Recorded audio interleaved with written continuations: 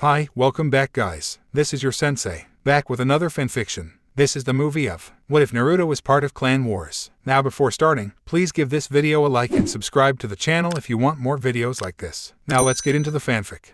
Naruto stepped away from the smoking carcass of the Jubai. It was finally over. After years in the chaos of war, they had finally prevailed. The Eye of the Moon plan had failed at last. Madara had been killed. Then he groaned as a spike of pain ambushed him, grinding his nerves mercilessly. As he dropped to his knees, he heard someone cry out. His chest was a landscape, littered with cuts so deep that if he didn't have the healing powers of the Kyuubi Jinchuriki, he would have died. As it was, Naruto was having difficulty staying awake. He was kneeling in a pool of his own blood. Naruto squinted through his pain to locate the source of the voice. He heard the voice again, this time sounding slightly more desperate. Naruto's eyes narrowed momentarily as he searched in his foggy mind trying to place the voice, and then widened as the realization dawned upon him. Sasuke, he murmured. He tried pushing himself into a standing position with his hand, but pain lanced up his arm, effectively immobilizing him. Naruto screamed as a new wave of pain raged through his ravaged body. Kurama was far too exhausted to aid his healing now. It had taken almost all of Kurama's strength to defeat the Jubai, and even then they could have easily lost. Suddenly Sasuke appeared beside Naruto, lightning arching all over his body. Sakura followed sweet moments later. Naruto, they both cried out in alarm. Their teammate looked like he should have been dead. Sakura pushed Naruto down onto his back, ignoring his tears and protests while Sasuke dispelled his lightning. Covering her hands with glowing green chakra, she cut through Naruto's orange bodysuit and began a full-body examination. "Oh, hold still," she snapped at Naruto, who was still struggling to get up. As painful as it was for him, Naruto would only injure himself even more if he tried to struggle. "Sasuke, hold him down," Sakura ordered. Itachi complied while Naruto shut his eyes and let out a slight whimper. Sasuke looked down at his teammate and smirked. "The Jubai really did a number on you," Hadobe Sasuke said as he tried unsuccessfully to hide the worry in his voice. Naruto gritted his teeth and opened his eyes momentarily and found Sasuke's blood-red sharing and gazing down at him. His glare intensified immediately. "Team," he growled in warning. "What are you trying to do to me? Why is your sharing inactive?" Sasuke dropped his smirk. "This is to help you, Naruto. This is too much pain for anyone to handle, even you." Then he closed his eyes and inhaled. When he opened his eyes moments later, his 3-mode Sharingan was replaced with a red series of loops against a black border. The Mangekyou Sharingan blazed to life in front of Naruto. The blonde nodded in acceptance and relief. "Do it," he said. Man, he needed to be out of it right now. The pain was excruciating. "Hurry up," the pink-haired medic urged. "He's running out of time, and I need him knock it out to start the operation." Sasuke gave her a slight nod, and then he stared into Naruto's azure-blue orbs. "Tsukuyomi," he whispered, catching Naruto's head as he slumped back down into the ground unconscious. "Good, now help me take his shirt off," Sakura ordered as she ran her chakra-cloaked hands down Naruto's chest. Sakura grimaced as several of Naruto's cuts squirted blood when she ran her hands over them. It was a miracle that Naruto hadn't died already with wounds like these. Hell, she doubted that Tsunade-sama could survive what he had been through, even with her mitotic regeneration. But then, Naruto had always had healing powers worlds apart from anyone else. She closed her eyes and began to probe Naruto's wound with Sasuke on standby. Sakura frowned. Nearly all of his internal organs had been ruptured. The Kyuubi was helping, but it could only do so much in the end. She began to pour chakra into Naruto's wounds, reaching for his organs first. As Sakura's green chakra passed through her teammate's organs, his cells revitalized instantly and began dividing at a dizzying rate. This kind of healing was effective, but risky because it shortened the patient's lifespan. Cells had a set amount of times that they could divide, and there was no way to get around that. However, it was preferable to heal in this way if the wounds were serious, as the revitalization of cells worked extremely fast and could save precious seconds which other techniques often lost. In other words, medics in general chose to shave off a few months of a person's life in favor of saving them from an assured death. It was simply in the patient's best interest. Better a shorter life than no life at all. Sakura concentrated and placed her hands on Naruto's chest just below his heart where the damage was the most extensive. She began pumping chakra into Naruto's cells in an effort to banish his burns and cuts. It truly amazed her just how much Naruto could take without collapsing. Then again, he always was an idiot who never knew how to give up. He never quit, even when Sasuke went rouge for 4 years or in the final showdown against the Jubai. After his first confrontation with the Tailed Beast, in which most of the Shinobi Alliance had perished, Naruto decided to face the Jubai alone. All to protect everyone. By himself. Baka. But Sakura gazed fondly down at Naruto's no-relaxed face. He always tried so hard. She sighed in relief as she felt his organs knit themselves back together under her hands. She looked up into Sasuke's anxious expression and said, "He'll live, but I'm gonna need to keep going for a few more minutes just in case." Sasuke nodded in silent relief and glared down at the blonde-headed dope. Like hell, Naruto would die here. They had so much that they still had to do. Konoha was in ruins and the rest of the elemental countries weren't that much better off. Tsunade died after healing the other cages, and the village had unanimously demanded that Naruto accept the position of the Rokudame Hokage. The only thing stopping Naruto was that the world was about to end. Literally, Sakura finished off the surgery by supplying Naruto's cells with one last burst of chakra. Then she closed the skin over his wounds by running a chakra-coated finger over the rupture, making the cuts all but disappear. "I never realized that you were this good," Sasuke said in his typical "but I'm still better than you" Ainveruwe voice. Sakura sighed. "Well, you might have realized it sooner if you hadn't been so bent on revenge." Sasuke's face fell and Sakura immediately regretted what she had just said. Sasuke. "Aye, save it, Sakura." Sasuke snapped. "You're right. The only reason that I even returned is because I owe Naruto. There's nothing left for me in Konohagakure." She glared dangerously at him, channeling chakra into her fist. "Except for you," Sasuke finished quickly. "I had to at least apologize to you for leaving you." "Good," she chirped sweetly, her anger evaporating. "But don't forget, you owe the village too." Sasuke made a face. Konoha had been far less than welcoming upon his return. The only things that stopped them from outright attacking him were Naruto's support as the future Hokage and the fact that the Jubai was less than 10 miles away from the village gates. "Somehow, I don't think the rest of the village is all that accepting of my return." Then they glanced around them. The ground was littered with bodies. A majority of the dead bore the mark of the hidden leaf, but there were others from cloud, sand, rock, and mist. Sakura normally would have tried to save as many ninja as possible, but that wasn't necessary here. Everyone but Naruto was dead. After their initial defeat at the hands of the Jubai, Konoha had become the unofficial regrouping point for the war effort. Unofficial because the cages had all been killed in battle and Command Central was wiped out. Sakura was the first to break the uncomfortable silence. "Somehow, I think that you're the least of their worries." Glancing down at the now completely relaxed Naruto, she continued. "Besides, you have Naruto's full support. The villagers follow him in everything now." Even though Sasuke knew of Naruto's newfound popularity, this still surprised him. He had returned for barely 5 minutes before the Jubai arrived. "Is it so?" he murmured in wonder. So miracles could happen after all. He could still remember when the entire village hated Naruto for the tailed beast inside of him. It really was hard to connect the village pariah with the hero that Naruto had become. Without warning, Naruto bolted upright into a sitting position, nearly knocking Sakura to the ground. Sasuke jumped 3 yards back, not quite sure what to expect. Naruto's eyes snapped open. Sasuke noticed that they were ringed with orange while the irises were amber with horizontal slits for pupils. He looked to Sakura in confusion. "Senin mode," Sakura said by way of explanation. Sasuke just frowned. "I know that. Why is Naruto in Sage mode right now? Look at him. He's not even conscious." What? Sakura questioned in utter disbelief. After multiple fruitless attempts to get a response from Naruto, Sakura was shocked to discover that Sasuke was right. Naruto appeared to have been passively gathering nature energy while Sakura performed his surgery. She couldn't begin to wonder why, or even how. Then Naruto stood up. He formed the seal for the Shadow Clone Jutsu and 2 other similarly inattentive Narutos poofed into existence next to him. They then began walking toward the still smoking husk of the Jubai. Now that the tailed beasts were free, the Jubai was completely deprived of chakra and may as well have been dead. Sakura. She barely even noticed. Naruto might hurt himself. It was her job to make sure he didn't do anything stupid. This time Sasuke spoke with more urgency in his voice. "Sakura." Sakura looked up into Sasuke's worried eyes. He explained, "I have no idea what that dope's trying to do, but you sure as hell don't want to get caught in the crossfire." Sakura looked back to Naruto and nodded in reluctance. She wasn't sure what he would do now, but she would wait. Senin mode was lethal for anyone in its vicinity. Suddenly, the air was punctuated with a high-pitched screeching sound as Naruto rapidly advanced with his jutsu. It intensified to excruciating levels as Naruto poured staggering amounts of chakra out of his hand, and the 2 clones aiding him added wind chakra and compressed all of the raw power together into a spiraling shuriken-like Rasengan. "Futen, Rasen Shuriken," Naruto declared as he held the spinning wind-style Rasengan up over his head. Then he did something new, something completely Naruto. 6 more clones poofed into existence and began working on 2 more Rasen Shurikens. Sasuke's eyes bulged as he activated his Sharingan. He understood 1 Rasen Shuriken in Sage mode. He even understood 3, given Naruto's massive chakra reserves. But at the same time it just wasn't possible. How could Naruto even have that much chakra control by now? The shrieking noise was deafening, but he ignored it. Sakura on the other hand gritted her teeth and pressed her hand over her ears. The wind howled along the battlefield, rustling the many bodies that it found. The Narutos paused for a moment, with 3 of them holding the massive chakra balls over their heads. Then Naruto spoke, but the voice was not his own. It was as if a far older, almost ancient person was speaking in Naruto's place, his voice marred by despair. "With the destruction of the Ten Tails, the world shall know peace once again.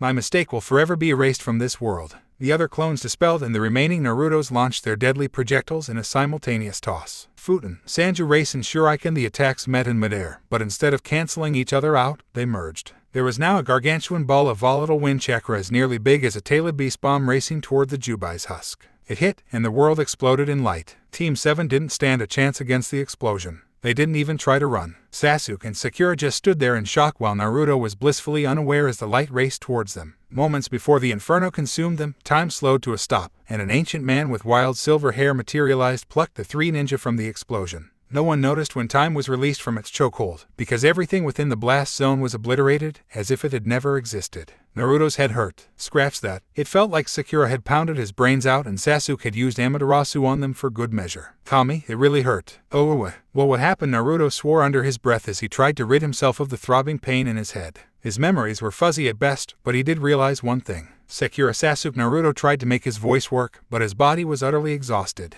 Naruto forced his eyes open and saw only white. Then he blinked and the world revealed itself to him. Sakura and Sasuke were sitting with their backs facing him, engaged in a rather heated discussion. Every so often, Sasuke would grunt and Sakura would look at him with a vein throbbing in her forehead. Naruto couldn't tell what the two of them were talking about. His ears weren't in the best shape yet. Naruto groaned and both of their heads snapped towards him. Naruto, they cried. Sakura immediately whipped out her hands and started to examine Naruto. Baka, what the hell were you thinking? Why would you try to destroy the body of the Jubai? Naruto cringed under Sakura's onslaught. She may have been known as the goddess of medicine, but she could be downright scary. He couldn't even count the number of times that she punched him through walls for his stupidity. Mumbling about his lousy insurance, Naruto pushed himself up with his elbows and examined his surroundings, and saw nothing at all. Sure, Sasuke and Sakura were there, but that was it. Naruto couldn't even see the ground. He knew it was supposed to be there, because he could feel it under him, but all he saw was white. If wherever they were was a room, Naruto couldn't tell, because there was absolutely no variation in the snow-white surroundings. It kind of reminded him of the hidden room where he trained in his chakra mode with Byoji. Wait, Naruto thought with a horrible sinking feeling in his stomach. Were they dead, dear Kami? Sakura was going to kill him, and then Sasuke would use his body for target practice and revenge. The blonde moved and froze in pain immediately after his muscles seized up. The pain was far greater than anything he had ever experienced. Not even what Madara did to him during their battle could compare. It was like he was being grinded, burned, and frozen all at the same time. He was on the verge of losing his ability to think. Fortunately for him, Sakura noticed his predicament. She quickly started pumping chakra back into his body, ignoring his weak protests that he was fine. As the pain slowly filtered out of his mind, Naruto realized something. He didn't remember destroying the Jubai. Oh crap, he thought. I missed something huge. That was the point of the entire war. He knew that he defeated the Jubai, but his mind was drawing a complete blank afterwards. Grimacing, he looked at Sakura and Sasuke in turn. Sasuke looked fine, his Susanoo having protected him for the majority of the battle. If anything, his Onyxid looked exhausted from constant use. Sakura was a different story altogether. She looked as tired as Naruto felt, which wasn't surprising, considering she was the medical unit's core after Tsunebachan had passed. Her pink hair was in complete disarray as she focused on Naruto, ignoring the drain in her own chakra reserve. Just how long had he been unconscious? Naruto painfully cleared his throat, capturing the attention of his two teammates. What happened? Where are we? While he didn't see the Jubai's body destroyed for himself, his friends had told him and he trusted them implicitly. Sasuke pinned the other male with his famous Uchiha brooding stare. Well, you've been out for the last 2 days. To be honest, Sakura and I have no idea where we are, he replied easily. Naruto blinked, looking remarkably like one of his toads. How someone could manage to look so stupid, Sasuke hoped he would never have to find out. The Uchiha had a feeling that the knowledge would forever scar him. Well, even more than he was already. What Naruto voiced intelligently. Sasuke sighed. If he himself didn't know what was going on, he didn't know how he was going to explain the situation to Naruto. Wait, there was one way. Naruto had become the unofficial leader of the Shinobi Alliance in the last few weeks of the war. During that time, he became accustomed to processing massive amounts of information, and planning accordingly, obviously with the help of that Nara. If the doe could do that, then he might be able to understand after all. Alright, status report. Sasuke began, causing Naruto's eyes widen momentarily. The blonde certainly hadn't expected Sasuke of all people to submit to him as the leader. He briefly checked again to make sure he could still feel pain. Okay, so he wasn't dead. Man, this was weird. After you defeated the Jubai, you passed out, Sasuke continued, and Sakura started to heal you. At the time, your body was suffering damage to nearly all of your organs. The Ebonite Uchiha looked to Sakura, as if questioning if he was missing anything. When she nodded in approval, Sasuke turned back to Naruto and continued. Sakura managed to save you in time with her mitotic cell revitalization technique. Naruto sharply drew in his breath. He must have been in a horrible condition if she thought that he needed that technique. You were unconscious for about 2 minutes, but then something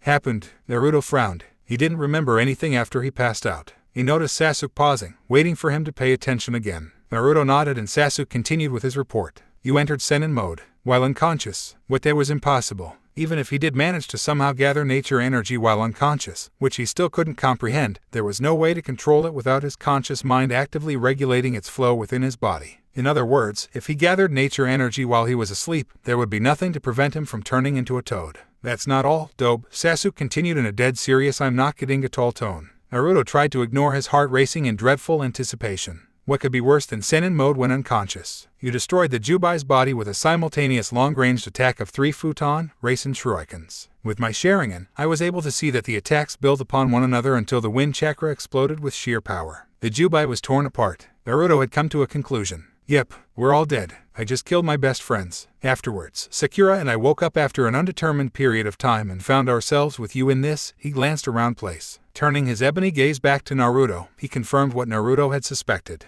My Sharingan can't pierce it. Nothing I do can so much as scratch the surroundings. Naruto looked to Sakura expectantly. Well, what she snapped, more than annoyed. My super strength is useless against the floor. I almost broke my hand just by trying to test it. Naruto had more or less expected that. If Sasuke's Manchukuyo Sharingan was powerless, he doubted that anything could damage to wherever they were. For now, we should rest and recuperate. We don't know where we are or who we might face. Sasuke and Sakura nodded at this. There wasn't much else that they could do. With no immediate danger, Naruto laid his head down and went back to sleep with Sasuke and Sakura quickly following suit. 1 week later, Naruto groaned and rolled over. Naruto Kurama called more forcefully. Naruto stubbornly refused to wake up. Kurama was reaching the ends of his patience. Naruto, wake up, you got him, brat. Naruto bolted upright, only to fall down hard on his butt as he tried to stand. Kurama chuckled a bit in Naruto's mindscape. Serves you right, you brat, I've been trying to wake you up for the past 3 hours. Naruto grumbled something about a ramen-filled dream, and then pushed himself off of the water-filled ground in his mindscape. Kurama, he all but groaned. After nearly a week in the white dimension as Sasuke had taken to calling it, he was still recovering from the after effects of his battle. Fortunately, Sakura had a sealing scroll filled with 2 months' worth of food and water, as they still couldn't find a way out. So you finally woke up. Are you fully recovered? Yes, but enough of that. What I'm about to tell you is of vital importance. The Uzumaki perked up. It wasn't often that Kurama was this serious, and it was sheer stupidity to ignore him when he was. Well, what is it? He prompted. Patience, Kurama growled. But back to the matter at hand. We are not in the elemental nations anymore. Naruto snorted. Tell me something I don't know. They were probably in a prison of some kind, gods knew where. One thing was for certain though, this place was impossible to break out of no matter what they did, no matter how hard they hit, no matter how long they hit, the floor just wouldn't crack. Will you shut up and let me finish? Kurama demanded in an annoyed tone. Naruto nodded in obedience. As I was saying, we aren't in the elemental nations anymore. We aren't even in our timeline anymore. What the blonde exclaimed. Naruto was understandably confused by this revelation. How was it possible to be outside of time itself? Kurama noticed the obvious disbelief and confusion screaming in his Jinchuriki's eyes. We are in the personal training grounds of the Rikudo Sennin, the Sage of Six Paths. The boy's eyes bulged in utter shock. Of all the possible scenarios that Team 7 had brainstormed as to the origins of their strange prison, this possibility hadn't even been considered.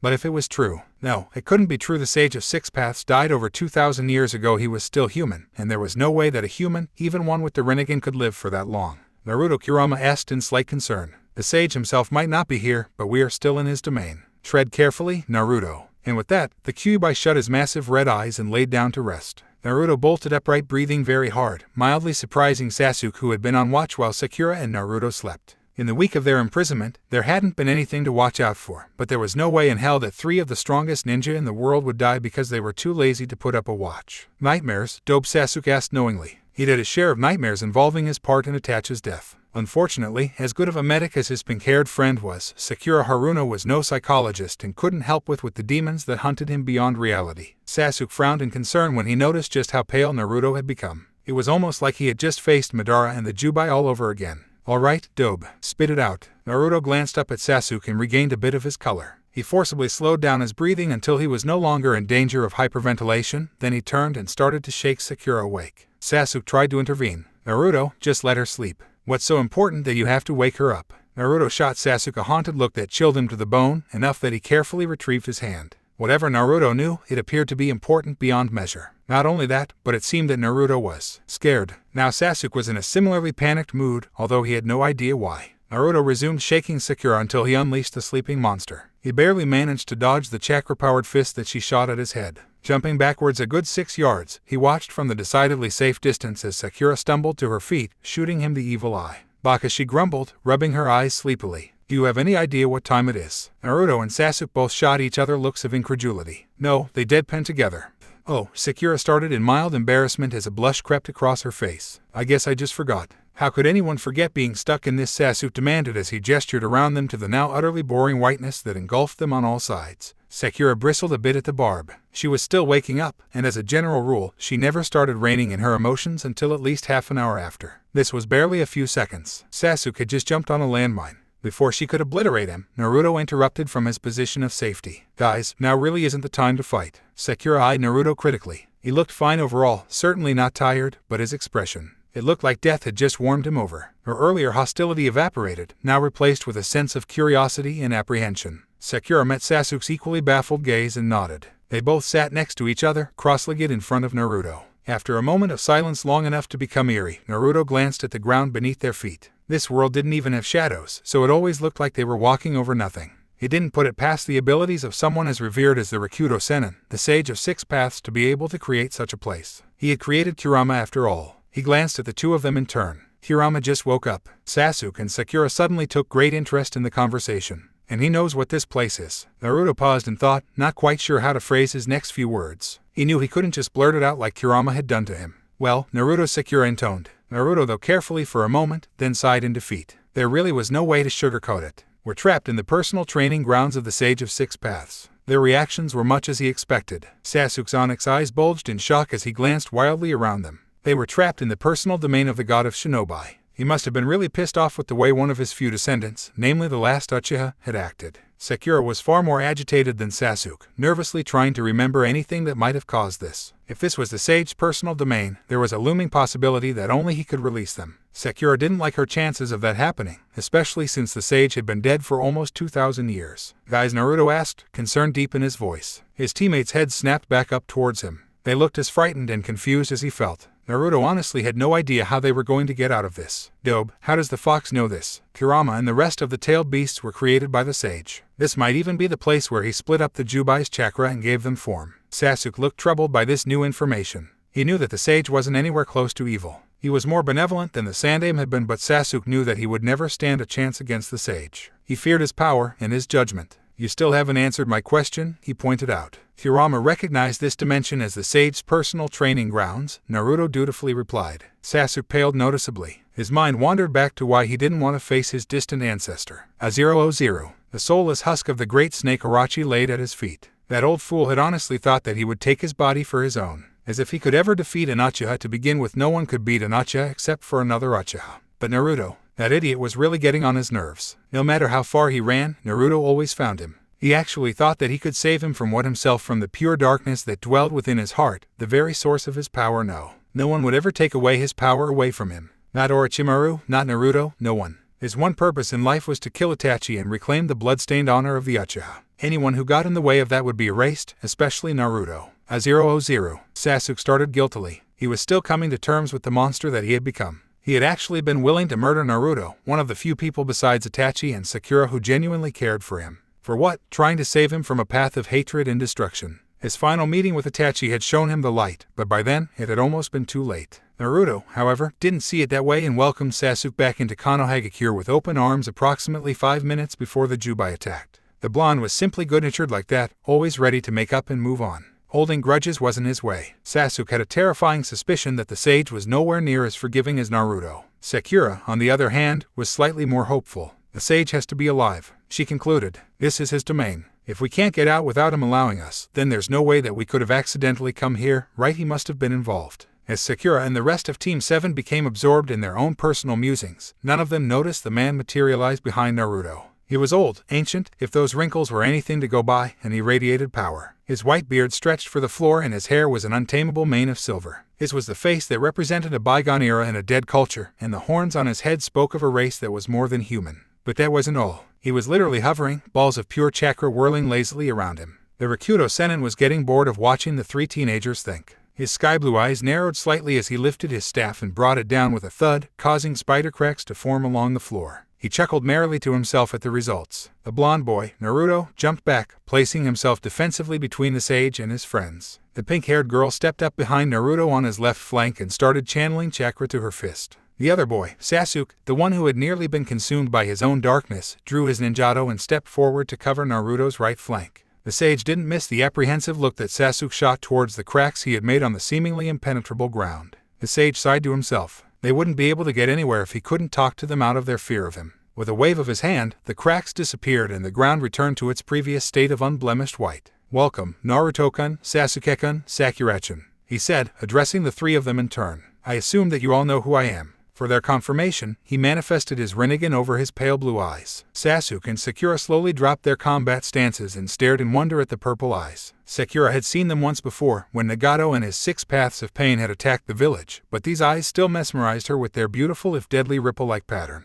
Having never seen the Rinnegan before, Sasuke was completely fascinated. Here was a Dojutsu that surpassed his own, the eternal Mangekyo Sharingan. Even without his Sharingan active, which he refrained from doing out of fear that the man might view it as a challenge, there was no mistaking the raw power of those eyes. Naruto, however, didn't back down. With his fists raised in a taijutsu stance, Naruto braced himself for battle. Kurama had told him to be careful, but went back to sleep before Naruto could ask him what he meant. Now with the original god of Shinobi himself standing before them, Naruto wasn't going to take any chances. "Yes, we know who you are," Rikudo Senninsen Naruto replied cautiously. "But what do you want with us?" Kurama hadn't said much, but from what Naruto could deduce, this man was powerful enough to destroy the entire world if he chose to, even without the Jubai's help. He was the man who created the moon on his deathbed. The Rikudo Sennin merely grinned at them. It was unsettling to have such a legendary and powerful man gaze at them in such a familiar fashion. The man took a step forward and Sasuke glanced nervously at his muscular frame. It looked like not even Madogai could beat him in taijutsu. The man stopped about a yard in front of them, his silver hair playing across his eyes in an unfelt breeze. "There is no need to fear, children, we are not enemies," the sage assured them as he attempted to gain some semblance of trust from them. Naruto, in his usual, bold, knuckle-headed stupidity voiced his defiance. "Oh yeah, in your infinite wisdom you kept us here for a week." "A week of no ramen," he exclaimed furiously. He sorely missed his ramen. Sakura had only sealed food pills and rations within her scroll.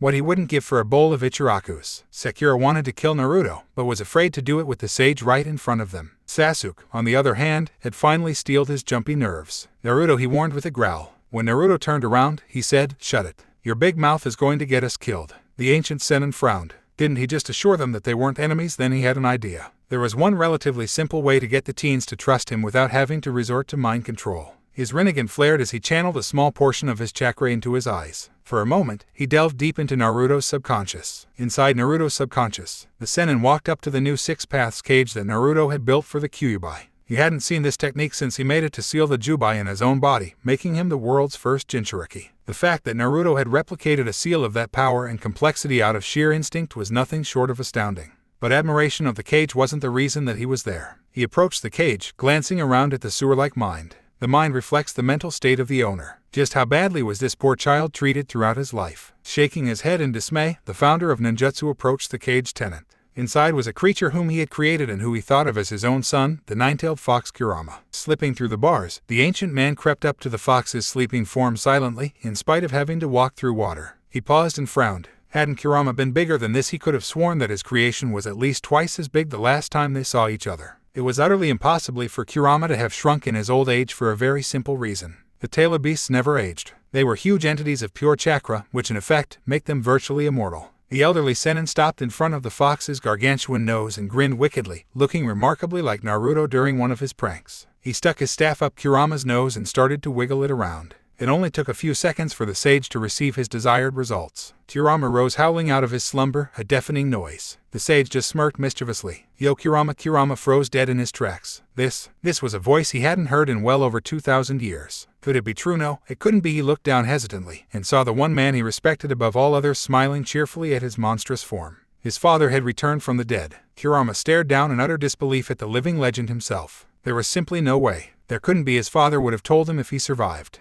As if sensing Kurama's inner turmoil, which he probably could, the old sage sighed. Then he started to flare his chakra in a series of rapid signals, a pattern that he used for his children, the Biju, to recognize him. The fox's eyes widened. There was absolutely no doubt now. Only his creator knew that particular set of chakra flares. But more than that, only his creator had this particular chakra. This massive chakra, the size of which dwarfed even his own. The Rikudo Sennin smiled warmly as Kurama lowered himself onto his belly in reverence. It had truly been far too long. Master Kurama choked out, his voice breaking with emotion. "None of that," Kurama the sage chided fondly. "I may be your creator, but I am also your father, and you will treat me as such." Kurama nodded obediently. "Of course, father." The two immensely powerful beings gazed at each other for a moment, each merely drinking the other's presence in. They had been like a true family before the Sennin had been torn from them due to his mortality. Kurama truly missed these ripple-like eyes. His sons, the founders of the Uchiha and Senju clans, had lived on, but none of them had ever been the same as the old man himself. They were continuously at war with each other, killing thousands of innocent people in their crossfire, something that their mutual ancestor would have never allowed.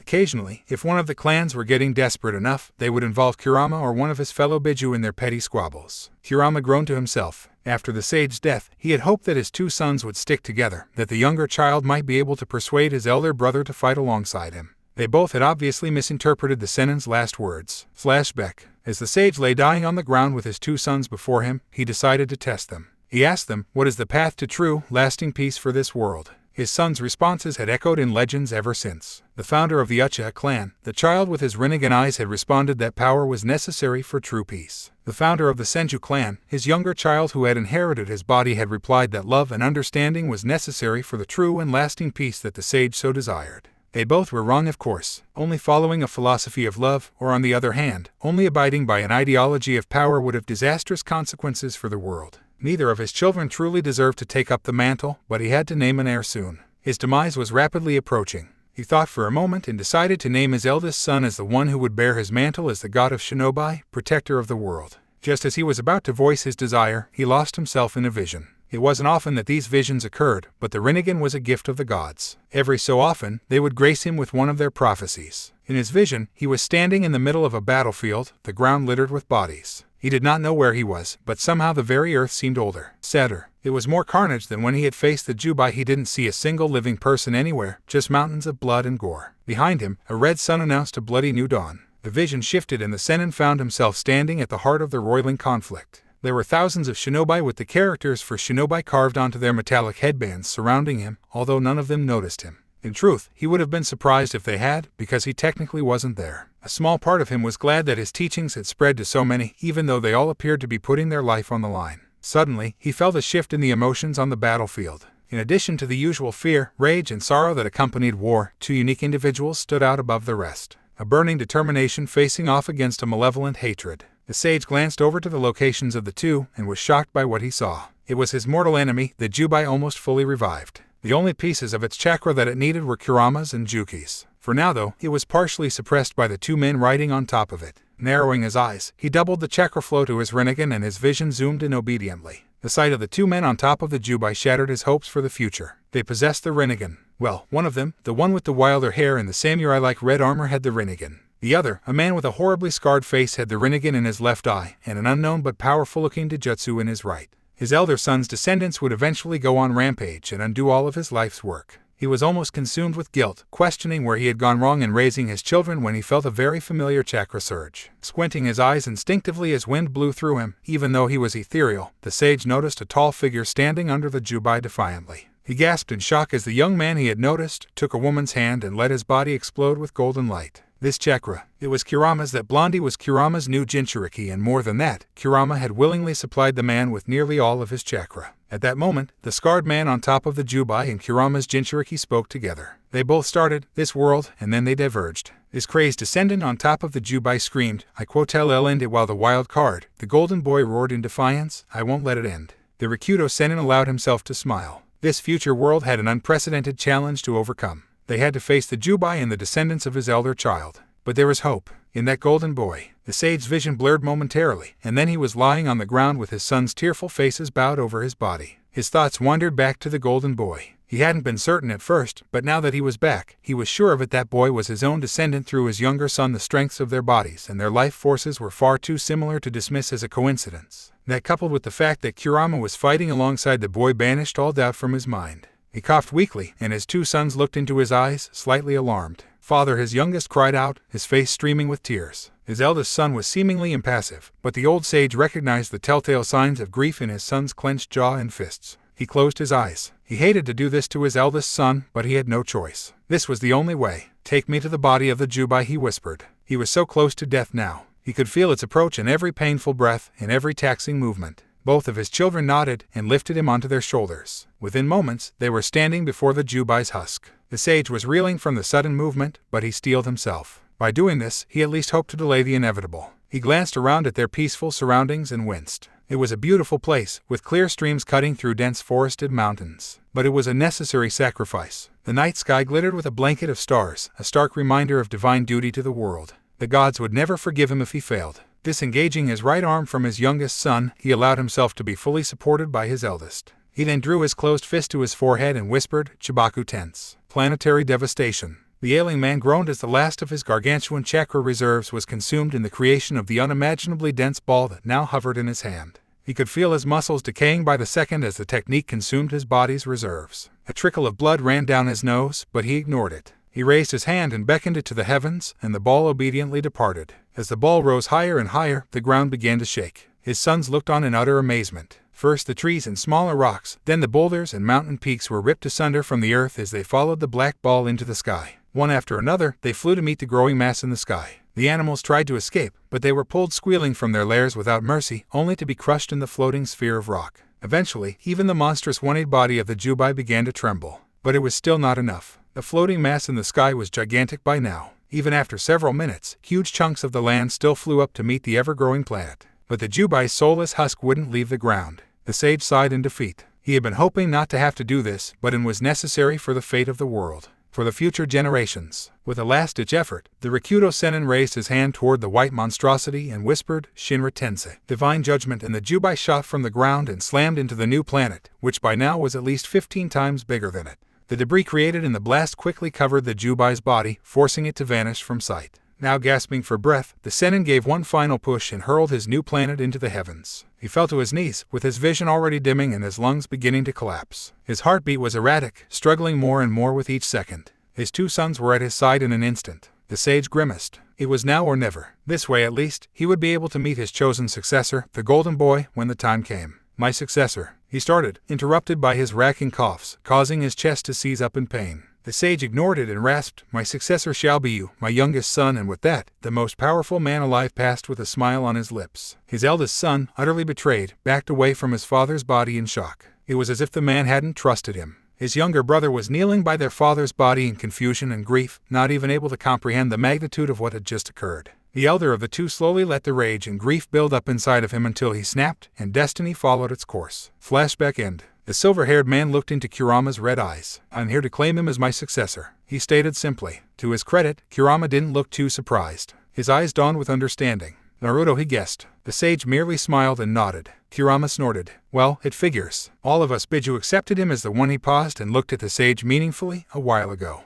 The old sage blinked. While he knew that Naruto was his successor, he certainly hadn't expected the Biju to accept him so soon. This Naruto was certainly a wild card. "Tell me more," he commanded as he made himself comfortable on Kurama's still gigantic left paw. This was getting a bit too hard to swallow. One of his Wataradon descendants had though to raise the Jubai because he deemed the world unworthy of its existence. But the Kyuubi didn't stop there in his long retelling. He recounted every war, every razed village, and every genocide since the sage's passing. He remembered all of the failures of mankind. In the end, the sage learned about all that had transpired after his death, filling in his knowledge from the bits and pieces that he gleaned during his visions. But what shocked the Rikudo Sennin most of all was the war that he had apparently caused. It all boiled down to his decision to name an heir. It seemed that after his death, his eldest son had fallen to his feelings of grief and betrayal. War broke out among his descendants almost immediately. Was it his fault? Did his final decision end up causing war among his own flesh and blood that had lasted for nearly 2 millennia? The world-weary sage was torn from his ponderings by Kurama's rumbling. "Are you even listening anymore?" the Kyuubi demanded in an annoyed voice. His father would get lost in thought every so often. It was understandable. His father, having mostly no contact with the outside world, would obviously have much to think on, but it was still annoying to Kurama as he repeatedly lost his sole audience member. The sage jumped up slightly in his seat on Kurama's paw. He locked eyes with the fox, light purple ripples clashing against scarlet red. Kurama stiffened slightly. Even if this was his creator, after Madara, he had something of a healthy fear of any and all the jutsu. Then the sage closed his eyes with a carefree smile and rubbed the back of his head in an embarrassed manner. "Sorry, Kurama, I must have gotten lost in my thoughts again." Kurama sighed. He still had much he wanted to discuss with his father, but something told him that now was not the right time. The god of Shinobi had far greater things to worry about than his creation's own petty grievances at being left behind. Kurama wasn't abandoning the confrontation where he would get his answers. He was merely postponing it. The Kyuubi fixed his master with a pointed stare. "I've told you everything that I know, but I will have my answers." The old man had the decency to look a bit guilty at that. Kurama continued, "For now, I will vouch for you among those brats as you desire." The sage looked relieved. Thanks, Kurama. I was afraid that I'd have to resort to mind control to get them to believe that I'm on their side. Then he frowned for a moment. Wait, shouldn't they have already concluded that I already saved their lives by pulling them from that explosion? He facepalmed with a groan. Oh, I'm such an idiot. I should have just led with that. At least one of the three would have trusted me for sure. Kurama snorted in amusement at the sage's annoyance. Sometimes the old fart was just like Naruto, although he couldn't imagine Naruto with nearly as much power or wisdom. Wait, shouldn't you have been more careful with your body? What if Naruto or the Uchiha decide to attack you while you're here? You admitted it yourself, they still don't trust you. The old sage smirked confidently. That won't even be a concern. I am in complete control of the flow of time in my dimension. Outside of Naruto's mindscape, time is flowing so slowly that we may as well be in the moment between moments. What? Kurama shook his head. There were times, such as now, where he believed that he would never understand the old man. Then the Sennin rounded on Kurama and smacked him lightly on the nose with his staff. Kurama let out a startled yelp. It didn't hurt too much, but it still stung. That doesn't mean that you're not coming with me though. Kurama blinked in surprise as the sage snapped his fingers and the door to the six baths cage swung open. It's time that I told you all what has truly transpired. With a wave of his hand, the sage and Kurama vanished from Naruto's water-filled mindscape. In the white room, Naruto blinked. Something was different. 1 second, he was telling the sage off for his week of no ramen, and the next, the sage Rinnegan flared slightly and he felt empty inside. Not hungry, not depressed, just alone. For the millionth time in his life, Naruto felt truly alone. But he had no idea why that was the case. All such feelings had been washed away years ago as he befriended more and more people. After he had met Kurama, although the old fox had tried to rend him from head to toe, Naruto had never felt completely alone, no matter how cut off he felt from the rest of society. Wait, that was it. Something had happened to Kurama. Naruto didn't know exactly what had happened, because for some reason he couldn't enter his mindscape. But he felt his connection with the fox growing drastically weaker by the second. Naruto's head snapped up to the sage, his narrowed blue eyes boring into the old man's purple ripples. There was no way that he wasn't causing this. Naruto's body tensed, and both Sakura and Sasuke who were flanking us recognized the telltale signs before his charge. Either Naruto would just dash forward or he would use Hiraishin to aid him in the fight. As it was, Sasuke and Sakura desperately didn't want to fight. They were hopelessly outmatched by the Sennin and were utterly clueless as to what had gotten Naruto so worked up. Sasuke inched forward under the sage's watchful eye and clasped his hand onto Naruto's shoulder. This fight had to be prevented at all costs. Naruto whipped his head around, his furious blue eyes tearing into Sasuke's surprised form. Naruto, what happened? Naruto took a moment to steady himself before answering. That bastard did something to Kurama. I can't feel him anymore. Sasuke stopped dead in his tracks, and Sakura gasped in similar shock. This was bad. This was very bad. That fox had carried the war effort along with Naruto. They were like two sides to the same coin. Without him, Naruto would never be the same. But more pressing than that was now they absolutely no chance against the man who was calmly waiting in front of them. Naruto turned away from Sasuke and rounded on the sage. You bastard, what did you do with Kurama? The sage merely sighed, as if he had hoped for a different reaction. Naruto-kun, I am not your enemy. Kurama there, the sage gestured behind Team 7, is just outside of you for the conversation. Team 7 turned around slowly to find a very large demon fox smirking at them. What's up, Naruto? Kurama the Biju winced. That brat Naruto had always been incredibly loud. He glanced down to find the young blonde in a state of utter shock and panic, repeatedly looking between him and the seal on his navel. What? How am I even alive? The fox's eyes widened. He had forgotten about that blasted Reaper Death seal that the Yondaime had trapped him with. If he and Naruto were ever separated from each other, Naruto would undoubtedly perish and the rest of his own chakra would be sealed inside the Reaper's stomach. If there was one god that he wanted to avoid, that was the one. Kurama cautiously locked eyes with his father and his fears were dispelled immediately. The old fart was in the middle of a facepalm, watching through his fingers as Naruto ran around in circles. There was obviously no legitimate cause for concern. In the meantime, Sasuke and Sakura stared at Kurama in complete awe. While they had seen Naruto's tail of beast mode and even communicated with the fox during the war, this was the first time that either of them had witnessed his true majesty in person. Well, in Sasuke's case, not behind bars. This was a creature that could tower over the Hokage monument. But more than its size, this Biju had won the 4th Shinobi War alongside its Jinchuriki, Naruto Uzumaki. Then the sage decided he had been patient enough. Silence, he roared. The entire plane trembled slightly as his voice echoed throughout the chamber. Naruto stood shock-still in apprehension while Sakura and Sasuke had both suddenly developed a cold sweat. Kurama just looked mildly impressed. His old man still had fire in him yet. The sage glared thunderously at them all, nearly causing Sasuke to bolt like a very frightened rabbit. Then he pointed to Naruto. You are not cut off from Kurama. I just brought him out so that we could all speak. He continued, now pointing at Sasuke. Stop shivering. How many times do I need to tell you? I mean you no harm. Sasuke was more than embarrassed at being singled out like that, but at the moment, none of the team had really noticed his plight. They were all too focused on the all-powerful man in front of them who was ranting about always being misunderstood. I swear, first it took nearly 30 years to get people to believe that chakra even existed, and now my own descendants don't even trust me. He then glared pointedly at Naruto and Sasuke. Sasuke was utterly shocked. His descendants, as in more than one, he had always known the legend that the Uchiha were descended from the sage's elder son. But the youngest son's descendants were the Senju. How was his blonde partner related to the Senju at all? Then the sage snapped his fingers and a circular stone table with 4 chairs materialized in between the sage and Team 7. Sasuke's eyes widened in shock and awe. This was Bambutsu Sozo, creation of all things, the supposed pinnacle of the Rikudo Senin's abilities. Apparently, the cost of such a technique had no effect on him. The Senin gestured impatiently as he settled into one of his chairs. Well, have a seat. I've waited 2,000 years for this meeting and you will not try to test my patience. Kurama was bemused as Naruto and his friends hurriedly sat down. So much for his father's infinite patience. Well then, the Senin said with a now tolerant smile, let's begin. To be fair, Naruto had just gone through war. Countless of his closest friends, and even those that he considered his family, had been slaughtered before his eyes. That was why he still couldn't grasp what his supposed ancestor was trying to explain to him. His mind was simply too strained. What was that? The Rikudo Senin sighed. He had known Naruto would not take the news well. Only a truly depraved person would, and Naruto was anything but. The Jubai destroyed your timeline. An absolute silence reigned as the ancient sage allowed the 4 individuals in front of him time to digest what he had just said. Kurama looked understandably shocked in his position behind the stone table. He had fought hard to prevent the Jubai's apocalypse. Sakura looked utterly devastated. Having been smart enough to realize what the sage meant almost immediately, she had to fight her tears as she realized that she would never see her parents again. Sasuke, on the other hand, was completely impassive. It appeared that he did not regret the world's passing as the others did, with the only living people he cared about right next to him.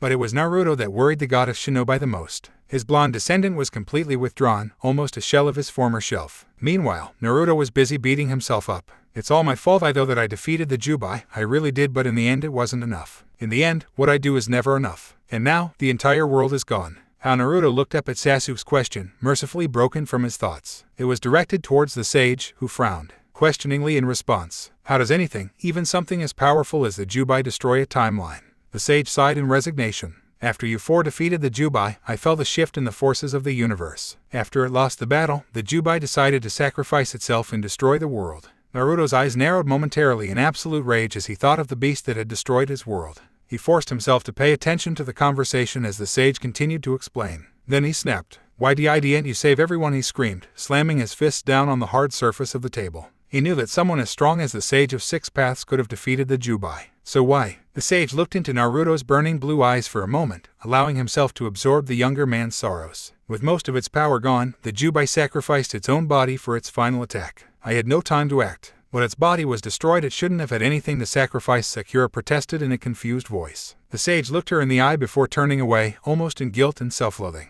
No, it wasn't. As soon as I had sensed what the Jubai intended, I possessed Naruto-kun in hopes of destroying the Jubai's body before it could succeed, but I wasn't fast enough. Senin-san, Sasuke interjected, apparently not worried in the least about Naruto's no-cleared possession. Could you explain how the Jubai was able to sacrifice its body and thus destroy the world? The sage nodded curtly. You've all faced the Jubai, he began. They all nodded, but none of them knew where he was going with this. Even Kurama didn't seem to know what the ancient man was getting at with such an obvious statement. It is a being of immeasurable power, with a limitless chakra. Even after I tore its chakra from its body, the husk still brimmed with its volatile energy. That was one of the reasons that I had it sealed in what you now call the moon. Everyone but the sage was stunned. Even the husk had power. The sage gave them another moment to collect their thoughts before he went on. The Jubai, as a last-ditch effort, converted its entire body into explosive energy. I only had enough time to get you 4 out of there before the blast tore the world asunder. So everyone is dead. They all stopped at Naruto's new tone. It was defeated, something that no one had ever hoped to hear from Naruto. The Jubai destroyed the world and everyone died. Urike-sensei, Hinata, Konohamaru, Mogi, Udon, Chuchisen, Iamshin, and not just them. The rest of Konoha, the entire world. I could list off names for days on end. All of them were destroyed. His voice broke with crushing grief at the end of his tirade, while his teammates looked on in concern. Not quite. Every pair of eyes snapped to the Rikudo Senin, who suddenly wore an expression of fierce determination. We can still save the world from the Jubai, but it needs to be the 4 of you who carry out the task. Sakura, her eyes now shimmering with hope, whispered, what do we need to do? The Senin's Rinnegan probed each of them in turn. Kurama, as always, was ready. Sasuke-kun just seemed prepared and impatient. It was as though he hadn't had enough in the world to mourn its passing. Sakura was desperate to begin. But in Naruto, the sage saw a burning determination to succeed, a will of fire. He allowed himself to smile. There was no way that they would fail. I'm going to send you back in time to what is commonly known as the Clan Wars. From there, you will all change the future to make sure that the Jubai never escapes. I cannot send you back to your own lives." The hope that was rising in Sakura's face was crushed again, and she unsuccessfully tried to hold back her tears. Sasuke looked like he had expected as much. For Kurama, it didn't matter when he was sent back, so long as it happened. Naruto, however, just sat at the table with his trademark confused expression. "I don't get it. Why aren't we allowed to meet ourselves?" The sage took a moment before replying. "There are certain laws in the universe that are absolute. This law is one of them. No matter the circumstances, individuals must not be allowed to meet themselves in their past or future, or," he looked dangerously at the blonde shinobi in front of him, "time will tear itself apart and all of creation will unravel." Taking account of the teenagers' shocked faces, coupled with Kurama's curious expression, he elaborated. "The clan wars were where everything began. The rivalry between the Uchiha and the Senju, the rise of Konohagakure, everything. You all will be traveling to the end of the clan wars, just after the creation of Konohagakure, to try to prevent the apocalypse." Then to Sakura, more than anyone else, he murmured, "I truly apologize for not being able to return you to your families. But this way, they'll at least have a chance." Sakura couldn't take it anymore. She burst into tears, burying her face in her hands. Sasuke awkwardly put his arm around her shoulders to comfort her, and she clung to it like a lifeline. He held her steady until the last of the wrenching sobs had left her body, then he allowed her to lean him against with his arms still around her, offering solace. Naruto, on the other hand, never lost the fire that burned in his eyes. Grinning maniacally, he slapped his hand down in the center of the table. "Let's go wild will definitely save the world. Believe it, Sakura, Sasuke," and even Kurama couldn't help but grin, despite the gravity of the situation. There really was nothing that could keep that boisterous blonde down for too long. For his part, the sage was immensely satisfied. He hadn't expected everyone's resolve to be renewed so quickly. It seemed that his blonde descendant had the special gift of inspiration, igniting fires in other people's hearts wherever he walked. He waited for a moment before clearing his throat. "Before that, you will all train with me for the next 8 months before I send you back. I cannot travel with you, as my time has long since passed. After you leave, I will reside within you all, but I will not be able to help you in the same way that I can here. For example," the Sennin snapped his fingers, and a steaming bowl of miso ramen along with a pair of chopsticks materialized in front of Naruto. The ramen-deprived boy nearly passed out in delight before almost inhaling the bowl. "In the real world I will be without my powers, so you three shall be trained here under my guidance." Naruto looked up briefly from his now half-empty bowl. He met eyes with Sasuke and Sakura, and they all nodded in agreement. They had a long road ahead of them. Then Naruto went back to slurping his ramen. Naruto collapsed out of sheer exhaustion for what seemed to be the millionth time that week. The Jesusage was a slave driver. It had been a grand total of 3 months since their fateful meeting, and since then, the Rikudo Sennin had done nothing but train Team 7 to the ground. Naruto risked a quick glance to his left, not wanting to alert the sage to his movement. The Sennin's philosophy seemed to be if you can move, you can train. Because of the sage's completely uncompromising training regime, Naruto, Sakura, and Sasuke had long since perfected the art of remaining absolutely still. For Naruto, it was easier, with his sage mode training having already forced him to learn. However, Sakura and Sasuke were desperate enough for their sleep to catch up quickly in that regard. As it was now, Naruto saw Sakura and Sasuke engaged in their respective lessons with some of the Sennin's shadow clones. Once Naruto had shown him how to use the technique, the old man had fallen in love with it as much as Naruto had. In reality, he was beating himself up for not having come up with the technique himself. It certainly would have made dealing with the Jubai a lot easier. Even under his shadow clone's exclusive attention, Sakura was having a supremely difficult time trying to understand the sage's medical techniques. Normal human cells have a set amount of times that they can divide, limiting their host's lifespan. However, it seemed that the Rikudo Sennin didn't have that limitation. The sage had been quite amused by Sakura's shocked reaction at his seemingly infinite lifespan at first, but evidently he thought that it would be a good learning opportunity if she figured it out herself. She didn't quite agree with his complete lack of hints. A few dozen yards behind her, Sasuke was receiving extreme endurance training for his eternal Mangekyo Sharingan.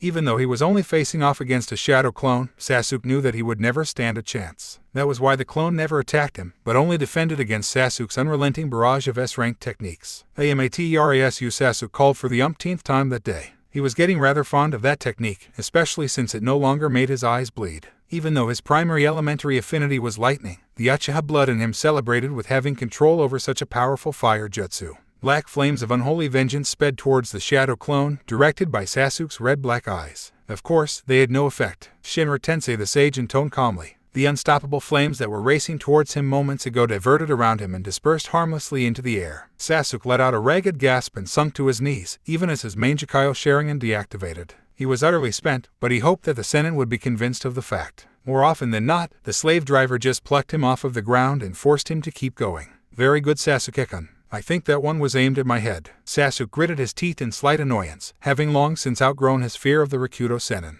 Well, he could always dream. Your timing is getting much better, as is your accuracy. However, although your stamina has improved, nearly doubling your chakra reserves, you still need to improve, the sage remarked casually. Sasuke groaned and pulled himself back to his feet. This was going to be a long day. Meanwhile, Naruto observed discreetly from his position on the floor. Secretly, he was impressed with his teammates' improvement over the past 3 months. Sakura had made leaps and bounds in her medical ninjutsu mainly due to the sage conjuring countless practice bodies, completely identical to a living human although soulless. But besides that, Sakura was ecstatic that she had finally found someone besides Tsunade and Shizune who would understand her when she discussed new medical techniques. It seemed that the ancient powerhouse had studied the human body for entertainment over the past 2 millennia. Although the terms that they used for body parts were different, it was easy enough to figure out what the other meant. Sasuke, however, was quickly becoming far more powerful. According to the Sennin, Sasuke had excellent technique and strength, but a comparatively small endurance in using them. Faced against someone like Naruto, who would just keep coming, Sasuke would eventually wear out.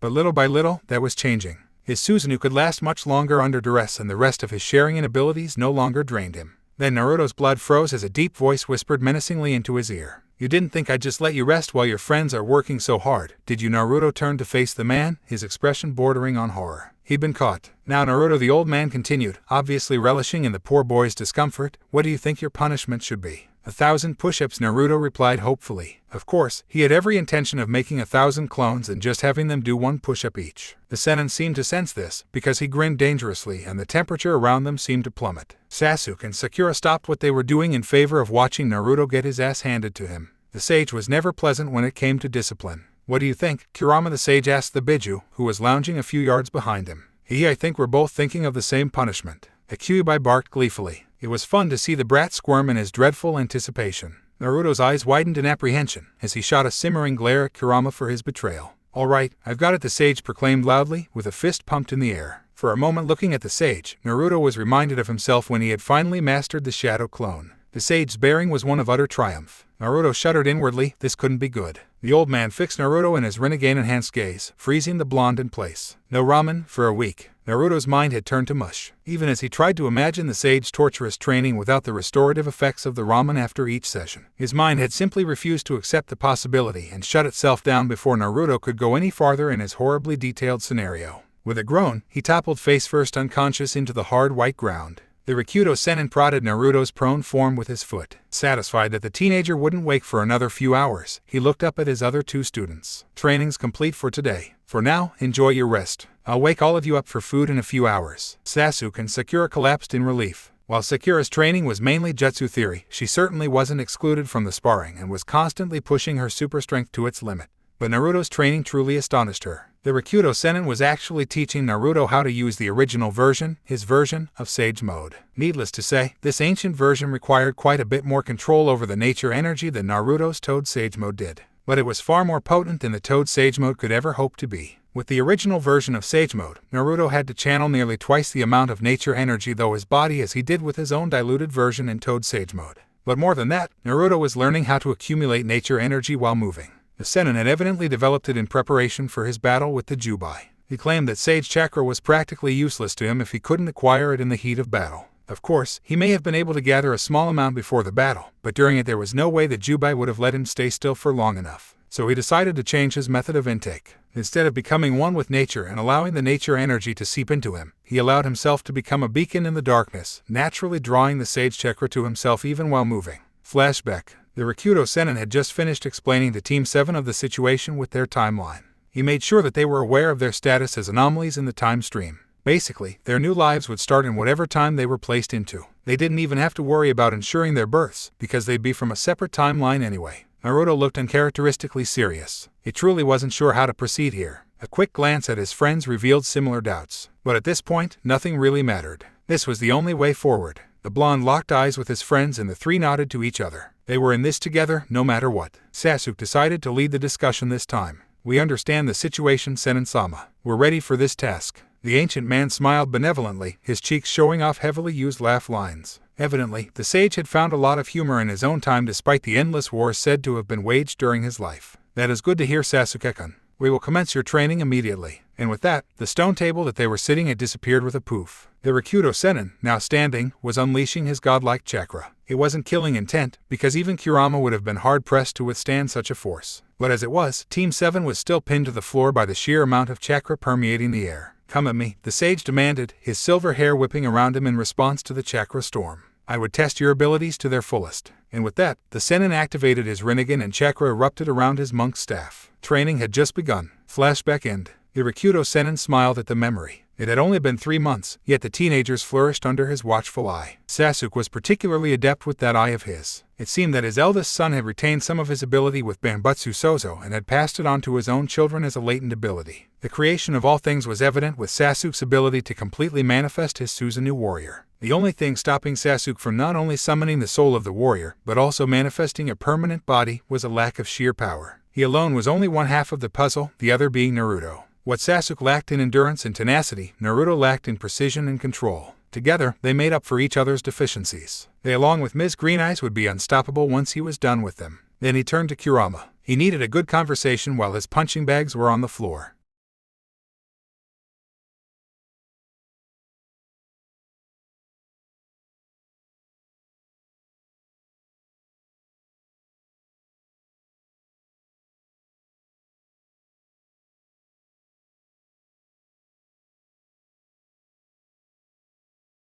"Shut up, Naruto," he heard Sakura scold. Sasuke contributed. Naruto turned around to find Sakurachin, Sasuke, and the old man all sitting at a table filled with steaming food. Even as Naruto's stomach began to grumble at the delicious aroma, he noticed that Kurama was nowhere to be seen. Whenever that happened, the Kyuubi always returned to his resting place inside of Naruto, claiming that the floor for the six-path's cage was actually a bit comfortable. A blonde teenager stared at the food only a few feet in front of him and he began to drool. He looked pleadingly at the Sennin with puppy dog eyes. Fine, the sage sighed in resignation. "But you still won't get any ramen for the week." Naruto continued to look at the sage with his soulful gaze. The spiky-haired man crumbled underneath it. "Alright, damn it, you can have your ramen." The Sennin snapped his fingers and a steaming bowl of noodles materialized at the empty spot on the table across from the sage and between Sakura and Sasuke. "Success!" Databeo Naruto screamed as he leaped into his spot at the table. Sakura and Sasuke were sporting smirks as the sage glowered at Naruto, who was rapidly depleting the contents of his bowl. Sasuke had a similar obsession with tomatoes, and a meal never went by where he had at least 2 dozen.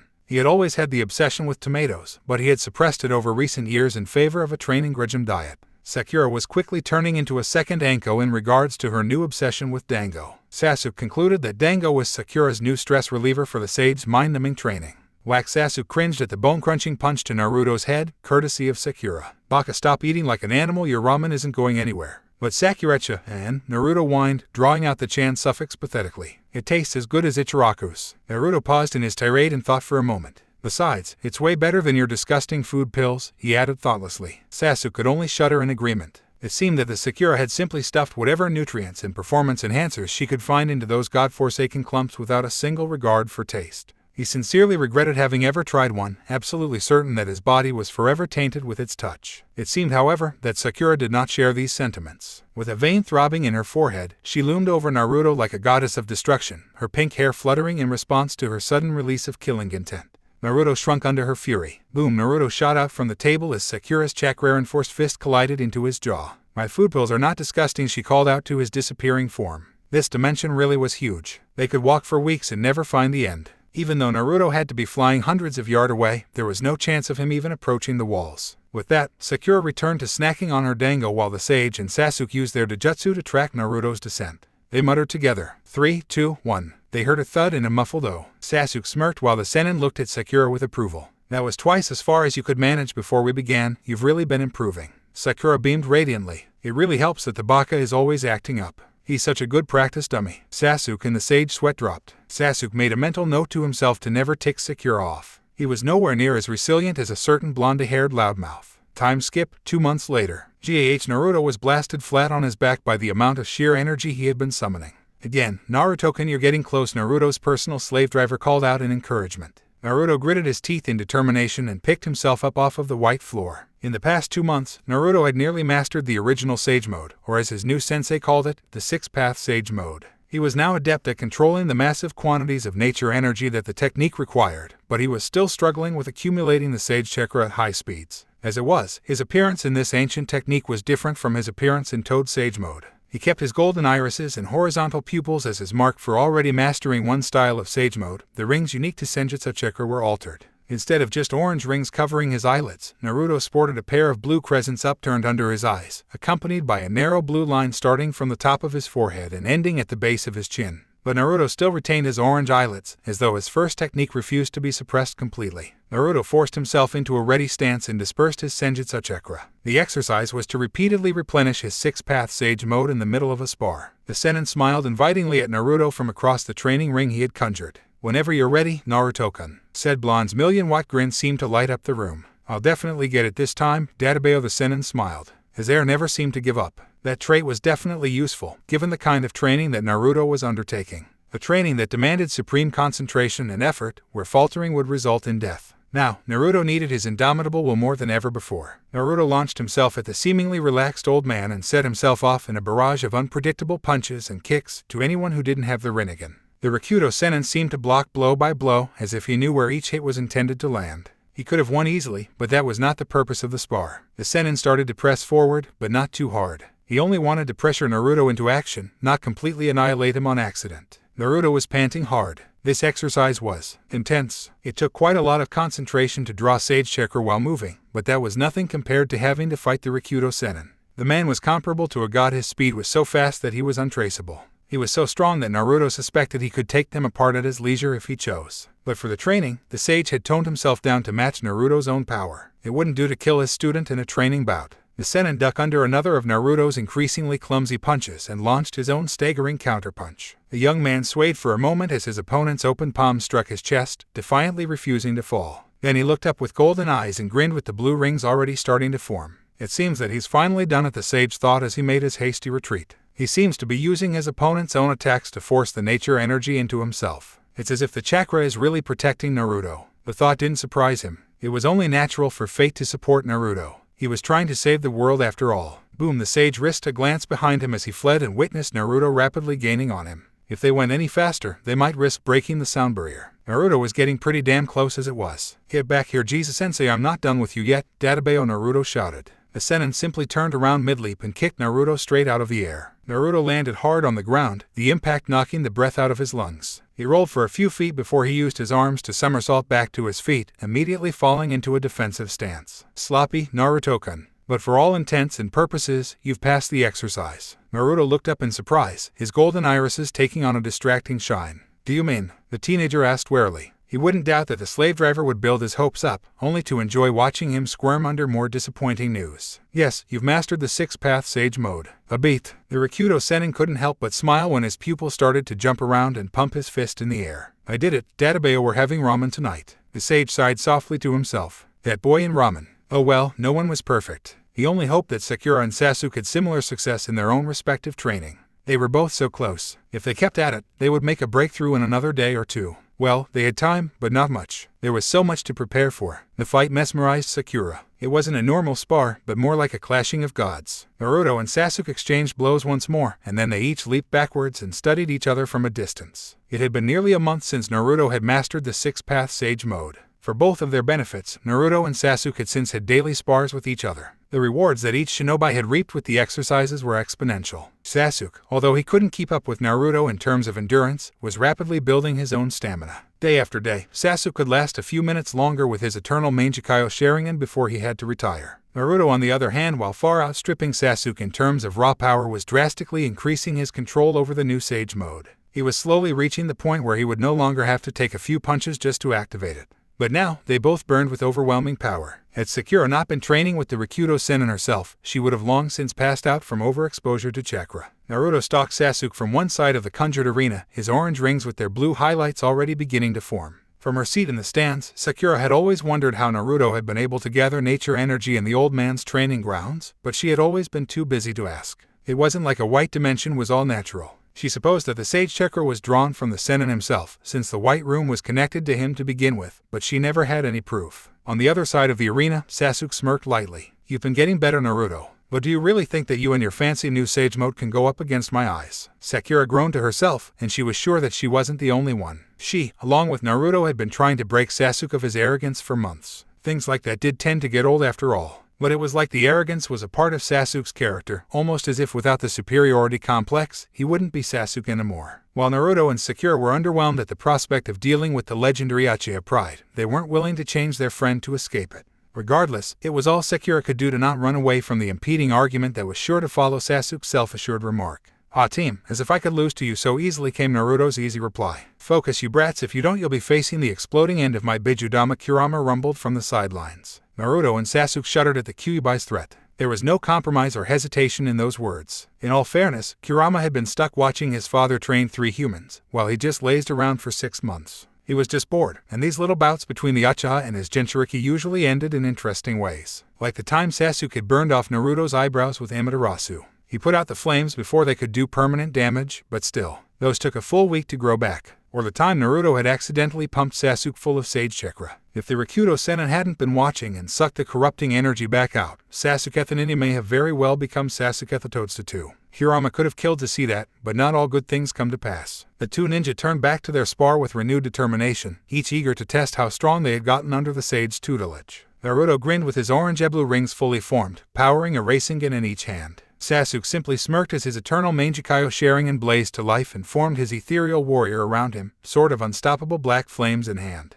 Susanoo. Naruto faltered for slightly. He hadn't managed to break through a full-powered Susanoo yet. Whenever he had had to face one, he had always banked on the user running out of chakra or going blind. Yeah, it was great when his enemies went blind. But now, there was no way that Naruto could rely on Sasuke simply depleting his chakra reserves to win the fight. The Uchiha had undertaken a ruthless chakra-enhancing training regime for the past 6 months, and hell if it didn't work. Now Sasuke could keep up with him, the ninja who was said to have a limitless chakra reservoir. It was downright annoying in Naruto's opinion. Never running out of energy was his job, not Sasuke's. But the team never lost his superiority complex as he trained. If anything, it seemed to come back stronger than ever, much to the annoyance of Sakura and Naruto. But now the room, or dimension, practically trembled with the power of the 2 teens. Not too far away, the Rikudo Sennin smiled as he watched the fight atop Kurama's nose. Power and control, body and eyes, yin and yang, Naruto and Sasuke. A team. Together, you will erase 2 millennia of war and terror. You will be the light in the darkness. You are the new children of the prophecy. My prophecy. Of course, the sage never said anything to the teenagers. Their task was monumental as it was. There was no need to heap more responsibility on their already burdened shoulders. Rasengan shouted Naruto as he flashed next to Sasuke and plowed his twin energy orbs into the Susanoo warrior. Sasuke just smirked in that infuriating way of his as the violent blue balls of chakra dissipated against the Susanoo's purple armor. It wasn't even scratched. The battles always began like this. Both boys would start a simple taijutsu spar to warm up, then after 20 or so minutes, things would start to get serious. Naruto would enter his 6-path sage mode while Sasuke would counter with his Sharingan, and if he were feeling especially competitive, he would wield the Mangekyo.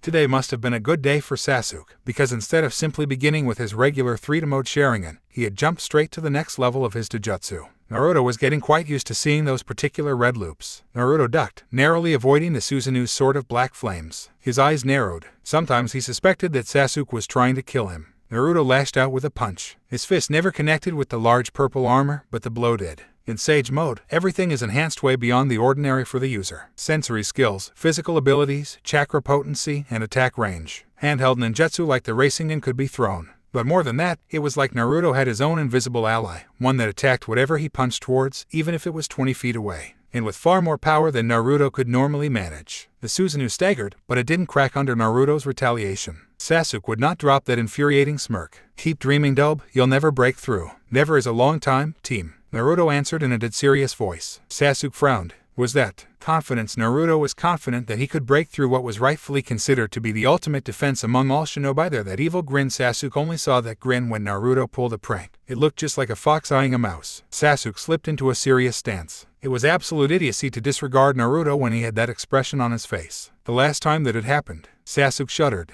Best not to dig up those dirty secrets. Let's take this up a notch, Naruto exclaimed as he looked expectantly at Kurama. Fine, but only a little. Naruto grinned and the room brightened momentarily. That's all I need, thanks, Kurama. And Naruto flooded his body with golden chakra, the Kyuubi's energy fueling his ever-demanding Sage mode with its life energy. Naruto inspected his now golden hands with a slightly smug satisfaction. It's been a while since I've used this, he remarked casually, causing Kurama to snort. The Sennin looked on from Kurama's nose in interest. So this was the power that had caught his eye. The only human beside himself that had ever truly bonded with Kurama, Uzumaki Naruto. Sasuke was frozen. This had never happened before. He had fought a clone Naruto and demolished it. The actual Naruto wasn't too hard to beat either. At Totsuge, Naruto posed a bit of a challenge, but not much when he used his Mangekyou Sharingan. Naruto, in his new six-path Sage mode though, was far more of a challenge, almost always dragging their battles to a draw. But at Jinchuriki Naruto, Sasuke had honest doubts that he could win. Naruto on his own was powerful enough, but Naruto and Kurama, that was a bit too much, even for the last of the Uchiha. Flashback. The Rikudo Sennin smiled at his descendant. The last Uchiha appeared to be marginally frustrated with his training.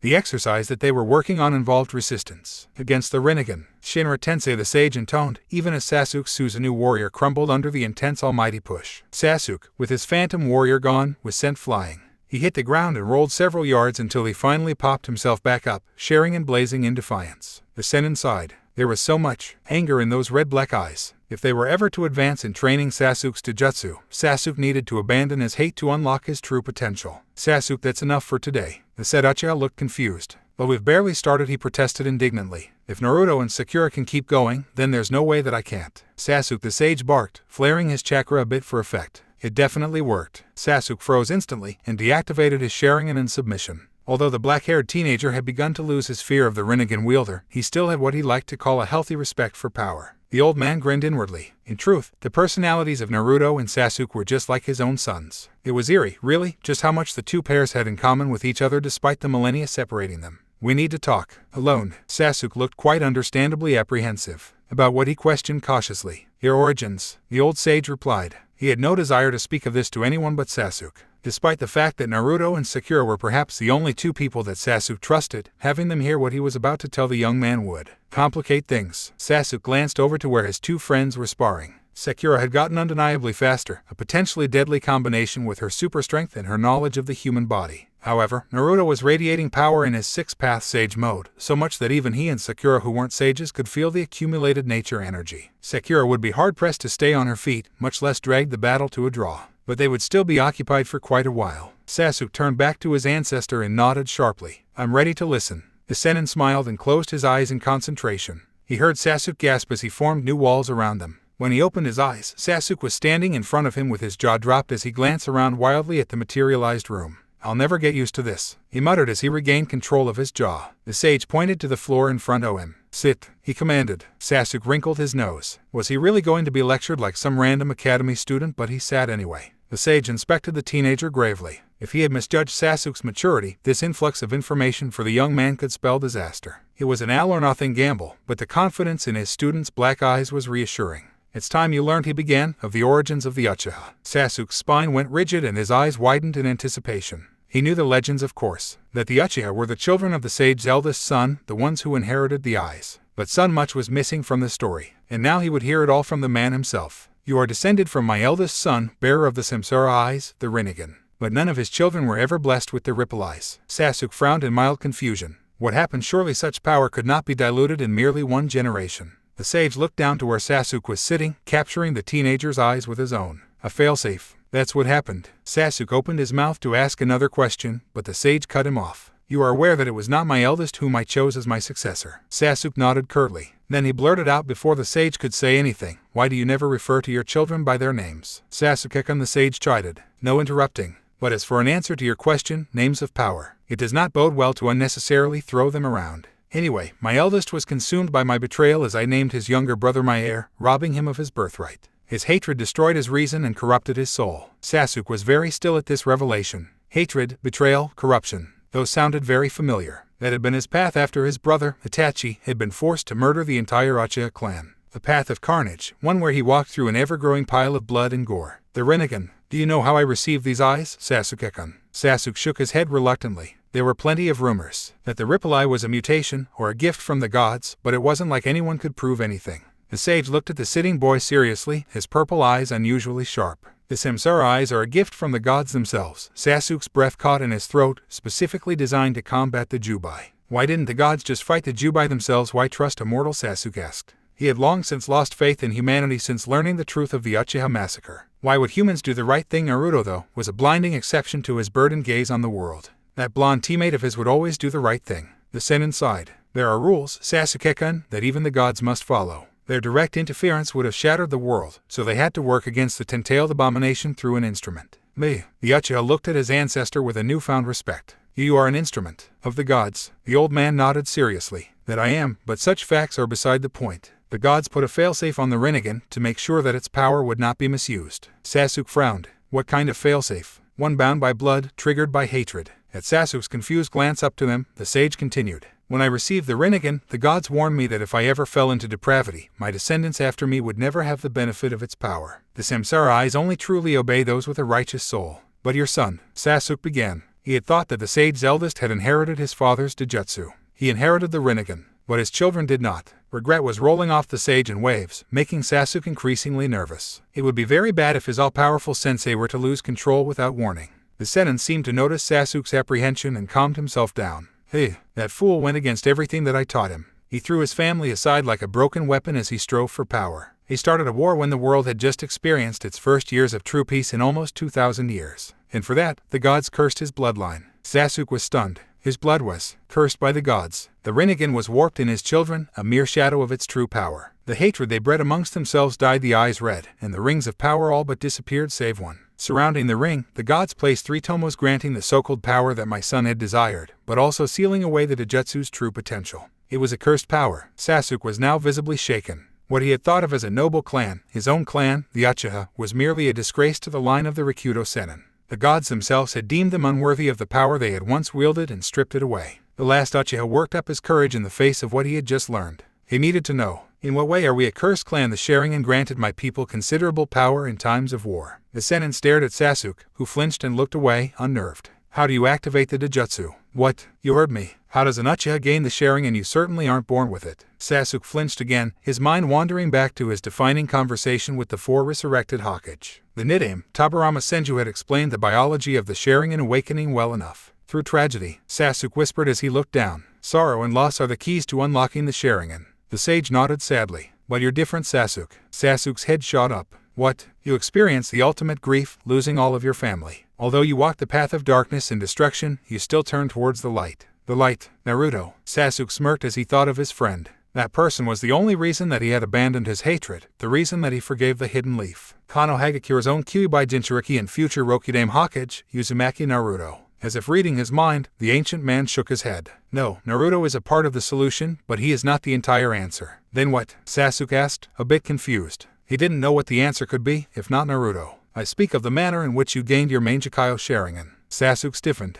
I don't want to talk about it. He had never forgiven himself for killing his brother, nor had he forgiven his brother for leaving him. The Sennin smiled sadly at his descendant. It is a necessary evil, Sasuke-kun. When Sasuke didn't answer, he continued. To the best of my knowledge, an Uchiha gains the Mangekyo if they slaughter someone close to them, or if they witness the death of someone they love. Family, friends, companions, lovers. So what's so special about how I got the Mangekyo? Sasuke snarled. He didn't want to have to face his brother's death over and over again. Your eyes are special, because they were born out of regret for your actions. Sasuke looked like somebody had stabbed him. Eyes born of regret. The sorrow was there, but it was different from the usual method of activation. Cold-blooded murder, utter shock and despair. But regret. Sasuke had never paid attention to the uniqueness of his own awakening because he was consumed in his guilt and desire for revenge. He looked up at the sage, his black hair slightly covering his black eyes. What does that mean for me? Then the sage smiled. Really smiled. It was as if Naruto himself was there, beaming at him. It means that you have broken the seal that the gods placed upon you clan's eyes. You have been deemed worthy of the Rinnegan. Should you ever gain the power to properly wield it. Sasuke's jaws dropped. In the man who abandoned his friends for power and revenge, he had been declared worthy of the Rinnegan, the most powerful bloodline limit in the world. Don't get too excited, Sasuke. You don't have nearly enough power to wield the Samsara eyes yet. Sasuke looked disappointed. Chen, I'll bet that Naruto could handle it with that fancy new sage mode of his. Actually, Naruto could handle it. Sasuke's eyes shot up as he glared at the Sennin. Relax, he couldn't anyway, even if he is capable of withstanding the power. He didn't inherit the eyes. Sasuke dropped his gaze, then after a moment, he stood and humbly bowed before his sensei. Please teach me how to unlock the Rinnegan, Sennin-sama. The sage raised a silver eyebrow. Sennin-sama, it's as good as you'll ever get from me. The sage chuckled good-naturedly. I suppose so. Yes, Sasuke-kun. I agree to teach you the secrets of the Rinnegan. May you use them to carry out my will for the world. Flashback end. Sasuke snapped out of his memory as Naruto made a new Rasengan. But this one was different. It was far more compact than a normal Rasengan, but more than that, it had that same volatile wind energy leaking out of it as the Rasen Churoiken. Kurama's golden chakra appeared to be affecting it as well, making the winds more and more volatile, more destructive. Just like with the other Futon Jutsu, the air raged around Naruto, swirling to give him a godlike effect as he stood in the center of his personal maelstrom. Even Sasuke doubts that his Susanoo could hold its own against Naruto's new improvement on the Rasengan. A Rasen Shuriken was hard enough to weather, but if whatever that was managed to hit, Naruto raised his completed jutsu in the center of his personal tempest. Futon, Resenkohai. Then he flashed in front of Sasuke. That Hurricane Jutsu was getting rather annoying for the Uchiha. It was one of the few that rendered his eyes useless. More importantly, he couldn't avoid Naruto's assault. Take this, Team Naruto shouted as he slammed his creation into the Susanoo's stomach. Crack appeared, materialized really, originating where Naruto's new jutsu ground mercilessly at the armor. Sasuke, however, smiled and as his defense crumbled, surprising everyone. Hey-chan, so it's come to this, has it only you could ever push me this far, Naruto? Sasuke, Naruto whispered, at a loss for words. Come then, Naruto, let's do this just like old times. You're not the only one who's developed new techniques. Naruto grinned, even as he pressed the explosive power in his right hand down against Sasuke's cracking armor. Instead of millions of individual microscopic attacks, like his Futon, Rasen Shuriken, Naruto's new jutsu focused on tearing the target apart, combined with the sheer unpredictability of wind-natured chakra. That was the Resenkohai, spiraling devastation. It was a truly damning jutsu which left little hope for recovery, which was why Sakura was beside herself. Naruto, she roared. What are you doing, using that jutsu against a teammate? For once, both of the boys ignored her and she sputtered in fury. Sakura-chan. Sakura looked up to where the sage was seated on Kurama's nose. You and I can handle any injuries if things get too out of hand. For now, let's just watch them fight. The pink-haired medic nodded reluctantly. If you say so, she muttered darkly under her breath. Naruto decided to end the fight with one move. Naruto screamed as it gave his Resenkohai a final shove. Sasuke's Susanoo shattered and the spinning ball of blue-white energy sped toward Sasuke, as it was now devoid of any resistance in its path. But then, mere inches from Sasuke's chest, it stopped. Then it spread out over an invisible barrier around Sasuke and disappeared. How did you? Naruto trailed off as his friend looked up at him with eyes that he had only seen in 4 people. The Rinnegan. Then Sasuke collapsed from sheer exhaustion. Sasuke, Naruto, and Sakura cried out, united in their concern as they both rushed to support him. Naruto dispelled his golden chakra cloak and purged his body of sage chakra as he caught the other body. From atop Kurama, the Rikudo Sennin smiled. So he's finally grasped it. Good, now we are but a few steps away from ending the wars that plague the land. Looking up, seemingly at nothing, the sage whispered, wait for me, my beloved. It won't be long now. What do you mean I can't use it? Sasuke demanded as he fixed Sakura with his livid Uchiha-style glare. Most people, even highly trained ninja, would have wet themselves at the concentration of killing intent the Uchiha was releasing. Sakura, however, wasn't intimidated in the least. She closed the distance between them and clonked her black-haired teammate in the head. Sasuke grunted as he staggered from the force of the blow. From somewhere behind them, Naruto sniggered. Sasuke, you should know better than to argue with Sakura-chan. This one time Naruto was cut off in his animated retelling as Sasuke interrupted. Dobe, shut up. I demand an explanation from her. Turning to Sakura, he snarled, is there even a real reason that I can't use the Rinnegan that Jutsu had deactivated since he passed out, and he couldn't seem to turn it back on? Sakura folded her arms across her chest, clearly not impressed. It was like she was arguing with a little boy who wanted to eat sweets for every meal. The idiocy, and she had thought that Sasuke had been doing so well with his temper control. Are you really questioning my medical skills, Sasuke-kun? She asked in a sweet syrupy voice. Naruto, recognizing the symptoms of an impending explosion, wisely inched away whistling inconspicuously. Sasuke, not having spent nearly as much time with Sakura as Naruto had, tried to protest. But it doesn't make any sense. Why would I be able to unlock the Rinnegan if my body couldn't handle it? I have these eyes for a reason, because I have the power to wield them. Sakura waited patiently for Sasuke to finish his tirade, then calmly made her reply. With a punch to the head. Smack. No, you don't. Sasuke looked ready to explode when Sakura put her hands up in a truce. Just let me explain, okay? Hey-chan, this had better be good. Oh, trust me, it is. I was freaked out when found out. Sakura paused and placed her pointer finger on her chin, obviously trying to think of how to phrase her discovery. Oh, I've got it. Sasuke glared at her. This was getting old. Well, he demanded. Oh, pipe down, I swear. You're worse than Naruto when someone tries to take his ramen, Sakura exclaimed as she idly twirled a finger in her hair. Sasuke growled menacingly, but the pink-haired woman was long since immune to the antics of her 2 friends. True, they had all grown. Naruto and Sasuke were both getting more muscular, looking more like men than boys. Naruto was actually growing out his hair in an attempt to honor his father while Sasuke retained his duck butt hairstyle. But despite these changes, they both acted like such toddlers sometimes. So she began. Have you ever bothered to think how Naruto gathers sage chakra? The teenage boy was understandably confused. No, and what does it have to do with anything? He demanded. Oh, it has to do with everything. Why? Sakura palmed her face and sighed. She had hoped that the so-called Uchiha genius would at least pick up what she was hinting at. Lifting her face back up, she pressed on with a determined expression. Okay, now I'm going to explain, and you're going to listen. Clear. Sasuke stopped at that. There was no compromise in her tone, only a promise of severe pain at any sign of disobedience. Sakura nodded in approval. Good. Now then, Naruto gathers nature energy by more or less becoming its beacon. She paused, making sure that Sasuke was grasping what she was trying to say. At his look of annoyance for said pause, she forged on. I still don't know exactly how he does it, but he draws nature energy to him like a moth to a flame. I still don't see the point, Sasuke declared after Sakura looked at him expectantly, as though he was just supposed to have some epiphany. But more than that, this was about him not being able to use his Rinnegan. Could they just skip to that? But before he could voice his discontent, Sakura answered his question. My point is that technically, no matter how much attraction that the Sage Chakra has for Naruto, there shouldn't be enough in the room for him to use his Sage mode. Sasuke's nose scrunched up thoughtfully at this. Sakura was right. From what his blonde teammate had told him about the Sage mode, nature energy was the product of a constant flow of life itself. It was everywhere, permeating even the most desolate places. While it did exist everywhere in the world, some places just didn't have enough residual life energy for a sage to harness. So how did Naruto do it here? There were absolutely no living things besides 3 humans, admittedly incredibly powerful humans, and the Kyuubi Jinchuriki. By all rights, there shouldn't have been enough life energy for Naruto to harness in his regular Sage mode, much less his 6-path Sage mode, which required 3 times as much Sage Chakra. Sakura, seeing the unspoken question in his eyes, explained. It's the Rikudo Sennin. He's the one who created this place. As such, it is literally overflowing with his life force. Sasuke frowned. If that's true, then I should have felt it. In fact, I don't sense any energy coming from the room right now. True, Sakura murmured. Do you remember our fight with the Jubai? Sasuke's eyes grew haunted. Who could forget? Well, at the beginning of the battle, Naruto used his Sage mode to try to gauge its power. It was like it wasn't even there. It was so overwhelmingly dominant that none of us could even comprehend how strong it was, much less sense it. Sasuke was silent for a moment as Sakura gave him some time to digest the information.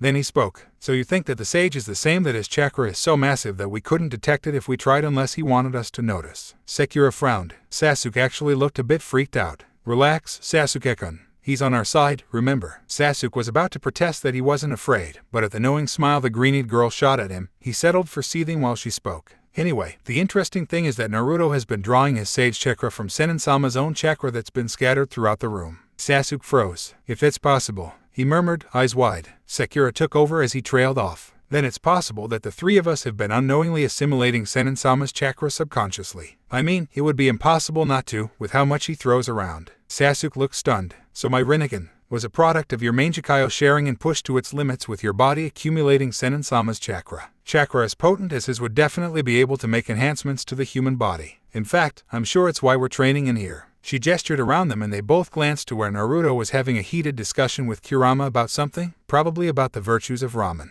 The old sage stood a distance away, obviously amused by their antics. He must have known what his chakra would do, that it would at least give you the potential to unlock the Rinnegan. From what you've told me about the seal ingrained in the Sharingan, the Rinnegan will only surface once you've abandoned your hate. And of course, after the eternal Mangekyo Sharingan has been unlocked. Sasuke looked up hopefully at her. Everything she had said was plausible so far. But you still don't have the body to use it, she decided ruthlessly. But Sasuke sputtered. No buts, Sakura snapped. You were passed out for a day from chakra exhaustion. That never happens anymore with the training you've gone through. You just don't have the chakra required to safely use those eyes. Sasuke couldn't argue with that. After a single technique with the Rinnegan, it had been impossible for him to stay conscious. Then he frowned as a possibility came to his mind. Sakura. Yes, the pink-haired medic raised an eyebrow. Sasuke sounded serious. If I built up my chakra reserves, would I be able to safely use the Rinnegan? Sakura was about to answer when someone else beat her to the question. I'm afraid not, Sasuke-kun. Sasuke spun around to find the sage and Naruto behind him. Kurama had evidently returned to his dwelling place inside of Naruto's 8-trigram seal, because he was nowhere to be found.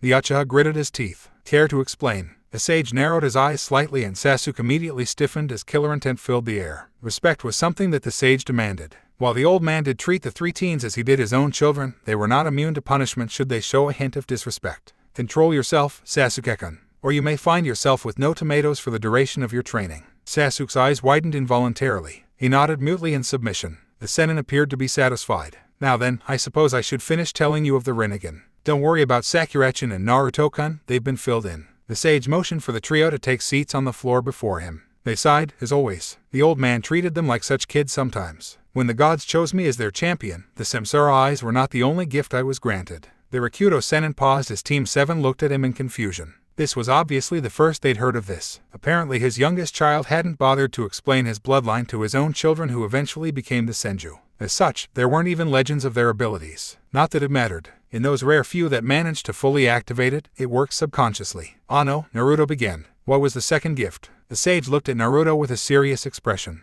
"My body." Naruto just looked confused, while Sakura's eyes dawned with a sort of comprehension. Sasuke on the other hand looked delighted, like he had found the missing piece to a colossal puzzle. Naruto squinted his eyes and scrunched up his nose, almost in disbelief. He looked constipated. "Zero. Your body, it's not normal." "Yes, and let me explain," the sage warned as Naruto opened his mouth to ask yet another question. "The Rinnegan is the most powerful bloodline the world will ever see. But it is not without cost. It requires massive amounts of chakra to function properly. But worse than that, it eats away at the user's body in overuse." "Like Nagato," Naruto murmured after a moment of silence. He remembered how frail his sibling student had been after the attack on Konoha. The man had resembled a skeleton more so than a living person, almost as if usage of his taijutsu had been robbing him of his vitality. "Yes," the sage agreed while nodding. Like Nagato, Kurama had been quite descriptive of the boy. It seemed that instead of simply allowing the Rinnegan's power to completely destroy his body, he had managed to prolong the inevitable degeneration by splitting up his paths. Nagato had actually found a way to completely seal 6 of the Rinnegan's aspects inside corpses, which he controlled while retaining the 7th path, the outer path that granted control over life and death, within his own body. In short, the boy was a genius who had died far too young. So to counteract the Rinnegan's negative effects, the gods granted me a rather unique body. The trio of 18-year-olds looked at him quizzically. "The gods altered my body, changing it to match their own.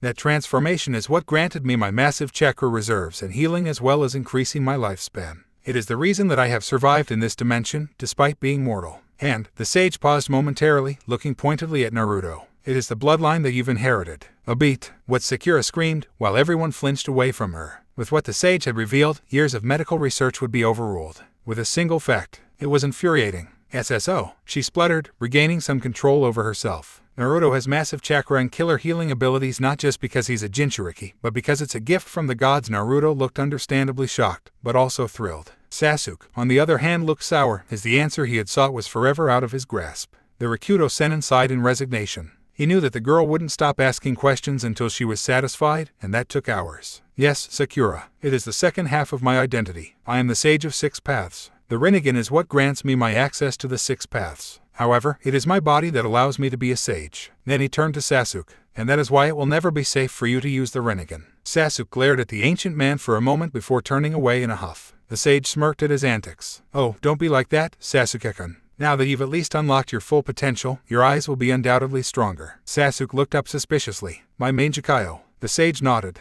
"It shall be even more powerful than before. I did not have you unlock the Rinnegan just to bar you from using it. Although the Samsara eyes are a forbidden taijutsu for you to use," Sasuke frowned at that.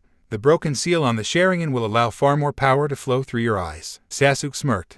"Chen, I am glad that this is not my full potential." Then, turning to Naruto with a glare, he growled, "I want a rematch." Naruto glared right back. "Bring it on, team." Sakura promptly smacked them both on their heads. GAHH! 2 simultaneous shouts rang through the air as Sakura held up her fists menacingly, flooding the room with killing intent. "Baka, neither of you are fighting for another 2 days, Sasuke. You passed out from chakra exhaustion." Naruto she paused to grab said blonde by the collar of his orange jumpsuit as he tried to inch away. "Stay still, Baka," she screamed while furiously shaking him like a rag doll, obviously frustrated that he had tried to run away. After it was clear that Naruto was no longer responsive, Sakura dropped him in a mangled heap of limbs and continued to yell at his prone form. "Even you were slightly exhausted, no training." Naruto groaned from his decidedly uncomfortable position on the floor. Then the sage stepped in with a raised eyebrow. "Sakura-chan, I think that Naruto-kun gets your point. So why don't you let him up?" The medic sighed. Ninja patients were the worst. They always pushed their bodies as far as they could handle, and then they refused to spend an adequate amount of time to rest and recuperate because, as Lee had once declared when they were all still genin, time not spent training is time wasted. Wasting time is most unyouthful yash. For this reason, all of the doctors and nurses in Konoha's hospital were highly trained in restraining tactics, sealing, not tying, and even the utilization of the tenketsu points in order to subdue any unruly patients. With the reign of the god Aim, Tsunade Senju, the hospital had received quite a bit of Konoha's funds due to the Hokage being a medic herself. One of the first things that Tsunade had seen to was making sure that the hospitable was impenetrable from the inside, virtually a prison, to prevent any recovering nin from escaping before they were officially released.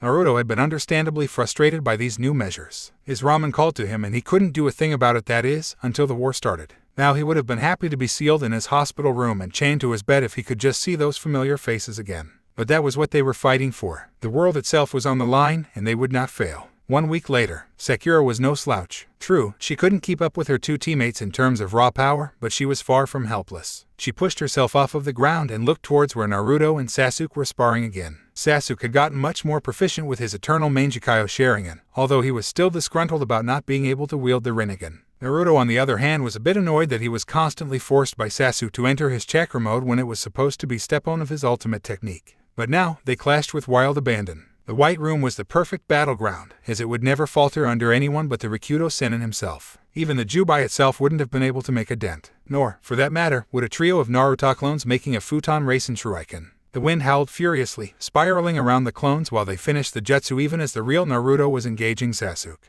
The Uchiha had his regular Sharingan activated, but that would be more than enough for now. Naruto hadn't even managed to enter his annoying six-path sage mode yet. But then he heard it, that infernal howling. He turned around to witness a Naruto clone with a completed race in Shuriken bearing down on him. Prep. Sakura watched as Sasuke dashed around the clone, keeping as far away as possible, using his Sharingan for all it was worth. Sasuke was fortunate that Naruto wasn't in his sage mode yet, otherwise Naruto could have simply thrown the race in Shuriken at him and the Uchiha would have ended up a bloody mess. But just recently, such wounds were no longer a problem for Sakura. Now she could prevent the wounds from occurring in the first place. Flashback 6 months ago, Sakura stood apprehensively before the god of Shinobi. Today was the first day of her training, and ever since the Rikudo Sennin had gauged her abilities in his spar against Team 7, she had been slightly afraid of him. The man was ruthless. He didn't seem to know the meaning of holding back and had fought with no intention of going easy on them, which was actually kind of scary. Naruto's clones, although they numbered in the thousands, were destroyed in an instant. The worst part was that Sakura knew that the man was only using a fraction of his strength so that he wouldn't kill them outright.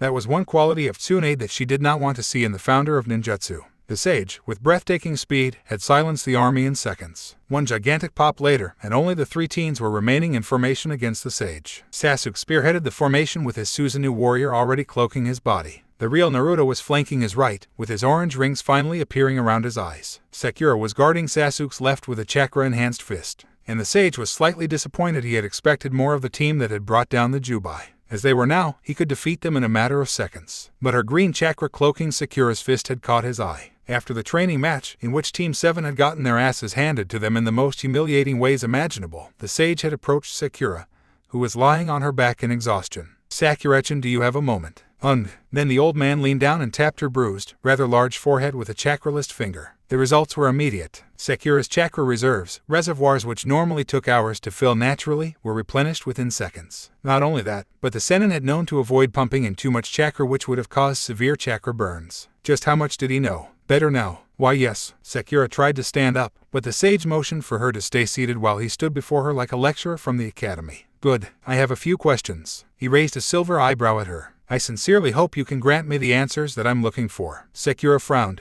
The tone of his voice. Was he challenging her? Was he really implying that she wasn't smart enough to answer his questions? The pink-haired Kunoichi started to seethe. She had never been one to control her temper, and the doddering old fool standing before her had made a huge mistake by taking a jab at her intelligence. Just when she was ready to explode, the sage surprised her. He started laughing. Sakura froze. The way that he laughed. It was so familiar, so full of life. It was like Naruto's own laugh, so much that it was just eerie. The sage gasped after his laughter had died down. Then he grinned at Sakura with a suspiciously evil smile. "You've got fire in you. I like that. Maybe you won't be so useless after all." A beat. On the floor, Sakura had transformed from an exhausted girl to a vengeful demon in a matter of seconds, for the sage had uttered the forbidden word. He had said it out loud, with a smile, and now he was going to experience a world of pain. She shot up off of the floor. "What did you just call me, you old geezer?" The sage was totally unfazed. In fact, he was smirking, almost like Sasuke would at Naruto when they were both genin. He was just egging her on. Useless. Sakura's aura turned blood-red as she struggled to rein in her growing killing intent. "Is what you are now. By the time I'm finished with you, you will be irreplaceable." Sakura's bloodlust dimmed slightly, but didn't disappear altogether. This old man, was he trying to insult her or reassure her? She wasn't sure, so she slunk back down to the floor, glowering the whole way. She wasn't useless next to Tsunade-sama and Shizune. She was one of the top ninja medics in the world. "Anyway," the sage said with a cheerful smile, as though he hadn't just repeatedly insulted the girl in front of him, "what was the technique that you used in the fight? It almost looked like an explosion of chakra in your arms. But if it actually was, your arm should be completely shredded." He looked at her curiously, obviously expecting some kind of response. Sakura was astonished to guess that much about her technique after one battle. He had even caught the single error with her super strength technique. It required extreme chakra control, utilizing refined explosions of chakra to grant bursts of strength in the relative area of the body where the explosion occurred. It was safe for her and Tsunade-sama to use it, as it was almost instinctual for both of them. However, a single mistake could become potentially life-threatening. Should they not actually utilize the chakra that they burn in their body for the super strength, or for some reason lose control, the chakra would quite literally explode, tearing through flesh, blood, and bone alike. This phenomena had been discovered by the Hidden Leaf when a sleeper agent of Iwa had somehow figured out the mechanics of Tsunade's super strength by stealing hospital records close to the end of the Third Shinobi War. The remains were gruesome. The Kunoichi's arms were completely gone, spread across the clearing where she had been practicing by her exploding chakra. Her face was an unrecognizable mess and her chest was almost completely caved in. After that, the Sandaime had done his best to make Tsunade abandon her fighting style in favor of a safer one. But she had dug in her heels and promptly refused, pointing out that she was far more adept than some Iwa nin who couldn't tell the difference between a chakra scalpel and a chakra disruptor. Sarutobi knew he would never win the argument, so he let it go. But he never stopped worrying about his student, Sanin or not. Sakura was jerked back to reality as the Senin waved a hand in front of her face. A tick mark appeared on her forehead. Didn't he know he was being rude? Hi, you're right about the explosion of chakra, but my chakra control is refined enough that almost all of it goes into my attack. The bits that escape are minuscule enough that they don't cause any damage to my chakra coils. The sage paused and thought for a moment. Super strength, so that was what she was trying to do. He never found out because she never managed to touch him. But such control. Sakura Haruna would be an interesting student, no doubt. Is that why you never used any jutsu on me, because you were relying on your strength? The girl looked a bit sheepish at that. Well, most of my stronger jutsu are elemental ninjutsu, and, she gestured around them, there is a distinct lack of both earth and water. The sage sighed. She could have at least asked. But that was nothing that couldn't be rectified. He would learn of what she knew one way or another. He closed his eyes and focused, concentrating on the yin and yang chakra residing within him. Sakura gasped when the man's eyes snapped open after several minutes of her trying to get him to respond, Rinnegan blazing into existence. Bambatsu Sozo. The sage was treated to another cry of surprise from Sakura as she suddenly found herself knee-deep in a pool of water that had come from nowhere. She was slowly sinking into what was hopefully mud at the bottom. Quickly analyzing the situation, Sakura scrambled to the top of the pool and rested astride the water, her feet maintaining her upright posture with a constant flow of chakra. She grimaced a bit at her suddenly muddy feet. The sage smiled indulgently. A lack of equipment shouldn't be a problem now, should it, Sakura-chan? For her part, Sakura was a bit despondent. Sure, she had her strength and her knowledge as a ninja medic trained by Tsunade herself. But combat jutsu-wise, especially with elemental jutsu, Sakura was a bit lacking. Of course, it didn't really matter when all she needed to crush a white Zetsu clone or an Edo Tensei corpse for that matter was a single chakralist blow. Hi, Senin-sama. The sage raised a silver eyebrow. Senin-sama. He liked that. Then Sakura began to flash through her seals at a dizzying speed. Can you, Atsu, Saru, Ryu? Before the sage stopped her with a raised hand. Why did he look so confused? Sakura-chan. What are you doing? I just told you to attack me with elemental ninjutsu. Sakura frowned. That's what I was doing. I can't use my jutsu without my seals and... Why do you look so lost? The sage was standing before Sakura, staring at her as if she were some rare specimen, like a three-headed elephant with a flipper. Seals? Why would you need seals for ninjutsu? What do they do anyway? Sakura just stared at the perplexed old man with her mouth open. Was he being serious? The founder of ninjutsu didn't know what seals were. How on earth did he ever beat the Jubai? Seals were used to channel chakra, and to perform ninjutsu without the required seals required on average twice the chakra and triple the control. But to defeat the Jubai, the pinnacle of all monstrosities in the world, with no hand seals, it shouldn't have been possible, but the existence of the world begged to differ. Sakura was broken out of her Shakinju state when the sage walked up to her and started waving his hands in front of her face. Sakura-chan, are you well? Sakura recovered relatively quickly for someone who had discovered possibly the greatest kept secret in history. The Rakuto Senin didn't invent the zodiac hand seals, but if he didn't, then who did? Hi, Senin-sama. I'm just a bit confused. Do you really not know what hand seals do? The sage's eyebrows bunched together, voicing his curiosity. It seemed that these hand seals Sakura spoke of were more important than he thought. I must admit, Sakura-chan, I don't see the purpose of these hand seals in combat-style ninjutsu. And from the little you've shown me so far, by the time you finished with that pattern, I could have killed you 10 times over. Sakura gulped. 10 times. She had been making her seals for barely 3 seconds, and here the sage was telling her that he could have killed her at his leisure. Well, she began, the hand seals are used to channel and convert chakra. Without them, most ninja can't use any ninjutsu. She frowned. Are you really unaware of hand seals? They are one of the foundations of ninjutsu. Then why did I not witness you or your teammates using any during our fight?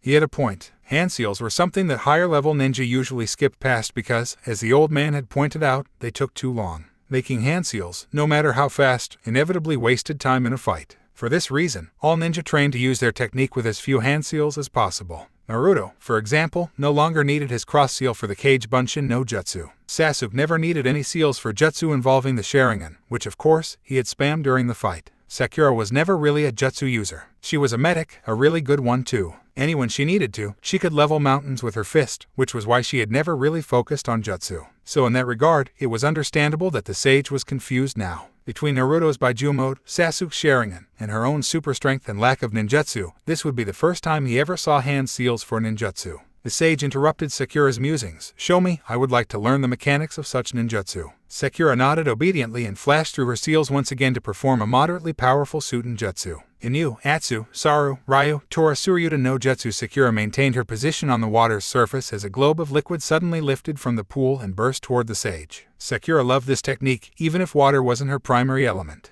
The Rikudo Sennin made no effort to move as the chakra-propelled water shot toward him. Sakura was about to call out a warning for him to move. After all, those water bullets could tear through trees. But then she remembered how the sage had fought. Ninjutsu was worse than useless against him. He just absorbed the technique, chakra and all. The only way that any of the three teenagers could get close to him was with taijutsu, but even then, he seemed to be toying with them, pushing them to the best of their abilities. For this reason, Sakura was completely unsurprised when her deadly water bullets, a perfect combination of accuracy and power, dissipated harmlessly around the ancient man. For his part, the Rikudo Sennin was lost in thought. These hand seals, while they were consistent, they were also restricting. He had created elemental ninjutsu to be free-flowing and spontaneous. While these hand seals were certainly useful in converting chakra into an elemental affinity, they put a chokehold onto what the user could do with it. For example, Sakura's water bullet first used the seals to convert her chakra into water-natured chakra, but then it just shot it at a target. Nothing else. There was so much that could be done with the water element. Water spears, whips, bullets, waves, mist, steam, ice, torrents, bubbles. But all of that opportunity was cut down, restricted by those stupid seals. He was going to have to fix that first. Flashback end. Sakura snapped into action as she saw Sasuke summon an advanced version of Chidori on his right arm, even as he deftly avoided the blonde's trust with the Rasen Shuriken.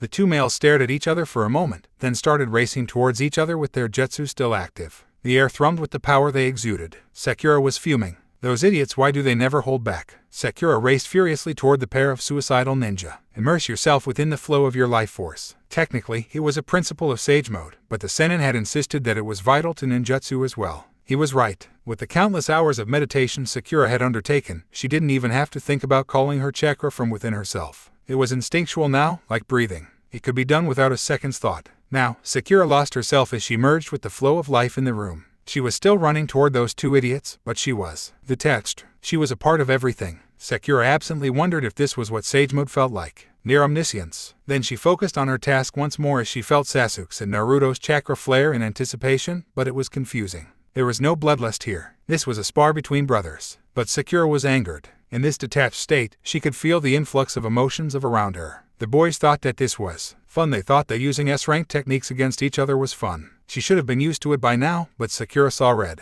Before she knew it, she was right in between Naruto and Sasuke, both of whom were extremely alarmed and unable to stop their techniques. Naruto was frantic. "Get out of the way, Sakura-chan." Sasuke was a bit less polite about it, but he showed the same concern. "Move it, woman. He is so going to pay for that later." But first things first. Sakura calmly reached out with her palms towards both boys as the lethal ninjutsu raced toward her. She wasn't suicidal, she was prepared. Over the past 6 months, the Rikudo Sennin had taught her not only the astounding nuances of the human body which she was only beginning to discover with Tsune, but the man had also taken it up onto himself to teach her true elemental manipulation. Mastery of the elements, something once considered impossible to all except for the Rikudo Sennin himself. In the ninja wood, everyone was born with a primary and maybe a secondary elementary affinity, and they stuck to it like superglue, never truly expanding their own mastery. And even then, it was always coddled by those blasted seals. Granted, some ninja didn't need hand seals for their ninjutsu, like Sasuke with his Chidori, but that elemental mastery was often limited to a few techniques. But Sakura had been training like a woman possessed. The sage's concept of ninjutsu, the original ninjutsu, was absolutely insane. And she loved it. Without any hand seals, Sakura was required to have absolute mastery over her chakra control. But it was freedom. Without any seals restraining her chakra, Sakura could use it to do anything. With just a wave of her hand, she could hurl boulders across miles or send waves over anything. But without the seals, she needed perfect control to exert her will over her chakra. Honestly, it took quite a bit of concentration. At first, Sakura was a bit downcast that she could only master the earth and water elemental ninjutsu, but the sage quickly dispelled her fears. While earth and water were her actual elementary affinities, it wasn't impossible to master the others. Admittedly, her control over the other elements would be inherently weaker, but it would still rival the most precise seals. Now, Sakura could stand proudly aside Naruto and Sasuke in terms of ability. She was a true mistress of the elements, and as such, a futon and Raiten Jutsu hurtling toward her at high speeds from opposite directions was nothing. Sakura compressed wind chakra around her left palm. Wind, so wild and free, yet furious when contained. An element not to be trifled with. She let the power build up, allowing her body to siphon the chakra on instinct. Then, she released it. That was all. A buildup of chakra, then just a release in the right direction. The results were spectacular. Sasuke was completely blown away, his Chidori disrupted. If Sakura's freeform attack had a name, it would have probably been something like just blow 'em all no jutsu. Naruto, who was still falling towards Sakura, had his jaw dropped to the floor. Since when could Sakura knock Sasuke around? But Sakura wasn't done. Not in the least. She turned towards Naruto with a dangerous glare, even as his jutsu propelled him forward, which made Naruto gulp in spite of himself. She made a circle with the forefinger and thumb of her right hand and breathed in deeply through it, looking remarkably like one of Naruto's toads. Then she spit out fire. The flaming missile hurtled toward Naruto, who had to use his Rasen Shuriken just to prevent his own barbecue. He barely escaped after he released his jutsu and watched Sakura's already moderately-sized firebolt transform into a searing inferno. For a few moments, everything was dead silent. Then Sasuke burst out. What the hell was that? Oh, he was mad for several reasons, the main one being that his fight with Naruto had been interrupted. But he was also angry that Sakura had put herself in danger like that, success or not. However, he wasn't surprised. The Pinkette had been training in sealless ninjutsu for months. Naruto was far more impressed. Wow, Sakura-chan, how did you do that? Can you show me so I can beat Sasuke? You blew him out of the sky. For her part, Sakura wasn't happy with anyone. You idiots, she hissed. What the hell were you doing? Using those techniques against each other, both of you could have died. Sakura shocked both boys when tears started leaking out of her eyes. What would I do if one of you died? If one of you actually hit, even I wouldn't have been able to do anything about it. Sasuke's eyes grew wide as Sakura started sobbing.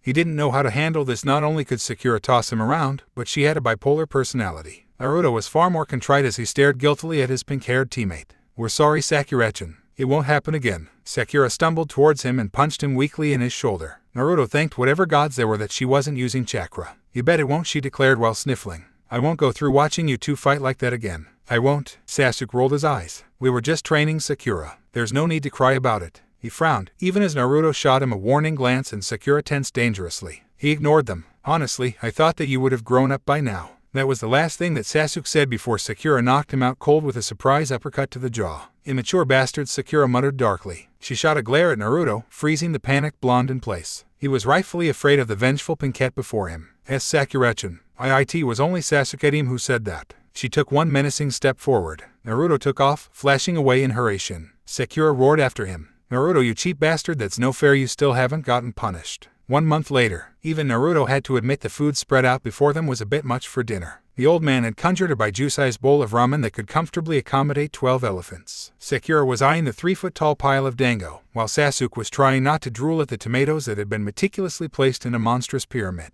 Normally, Team 7 would have plowed halfway through their food, but someone was stopping them. The Rakuto Sennin smiled mockingly at the 3 teens as he barred them from their favorite foods. He wasn't stopping them from eating. To even suggest such a thing, all he wanted was for the trio of 17-year-olds to answer a single question: what is necessary to achieve true peace? Sasuke and Sakura were flabbergasted. Naruto looked serious, as if he had already thought about it. Kurama, who was lounging some distance away from them, had obviously heard the question and barked out an amused laugh. This was the sage test of inheritance. He actually thought that those brats were powerful enough to finally be considered his heirs. The sage watched carefully as the 3 individuals struggled before him. Sasuke and Sakura looked skeptical, as though they doubted that true peace was even possible. Naruto, however, was deep in thought. He was the only one of the 3 actively brainstorming for a solution. However, the sage was no Nagato. Naruto couldn't just swear to live by Iro Sennin's philosophy. The question was actually impossible to answer, because true peace was impossible to reach. Belligerence was a part of human nature itself, and nothing would change that.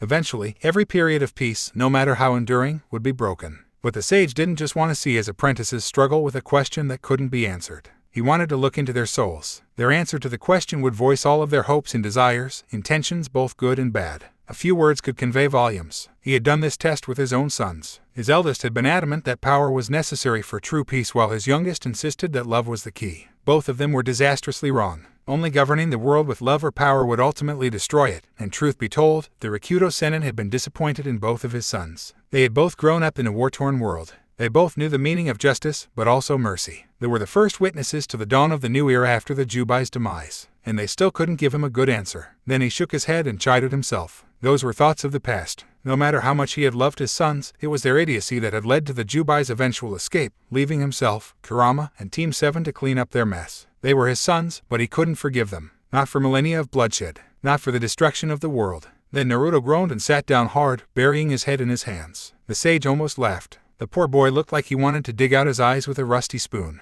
and eat them. Then the spoon. Apparently, Naruto wasn't used to using his brain. Despite Naruto seriously bearing Jiraiya's wishes on his shoulders, he hadn't thought of a foolproof path towards peace yet.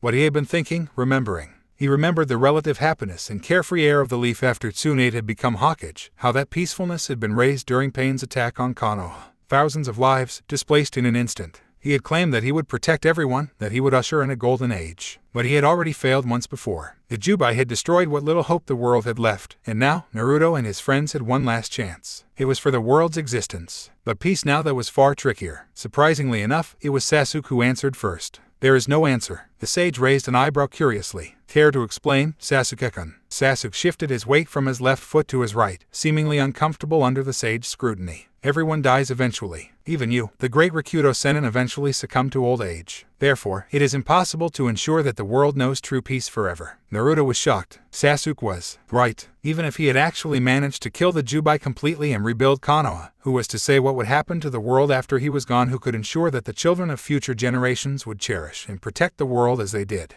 But Sasuke wasn't finished. That is why we must entrust the world to the future generations. Naruto's head shot up. Shikamaru had told Sasuke about the Hidden Leaf Village king, the children, the future of the Hidden Leaf. They were the king whom all Konoha shinobi would die to protect. Shikamaru must have slipped it to Sasuke while he took on the Jubai. Sasuke met Naruto's eyes, black clashing with cerulean blue. You understand. Naruto didn't say anything. He didn't have to. In this way, they were connected. But now, the king wasn't just the children of the Hidden Leaf. It was the children of the entire world. Naruto glanced over at Sakura. She was staring at the two of them with an expression of open awe. True, Sasuke-kun had returned to the leaf, but since when did he care about kids, and since when did Naruto understand philosophy? Naruto stood up and dusted himself off, which was completely unnecessary as the white room was always spotless, courtesy of the Rikudo Sennin. Then he turned to face the sage. He had his answer now. Sasuke was right. If we were immortal, then maybe we could save the world over and over again. But I would go crazy after a few hundred years. You know, Sakura frowned. Was Naruto actually going anywhere with this? But we don't live forever. No one does. Kabuto tried, Orochimaru tried. They are both rotting underground. That's why we have to place our trust in the next generation, because it's them who will fight for the peace that we create. Our job is to light the will of fire within them so that they can guard their own king's databao. The sage smiled. Finally, he wasn't sure if they were ready, but Team 7 had come a long way since when he had first picked them up. Sakura was a natural with his original ninjutsu, as she had dubbed it, something that apparently required perfect chakra control. Sasuke had been able to abandon his hatred and unseal the cursed eyes of his clan, the Uchiha. Naruto had mastered the six-path sage mode to the point where the sage actually had to be serious during their spars together. But power aside, the Sennin was most impressed with their growth as individuals. The three teenagers had slowly developed a more mature worldview. They no longer saw the world as a collection of nations and villages. It was one entity. Everything was connected in their eyes. Every action had a consequence, no matter how minuscule. The sage was starting to see how effective these observational skills could be in manipulating the ninja clans in the wars. These children would be able to see through the far-reaching consequences of taking or sparing a life, mostly because Sakura had spent hours drilling the history of the Shinobi clan wars into Naruto and Sasuke's heads. Now, they were truly ready. Well then, I guess that you deserve your food. After he didn't even get to finish his sentence as Naruto dove into his bowl and Sakura dashed past him to her pile of dango. Sasuke tried valiantly to walk to his tomatoes in a dignified manner, but after a few moments of listening to Naruto draining his gigantic bowl noisily and Sakura munching on her dango, Sasuke gave up and broke out into a full run. The sage sighed. These kids. 1 month later. So this is goodbye? Naruto asked uncertainly. Truth be told, he had grown fond of the old geezer. The sage reminded him of a weird mix between Old Man Hokage and Iro Sennin. A man with a grandfatherly personality, but a childish sense of humor. Bonk it! Naruto screamed, clutching his head comically. Sakura raised her fist threateningly at Naruto with an exasperated expression. Baka, weren't you listening? This isn't goodbye. Sennin-sama is coming with us. He is. How come no one told me about this? From the sidelines of the conversation, Sasuke rolled his eyes. We all told you, Dobe. You were just too busy scarfing down ramen to listen to us. Naruto bristled. Shut up, team, that ramen was too good for anyone to be able to focus. The sage interjected. Now Naruto-kun,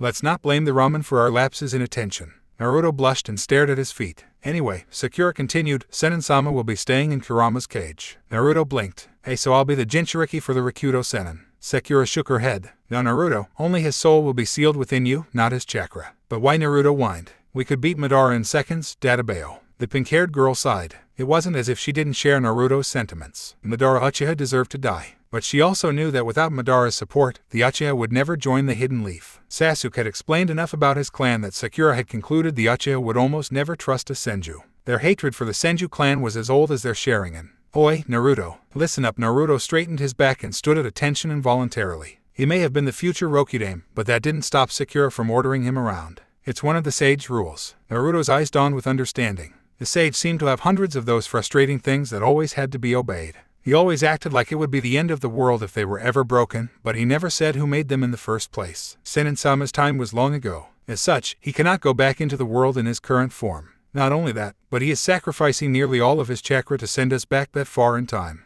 The White Room will cease to exist. Is this true? Naruto breathed while looking at the sage. The old man nodded gravely. My time has long since come, Naruto-kun. After our task is complete, I will release myself from your body and ascend into the afterlife. A tear trickled down Naruto's cheek. Sakura was in a similar situation. She had truly come to love the old man who had become almost a father to her. Now, she cried without reserve. Sasuke watched impassively, but his fists were clenched and his jaw was tight. The sage smiled, trying to break though the air of depression that had descended. Well then, let's go. Naruto wiped his tears and nodded through his sleeve. If it tie be done. Then he gasped as the old man pushed his open palm into Naruto's stomach, right on top of the atrigram seal. Fuin, the sage roared. The world exploded with chakra. Naruto gasped. Something was invading him, but it wasn't chakra. It was more like a presence. The old man was actually doing it. Team 7 watched in fascination as the living legend slowly turned ethereal, and then disappeared, spiraling into Naruto's stomach. Absolute silence. After several moments of tense waiting, Sakura spoke up. And Naruto, did it work? Naruto took a shaky breath and stood tall. They had a mission to complete. Hi, Sakura-chan. The Jesus-age did it. He's inside with Kurama as I speak. Dobe. Naruto turned to face Sasuke, raising a questioning eyebrow. What are the sage's next instructions? Naruto closed his eyes for a moment. It was amazing really, just how still such a hyperactive boy could be at command. Then his cerulean blue eyes snapped back to reality. We wait. The old man already did everything for us. Then Naruto's face turned grave. We have to wait for the White Room to fall apart. What? Sakura exclaimed, absolutely shocked. She had at least thought that the sage had a faster method of transport. A safer method would have been preferable. She didn't like the idea of just falling out of one dimension into another. Naruto interrupted her thoughts, hurriedly correcting her. No, Sakura-chan, the old man has one of his Fuinjutsu ingrained into the room. He's been working on it for weeks. It's gonna send us back when the room has dissolved enough. Sakura glared at Naruto, who flinched under her gaze. Honestly, they couldn't come up with a better plan than this. Fine, she muttered under her breath. But if this doesn't work, her face suddenly morphed into a version of Yamato's Scarface. I'll find you. Naruto was quivering close to the ground. Oh okay, Sakura-chan. Sakura snorted and turned away. He really was easy to read sometimes. Sasuke grunted impatiently in the sidelines. Hey Chen, Naruto. We might as well use this time to spar. Bring it on, team. They started to walk off towards the arena the sage had created, but then they stopped as the ground shook violently. What was that? Sakura cried out in alarm. The ground shook again, and the arena started to crumble, with huge slabs of stone falling and shattering against the ground. Then, a piece of the dimension fell out. The White Room now had a huge, jagged black hole on the floor right behind Team 7. They watched in horror as the white floor broke off and fell into the darkness. Stay together and stop moving, Naruto shouted over the sudden din that had started as the dimension fell apart. Why? Sakura demanded. Wouldn't it be in their best interest to stay away from the big black hole instead of standing still like sitting ducks? Don't worry, the seal will work around us, but we need to stand together. Naruto tried not to flinch as the floor fell away a mere 10 feet away from him. He wasn't sure if an endless fall would go over too well, even with his new powers. Sakura was about to scream an argument at Naruto again when Sasuke interrupted. Sakura, these are the sage instructions. Either we trust them, or we perish. There are no alternatives. Sakura looked from one determined boy to another. Crap. All right, she yelled, fighting to be heard over the deafening noise of a dimension being torn apart. Sakura and Sasuke both stepped forward to Naruto and clasped his outstretched hands. Don't worry, he shouted. The old man has everything under control. The ground vanished 5 feet away. Team 7 was now cut off from the rest of the room. He'd better, Sakura screamed menacingly. Just a bit more. Now, strange symbols glowed blue, etching themselves in both the remnants of the White Room and the Inkai darkness that threatened to engulf it. It was the most intricate seal any of them had ever seen. Not even Jiraiya or Orochimaru could come close to the skill required for such a masterpiece. This was the work of a god among men, the Rikudo Sennin himself. The room thrummed with latent power, even as it fell apart. Each piece was more than a piece of the wall or a chunk of the floor. It was pure, solidified energy, chakra at its finest. The sage had explained as much to the trio after Sakura had gotten curious about the room. As the pieces broke away, they were absorbed into the blue etchings of the seal, fueling it with their power. Eventually, only the chunk of floor holding Naruto, Sakura, and Sasuke remained while the rest of the world was blue glowing in black. The noise stopped. Sasuke and Sakura looked to Naruto uncertainly. What now? They were shocked to find Naruto in his six-path sage mode. His eyelids were tinged with orange while his eyes were a liquid gold, highlighting his pitch-black horizontal pupils. Upturned light blue semicircles rested on his cheekbones, just underneath his eyes, while a similarly blue line slashed down his face from his forehead to his chin. He radiated power. Then he spoke, with more voices than just his own, even as his face twisted into a feral grin. "Let's go wild," and the world burst into light. A moment later, Team 7 was gone without a trace, and the white room, which had endured for over 2 millennia, faded out of existence into eternity. They were falling. Naruto didn't know for how long or for how far, but he knew that they were falling. He could hear Sakura screaming profanities to his right, but he couldn't see her. That was the strange thing about time travel. It was shrouded in absolute darkness, as though the gods didn't want mere mortals to see more than was necessary. Sasuke's grip on Naruto's left hand suddenly shifted from bone-crushing to steel-crushing. For some reason, Sakura felt the need to do the same to his right hand. The Uzumaki fought the urge to wince, even though he knew that no one would see through the Inkai darkness that engulfed them. Naruto Sasuke shouted as he fought to be heard over the din. Sakura had suddenly gone quiet, which was strange since she had been screaming for ages. Something was very, very wrong. When Naruto screamed back, yelping slightly as Sakura's grip on his hand tightened even harder. Even in this pitch-black darkness, Naruto can practically see Sakura's snarl. But she's not the one speaking. "There's something below us, I don't know what it is, but it's huge. The thing's chakra could rival Kurama's." Sasuke shouts again. Evidently, Sasuke had picked up a few sensory tricks from Karin. Naruto's blood went cold. "Okay, this is bad. This is bad. Plans? Shit, I don't know what to do." Turning his mind back to the present, Naruto replied, "Whatever you do, do not let go." What he heard Sakura's voice call faintly over the rushing air. It was funny, really. He could hear her just fine when she was screaming out her lungs. "I said, don't let go the old man, and I won't be able to do anything if you fall out of the path. Who knows where you'll end up." Naruto could practically hear the gears turning in Sakura's head. "Dilb, are you saying that if we let go of you, then we'll be dumped randomly somewhere in the past?" Sasuke said, sounding rather miffed that this important detail hadn't been mentioned before. The blonde thought for a moment. "Pretty much," he confirmed. "We still have a problem here," Sakura said, while gripping Naruto's wrist with an excruciating amount of force. By the way, Sasuke's grip on his left had tightened momentarily. Sakura was probably doing the same thing to him too. "Sasuke, does the Sharingan work yet?" They had tried ever since the white room had disappeared. One moment, they were surrounded by white, and then the next engulfed them in darkness. It was a rather startling change, one that the three teens were not prepared for in the least. Kurama and the Sennin had gone disturbingly silent throughout their descent, leaving Naruto to assume that the old man's sealing was far more taxing than he had originally thought. Sasuke had tried to use his Sharingan to penetrate the eternal night that surrounded them, but his Sharingan wouldn't even activate. It was as though he had no power in this place. "It's still not working," Sasuke yelled. Naruto snapped back to his thoughts as Sasuke shouted to make himself heard. Honestly, why did air have to be so loud? Even with his advanced healing as Kurama's Jinchuriki, he was sure that he would be left with a raw throat just from trying to hold a conversation. Team 7 wasn't just falling. It was as if they were tearing through the air, as if the wind itself wasn't fast enough to tear the fabric of time. So, if the wind wasn't fast enough, Team 7 just needed to be faster. The obvious effect of this method of travel was the noise. The incredibly loud, howling noise. "We're about to impact," Sasuke shouted in warning, his voice barely carrying over the ripping air. No less than 3 seconds later, they hit. Whatever it wasn't solid, because Team 7 plowed right through it like it was jello. But that didn't stop the blob of a creature from trying to trap them anyway. Naruto had no time to think. He had to keep his friends alive as they tore through the creature. They were all holding their breaths as hidden tendrils tried to grasp them as they fell. Fortunately, they were far too fast for the creature to catch them. Several moments later, Team 7 passed through the barrier completely, even as the unknown monstrosity screamed its rage and pain above them. And then there was light. Oh. Suddenly, Naruto could see. Normally, this wouldn't be such a big accomplishment. However, considering that neither he nor his friends had been able to complete the seemingly simple task for an undetermined amount of time, he permitted himself a small moment of celebration. "It's about time, Databeo," he growled under his breath. Sasuke's and Sakura's forms were little more than vague blurs at his side now, but his vision was still adjusting after what seemed like days in absolute darkness. Shaking his head, Naruto closed his eyes for a few more seconds, allowing his eyes more time to adjust to the sudden brilliance of his surroundings. When Naruto opened his eyes, his mind was blown.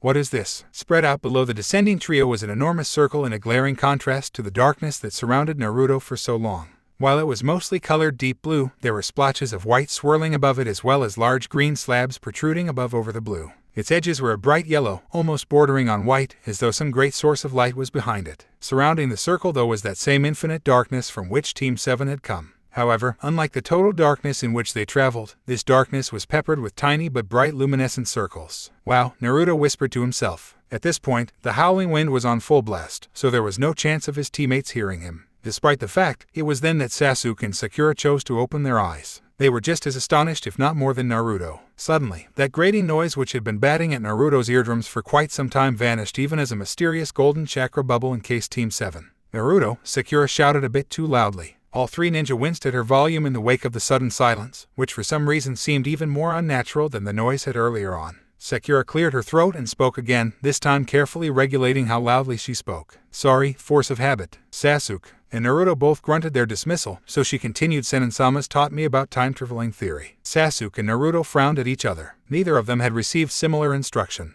And Naruto prompted. Well, we may be visited, she said. The gods will not let us pass unless we are deemed to be of worthy intentions. For now, Senin-sama is protecting us with the last bits of his chakra, but stay alert, look around, she urged. Any of this could be a test from the gods. Sasuke and Naruto shared a look and risked a glance at their surroundings to check. Looking below them, that enormous circle began to seem very familiar, with the wispy white streaks on top looking suspiciously like clouds. As the golden chakra bubble drew Team 7 ever closer, the three ninja were able to differentiate variations in elevation. Huge crevices and jagged peaks scoured the surface of the circle. However, what truly drew their attention was a comparatively small island in the middle of what seemed to be a world of blue. Hey, doesn't that look kinda like? Naruto started pointing with his chin as his hands were occupied before Sakura caught sight of what he was seeing. I don't believe it, she breathed. That's the Naka River, and right below it, the reddish block of stone that's the Hokage Monument. Sasuke finally spotted what his teammates were seeing and froze for a moment. I still can't activate the Sharingan, but he looked around, truly looked for the first time. Stars shone around them, far brighter than they would anywhere on Earth. There was only one place they could be. I can say with confidence that below us is the world. We are beyond even the skies themselves. Naruto and Sakura looked at his self-assured expression, surprised. Sakura was a bit impressed that Sasuke had been able to come up with that just because of a squiggly blue line that resembled a river that used to run through Konoha. Naruto, however, was a bit harder to convince. Oi, Sasuke, how do you know that the entire world isn't that small? Naruto exclaimed. And what do you mean beyond the skies? The sky is blue, isn't it? If we were really above the earth, shouldn't we be seeing blue everywhere? Sasuke sighed for a moment. Did Naruto really have to challenge him in every little thing? Granted, Naruto was a capable commander in battle and a born strategist who kept the Shinobi Alliance alive for weeks longer than they should have lasted, even with his impulsiveness. But it was that very impulsiveness which got him into arguments sometimes, usually over things that he didn't understand. The old man said that we were just going through a portal, even he wouldn't just drop us out of the sky, Naruto said, sounding almost as though he was trying to convince himself. The raven blinked. So that was it. It wasn't that Naruto didn't believe his theory about being above the world's atmosphere, it was that he was afraid of it being true. The Uchiha heir risked to look down and had to fight off the urge to shiver. It was a very long way down after all. Talk about a bird's-eye view, he muttered. Without warning, the golden chakra ball holding Team 7 lurched to a stop, jerking its passengers violently. Naruto and Sasuke looked a bit queasy, but otherwise they were fine. Sakura, on the other hand, was turning an unnatural shade of green. I think I'm going to vomit, she warned. Sasuke groaned in exasperation. This was just what they needed. Here they were, stuck in what appeared to be an airtight chakra ball, with no access to their chakra, several 100,000 feet above the world, and Sakura felt the need to throw up. Konoha's only whiskered blonde was slightly more vocal in his annoyance. Can't you just hold it? And he whined. Sakura tried to glare at him, but ended up having to clamp her lips shut as she held back a gag. She settled for crushing his hand, which was conveniently placed in her own. GHHHS Sakura-chan, my hand, I need my hand, Sakura-chan. Sakura was forced to stop in her administration of Naruto's decidedly deserved torture when she felt another gag coming, along with foul taste of her stomach acids. Finally, when she couldn't hold it anymore, she leaned her head forward and emptied the contents of her stomach in the roughly triangular space between the three of them. Sasuke and Naruto both wrinkled their noses in slight disgust, but they at least had the decency to look worried about her health. All three teenagers were immensely relieved when the vomit slipped right through the golden chakra walls of the bubble, speeding towards the earth before burning up a mere 3 seconds later in the earth's atmosphere. Kyukyukuku, a feminine voice giggled out of nowhere. Sasuke tried to track the voice, but it was useless. It was like the voice was everywhere at once. If only he could use his Sharingan. To think that one of you mortals would actually suffer from motion sickness after a ride that short. I guess the pathetic sage chose poorly after all. A beautiful dark-haired woman suddenly materialized above the trio, just outside of their protective bubble. Her face was regal, with high cheekbones and slanting eyebrows. Her long, dark, lustrous hair flowed down to her waist, complementing her glowing alabaster skin. She wore a beautiful silver kimono that shimmered with the slightest disturbance. But her most striking feature was her eyes. While she did not have a dojutsu, her eyes were by no means normal. Where her eyes should have been were pure silvery orbs, completely unblemished with no pupils to speak of, yet somehow it was easy to tell what the woman was looking at. "Tsukayama-sama, Queen of the Moon," Sasuke whispered reverently. "Naruto, Sakura." Bow before her. He bowed his to her head in deference, and Naruto and Sakura followed suit, albeit reluctantly. They couldn't afford to be disrespectful to a goddess. "Oh, so one of you pathetic mortals does recognize me, such weak-minded things, mortals." Tsukuyomi ran a flawless porcelain hand across the surface of the chakra bubble, only to snatch it back when the walls zapped her with tendrils of energy. Her delicate features twisted into a frightening sneer. "You pathetic sage, you who failed in your only task should have fallen to the Shinigami millennia ago. What right do you have to traverse the time stream? No mortal, least of all you deserve it, oh great Rikudo Sennin." Tsukuyomi spat at the trio, glaring at Naruto in particular. Something told the ninja that it would have been a very different encounter had the chakra bubble not been in Tsukuyomi's way. Naruto was just about to bite out his own cheeky reply when he stiffened and his eyes glazed over. Sakura glanced anxiously at her blonde teammate while Sasuke kept an eye on the angry goddess. When Naruto snapped back to reality, his eyes were no longer clouded, his cerulean blue gaze disturbingly sharp. After a few seconds of blinking around, Naruto focused his eyes upon the peeved moon goddess once more. When he spoke, his voice sounded different, like multiple people. "Tsukayama-kun, is that any way to treat the man who created your home?" he asked patiently. His voice was layered, as though two people were speaking at once. This first voice was Naruto's, that much was obvious. But the underlying voice, it sounded like the sage. "Sennin-sama," Sakura ventured. Naruto turned his head towards her momentarily and gave her a sharp nod of acknowledgement. She knew it. Sakura just hoped that a 2,000-year-old ghost taking over her teammate's body would not be a regular occurrence. But more importantly, Sennin-sama calls a goddess Chan. Then, turning back to the angry goddess, Naruto said, "Now I don't know about you, but I really need to get going. Oh look, there's the moon." Sure enough, a monstrously large sphere of rock and dust was in the distance behind Tsukuyomi. "Now while I'd love to keep you entertained, I'm sure that the servants in your palace could do a much better job than me." "Mortal," Tsukuyomi growled in warning. Sasuke was sincerely hoping that the supposed moon goddess was fair in assigning blame when it came to judgment. He had nothing to do with the current situation. "That reminds me," Naruto Rikudo Sennin continued. "Where is your radiant sister Amaterasu? I haven't seen her in ages." To Sakura's and Sasuke's surprise, Tsukuyomi, who had looked like she wanted to kill them moments before, relaxed and actually smiled at them. "I've missed you, you old fool," she said fondly. "My sister, as you should know, is on the other side of the world in that golden sun palace of hers." Sasuke's mind was working on overtime. What just happened? One moment, she sounded like she hated the old man, and the next she greets him like an old friend. To his surprise, the sage, using Naruto as a medium, just laughed. "It's good to see you, Tsukayama-kun. I've missed that attitude of yours." Just as suddenly as she smiled, the moon goddess snarled at the sage. "You have failed in your duty, little sage. Why should you be granted a second chance now?" Sasuke was having severe doubts about the goddess's sanity. Is she bipolar or something the way she speaks? It is reminiscent of Sakura during her more unstable moments. She's as fluid in nature as the moon itself, ever-changing.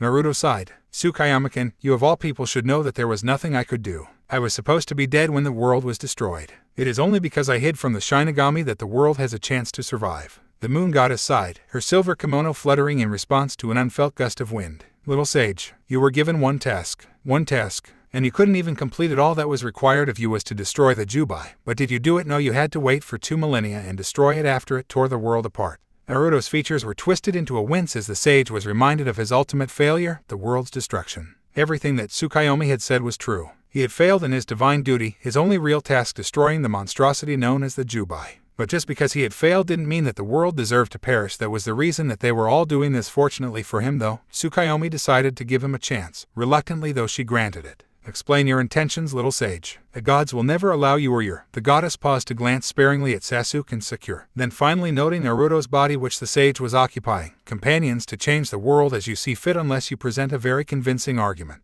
You may now speak for an hour. Begin." Who? Naruto was very confused when he woke up. One moment, he was about to trash-talk a goddess for insulting the old man, and in the next, he saw black. The blonde ninja groaned and opened his eyes, rubbing them to clear them of grime as he pushed himself off of the hard floor. Then he was interrupted in his task by a very familiar voice. Naruto said. Blonde's head snapped up at that voice, which for some reason seemed to be echoing. It couldn't be. Blinking first to clear his eyes once more, Naruto looked around desperately to find the source of that voice. He was in his mindscape, but it seemed different somehow. Kurama's 6 paths cage was still there with the demon fox himself slumbering behind the bars. The old man's ceiling must have somehow worn him out as well. But even more unnerving than a sleeping Biju, Naruto's mindscape no longer took the form of a sewer. Bit by bit as it actually looked to be incomplete at the moment, it was taking on the form of a gigantic labyrinth. Was this the effect that the old man was having on his mindscape? Huge walls of industrial bricks towered above Naruto's head by over 24 feet. They seemed to be making a room around Kurama's cage with dozens of exits decorating its sides. But more importantly, Naruto whirled around to face the voice behind him. There was no way. His eyes were greeted with mop of shocking red hair and smiling ripple eyes. Nagato, Naruto exclaimed incredulously. Indeed, Nagato, his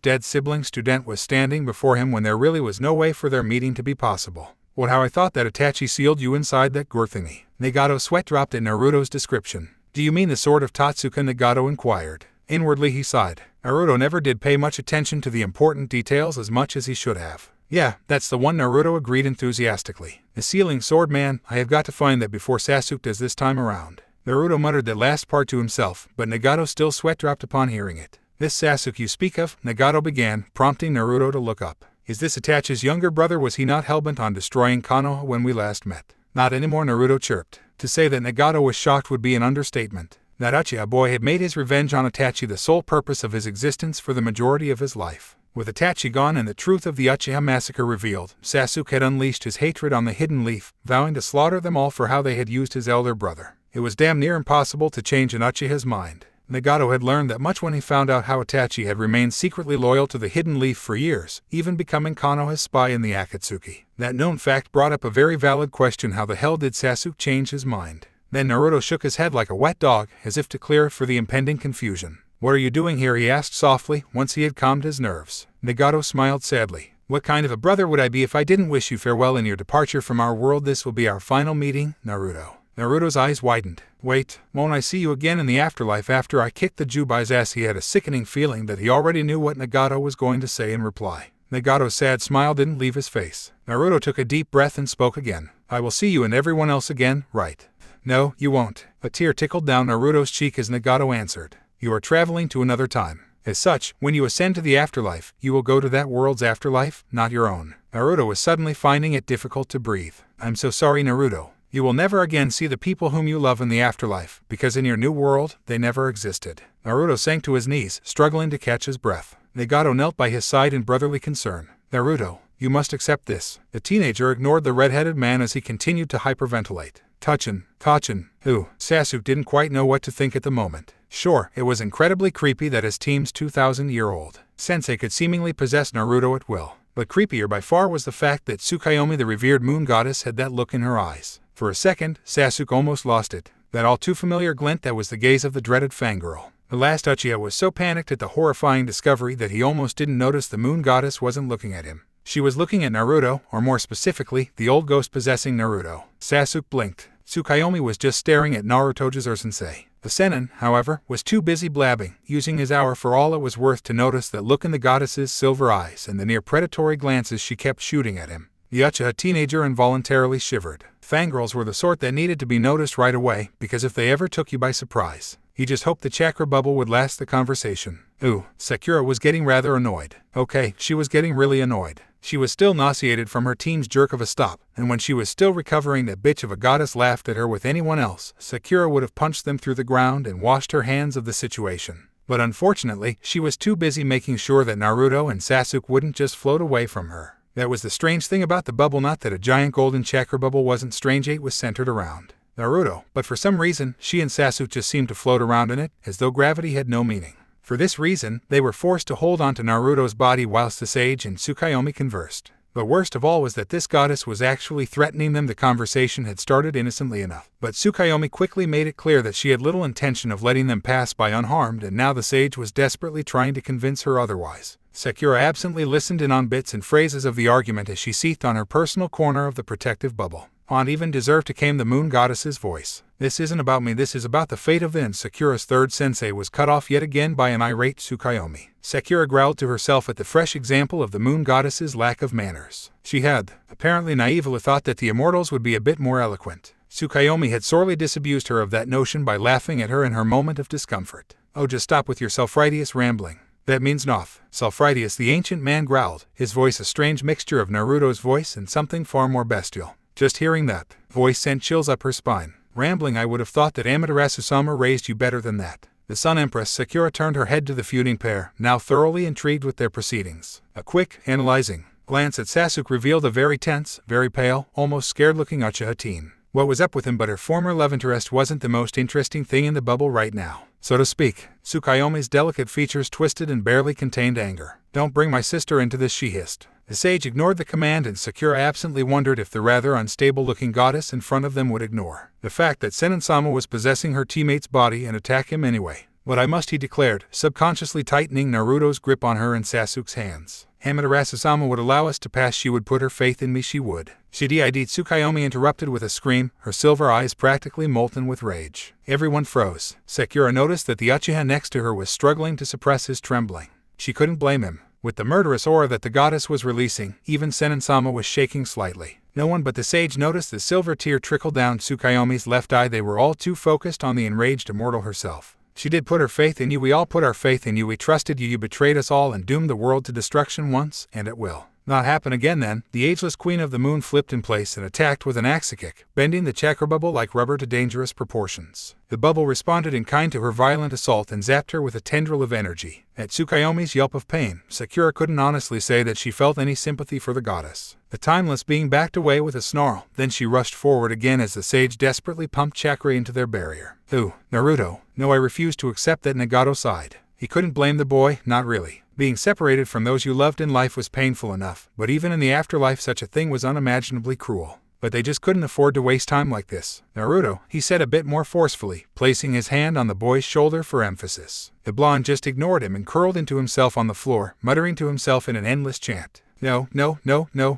Nagato watched for a moment, his joy at seeing his brother off sorts quickly transforming into disgust. This was not the one he had placed his trust in to bring peace to the world. This was not the child of prophecy. This sniveling child whining before him was not Jiraiya-sensei's true heir. He grabbed the teen by the front of his jumpsuit and hoisted his body up above him. Naruto, he screamed. The boy actually ignored him, growling. Nagato shook the blonde Hokage Wenab aggressively. Snap out of it now. After a few seconds, Nagato dropped his sibling student in a disoriented heap. Growling, Naruto shot up off of the floor in a few seconds. Oi, what was that for? Nagato immediately punched Naruto in the jaw, sending him tumbling back to the ground. Naruto rolled for a few seconds before stopping himself. When he shakily got up again, his eyes flashed scarlet red. He turned his head to the side and spat out a mouthful of blood. Nagato noticed the Kyuubi behind him stirring in its cage, but he ignored it in favor of the enraged youth in front of him. Team, Naruto growled. Nagato narrowed his eyes. Naruto was definitely losing control of his emotions. Even though he was actually in control of the Kyuubi's chakra, in this hyper-emotional state, he was still affected by the residual anger and pain that the tailed beast had felt over the millennia. In short, Naruto was going berserk with rage and pain, both of his own and of the Kyuubi's. Nagato forced chakra into his Rinnegan in preparation for a necessary confrontation.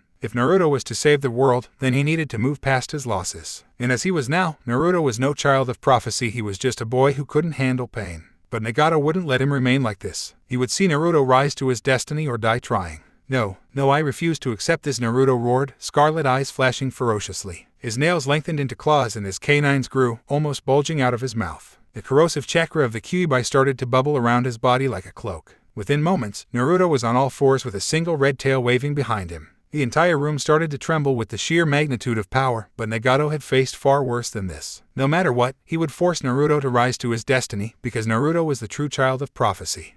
Sasuke Duck said. Uchiha complied as that bitch of a moon goddess spinkicked the chakra bubble again, this time almost to breaking point. Her foot passed millimeters away from Sasuke's head, but thankfully despite the forceful bending the bubble would not break. With another zap of golden chakra, she was forced back yet again. Sasuke glared at the sage, who was desperately trying to maintain their protective golden barrier. Why aren't we moving? He demanded. The sage grimaced with Naruto's face. It was an odd expression for Naruto, almost as if he had eaten a bad bowl of ramen.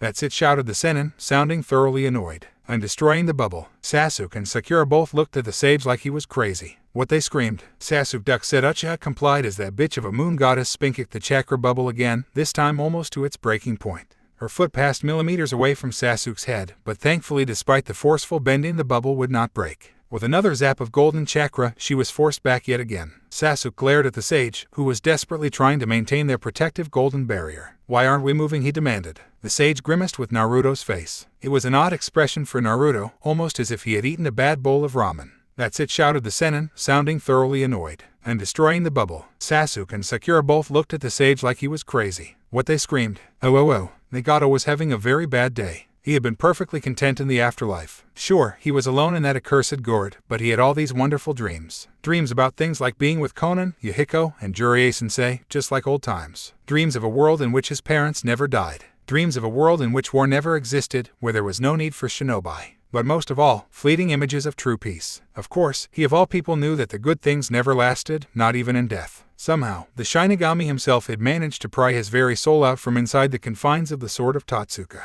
Why? Because the Death God needed him to deal with a certain blonde Jinchuriki. And for the millionth time in his existence, Nagato wondered why the world couldn't just save itself. Now here he was standing in front of a cubified Naruto, wondering how he could force his demonic junior to accept his destiny as the savior of the world, as the true child of prophecy, without having his own vulnerable soul torn to shreds. The red-haired Uzumaki descendant was ripped from his thoughts when a one-tailed Naruto barreled past him, leaving wisps of that corrosive red chakra in his wake. Nagato was barely able to avoid him, using his Rinnegan for all it was worth to twist out of Naruto's way at the last possible moment. Damn, that boy was fast. His speed had increased to the point where he was nearly a blur when he moved. Naruto, snap out of it, Nagato pleaded, turning to face the blonde behind him. Having his fellow disciple slaughter him in a berserker rage would most certainly not guide Naruto down the path towards true peace. Unfortunately, the rampaging Uzumaki paid him no heed and attacked with a clawed swipe to his head. Nagato ducked with a frustrated growl and shoved his open palms into Naruto's unprotected chest. Shimura Tensei, the former Akatsuki member, saw and felt everything in slow motion. First, a shockwave originated from his palms and radiated around Naruto's body. The laws of physics unraveled and gravity faded to a mere memory. It lingered for a moment before it blasted the Jinchuriki clear across his own mindscape, slamming his body into one of the walls next to the Kyuubi's cage before peeling him off and dropping him to the ground with an audible thud. As he stood there watching, Nagato could feel his Rinnegan tugging for energy, for a near unrestricted access to his chakra. If he were alive, his use of the Dojutsu would have drained his body of all vitality without reserve, leaving him emaciated and weak, a shadow man he once was. But now, he was dead, and the ripple eyes feasted upon the raw power of his pure soul. Death had freed him of his physical constraints. He watched carefully as Naruto pushed himself up off of the ground. The Ninetales was stirring in his cage next to him, but Nagato just ignored it. He knew that the beast wouldn't be able to interfere, even if it was so inclined. The 8-trigram seal on the door of the cage was virtually unbreakable, especially from the inside, unless one had the key. Although he knew that Naruto had somehow obtained the key due to his use of that strange golden chakra in their last battle, the boy was in no state to be able to use it now. Naruto threw back his head and roared his fury, showing off his elongated canines in the process. Uo! The very ground trembled at the bestial sound, and a small shockwave played at Nagato's hair, forcing him to squint his eyes. The Rinnegan bearer flinched despite himself. He had faced Naruto in his rampaging Ninetales state and very nearly prevailed, but something just felt off about his transformation this time, even though Naruto was only in his one-tailed state. His very aura felt darker, even more malevolent than the last time. It shouldn't have even been possible for Naruto to lose control of the Kyuubi's chakra in the way that he had, and yet, when Jiraiya's younger student learned of his separation from those he loved even in death, he was pushed over the edge in absolute rage. No, Naruto was the man who stood in front of his sensei's murderer and forgiven him. For anyone else, it would have been virtually impossible to ignore their entire body practically screaming for revenge the way he knew that Naruto's was. Jiraiya-sensei's last disciple would not lose control like this, not for anything. Something else was definitely at work here. But no matter what it was, Nagato would find it and crush it. Oh, are you crazy? Sakura shrieked. Sasuke had to admit to himself his Banshiafe teammate had a point. After all, what kind of an idiot would throw away their only form of protection against an insane rampaging goddess? Said goddess was gone for the moment, probably to lick her wounds, but she would definitely be back to stop them. The ancient sage twisted Naruto's features into a wide, beaming grin. Have been for a long time, Sakurachin. After all, you'd have to be completely insane to ever think up chakra theory. Sakura glowered at Naruto's face, which were still twisted into a mocking grin. She didn't seem to be reassured at all, and for that matter, neither was Sasuke. But can't you see it? Sasuke felt the need to point out. Naruto's eyes blinked a few times in confusion. Yes, but so wouldn't the ability to see chakra make it significantly easier to grasp the concept? And thus, Naruto's facial features contorted into a pout. Little brat, taking away my thunder, he muttered under his breath. Then, they all heard a strange whooshing noise. Almost immediately, Naruto's eyes sharpened and all playfulness evaporated as the sage tensed the body under his possession. Then the moon started to glow, almost trembling with latent power. Shit, brace yourselves, he ordered. Tsukayamakin's coming back. Sasuke bit back a curse. Why wouldn't that insane immortal just get out of their way? Did she want the world to explode again? The Uchiha clan had always paid their respects to Tsukuyomi, the moon goddess. But now, Sasuke was starting to have daydreams of testing his sword on her. Could a goddess even bleed? Off to the side in their protective bubble, Sakura was still unconvinced of her relative safety. You'd better not break the bubble, she screamed. Sasuke innocently pondered the possibilities of Sakura shouting the goddess to death, but immediately stiffened as said woman turned a death glare on him. The Uchiha sincerely hoped that she had not picked up mind reading from anyone. That would just be troublesome. The sage was unperturbed. This is our only option. I have all but exhausted my strength with the seal. Naruto's head turned as the oldest man alive looked at the horror-struck medic clasped to his arm. He offered her a sad but reassuring smile. Then turning to the Uchiha on his other side he said, I'm sending you two down first. Naruto and I will follow after I deal with Tsukayamakin. Sasuke was hesitant, despite the obvious confidence the sage projected. I should stay with you, he decided. Sakura didn't agree. No way, I am not going to leave everyone behind, I'm also stay. Enough, both of you will obey me because there is more at stake here than your own petty rules of never leaving a comrade behind when the barrier is dismantled. The two of you will go on without me and Naruto's eyes turned icy blue. Because the world comes first, only we can prepare for the coming storm. The sage was at a standoff with his two students for a moment, daring them to challenge him. Eventually Sasuke gritted his teeth and bowed his head in defeat. It shall be as you say, Senin-sama, he ground out, obviously not liking the fact. What about Naruto? It was his body that the sage had commandeered after all. The sage looked solemnly at the Uchiha for a moment, seemingly answering his questions with his determined gaze. Then he turned towards Sakura, whose viridian eyes were getting watery. Hi, Senin-sama, she finally replied with a wavering voice. This really wasn't fair to her. Hell, it wasn't fair to any of them, but it needed to be done. Then the rosette engulfed the sage in a hug, surprising him. You'd better be right behind us with Naruto and Kurama, she whispered fiercely into his ear. The god of shinobi just smiled warmly. In many ways, Sakura was like a mother to the rest of the group. This was just her showing her protective side. I'll do my best, he whispered back, returning her embrace. Then the Sennin pushed Sakura and Sasuke away from him. The two ninja floated apart for a moment before latching their fingers onto each other's arms. Blue stared into black and green unflinchingly. Then the sage slammed his closed fists together in front of him. K-E-K-K-A-I, he roared, channeling staggering amounts of chakra through his fists. A wall of golden chakra rapidly formed within the bubble, separating the sage and Naruto from Sasuke and Sakura. Then a strange new barrier started shimmering in blue around Sakura and Sasuke, flickering in and out of existence with the pulse of a heatbeat. With a final push, the Uchiha and the medic broke off into their own bubble and floated away. The Sage of Six Paths watched for a moment before turning towards the rapidly approaching threat. Tsukuyomi would never harm them, he would destroy her before he allowed that to happen, old friend or not. No one touches his kids. She would not pass. Oh. Nagato vaulted up by a good dozen feet, barely dodging another one of Naruto's strikes, which in turn caused the Jinchuriki's clawed hand to completely demolish the wall that had been behind him. The former ranged shinobi had to admit, this was getting rather difficult. Not only was Naruto steadily getting stronger and faster despite remaining exclusively in his one-tailed form, but the Rinnegan bearer was starting to sense the presence of something absolutely foul. The only one who had ever induced in him anything close to this sensation before had been that one-each shinobi whom he knew as Madara Uchiha, the man who would rule the world. But even he paled in comparison to the sheer malevolence that this presence radiated. This felt like an evil beyond the capacity of any mere mortal. The red had landed lightly on the balls of his feet, warily eyeing the cubified Naruto, though he wasn't entirely sure that the blonde's current state was solely due to the Ninetales enemy, as the demonic boy wrenched his hand from the pile of rubble that used to be a rather impressive ela-built wall. There was something else that surprised Nagato. He hadn't expected Naruto's mind to appear so sophisticated. Surrounding the Kyuubi's gigantic cage was an even more enormous labyrinth, the complexity of which Nagato couldn't even begin to grasp.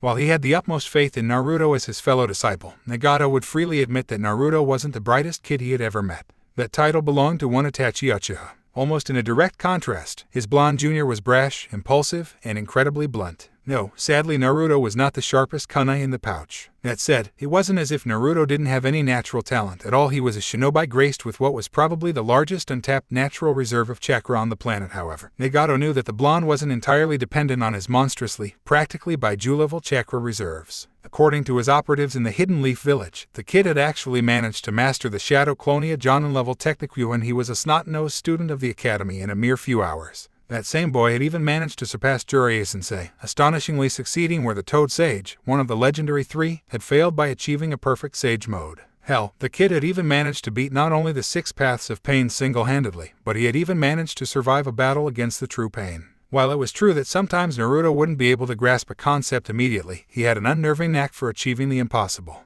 It was almost like his mind worked in reverse, allowing him to grasp unbelievably difficult concepts such as the Shadow Clone Jutsu and Sage Mode while completely screwing him over on things as simple as a basic clone jutsu or rudimentary algebra. Now though, he just hoped that the rampaging Leaf Shinobi could use that hidden talent of his to somehow break away from that suffocating fury that enveloped him. Nagato froze as an incredibly cold sensation suddenly overtook him. He watched warily as the rampaging Jinchuriki in front of him finally ripped his arm from the rubble and rose to his feet. Then Naruto turned around. Nagato was stunned. His eyes, what's wrong with his eyes? Naruto's eyes were no longer that piercing cerulean blue that they once were, or even the scarlet red of the Kyuubi. They didn't even boast the burnished gold of Sage Mode. No, now they were completely black. A void, soulless. Naruto, what's happening to you? Nagato asked, despairing that he really had no idea what course of action to take. Was that dark presence he felt really controlling Naruto, the shinobi with the indomitable will? The blonde just snarled at his question, flashing his impressively long fangs in the process. Sighing internally, the resurrected ranged shinobi leaned into his defensive crouch. He really couldn't afford to take any chances now.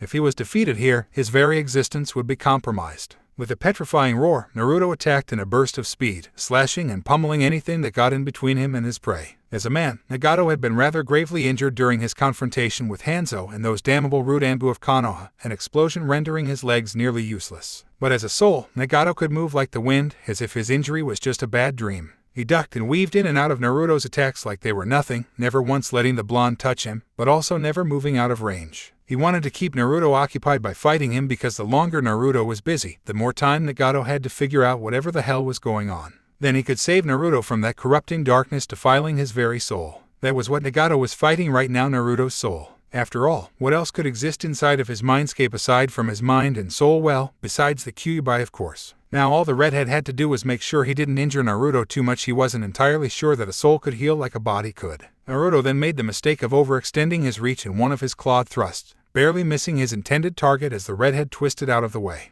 The former Akatsuki member immediately grabbed Naruto's forearm in his ironclad grip, absolutely refusing to let go. Naruto struggled like a beast, clawing, kicking, and biting. But Nagato dodged his junior's attempts at release like they were the attacks of a genin fresh out of the academy. It was far too easy to predict Naruto's movements when he was in this state. He moved like an animal, and he appeared to think like one as well. That said, Naruto also had the overwhelming physical strength of the Kyuubi at his disposal, and Nagato was having quite the time trying to maintain his grip without getting his guts spilled across the floor. Arr!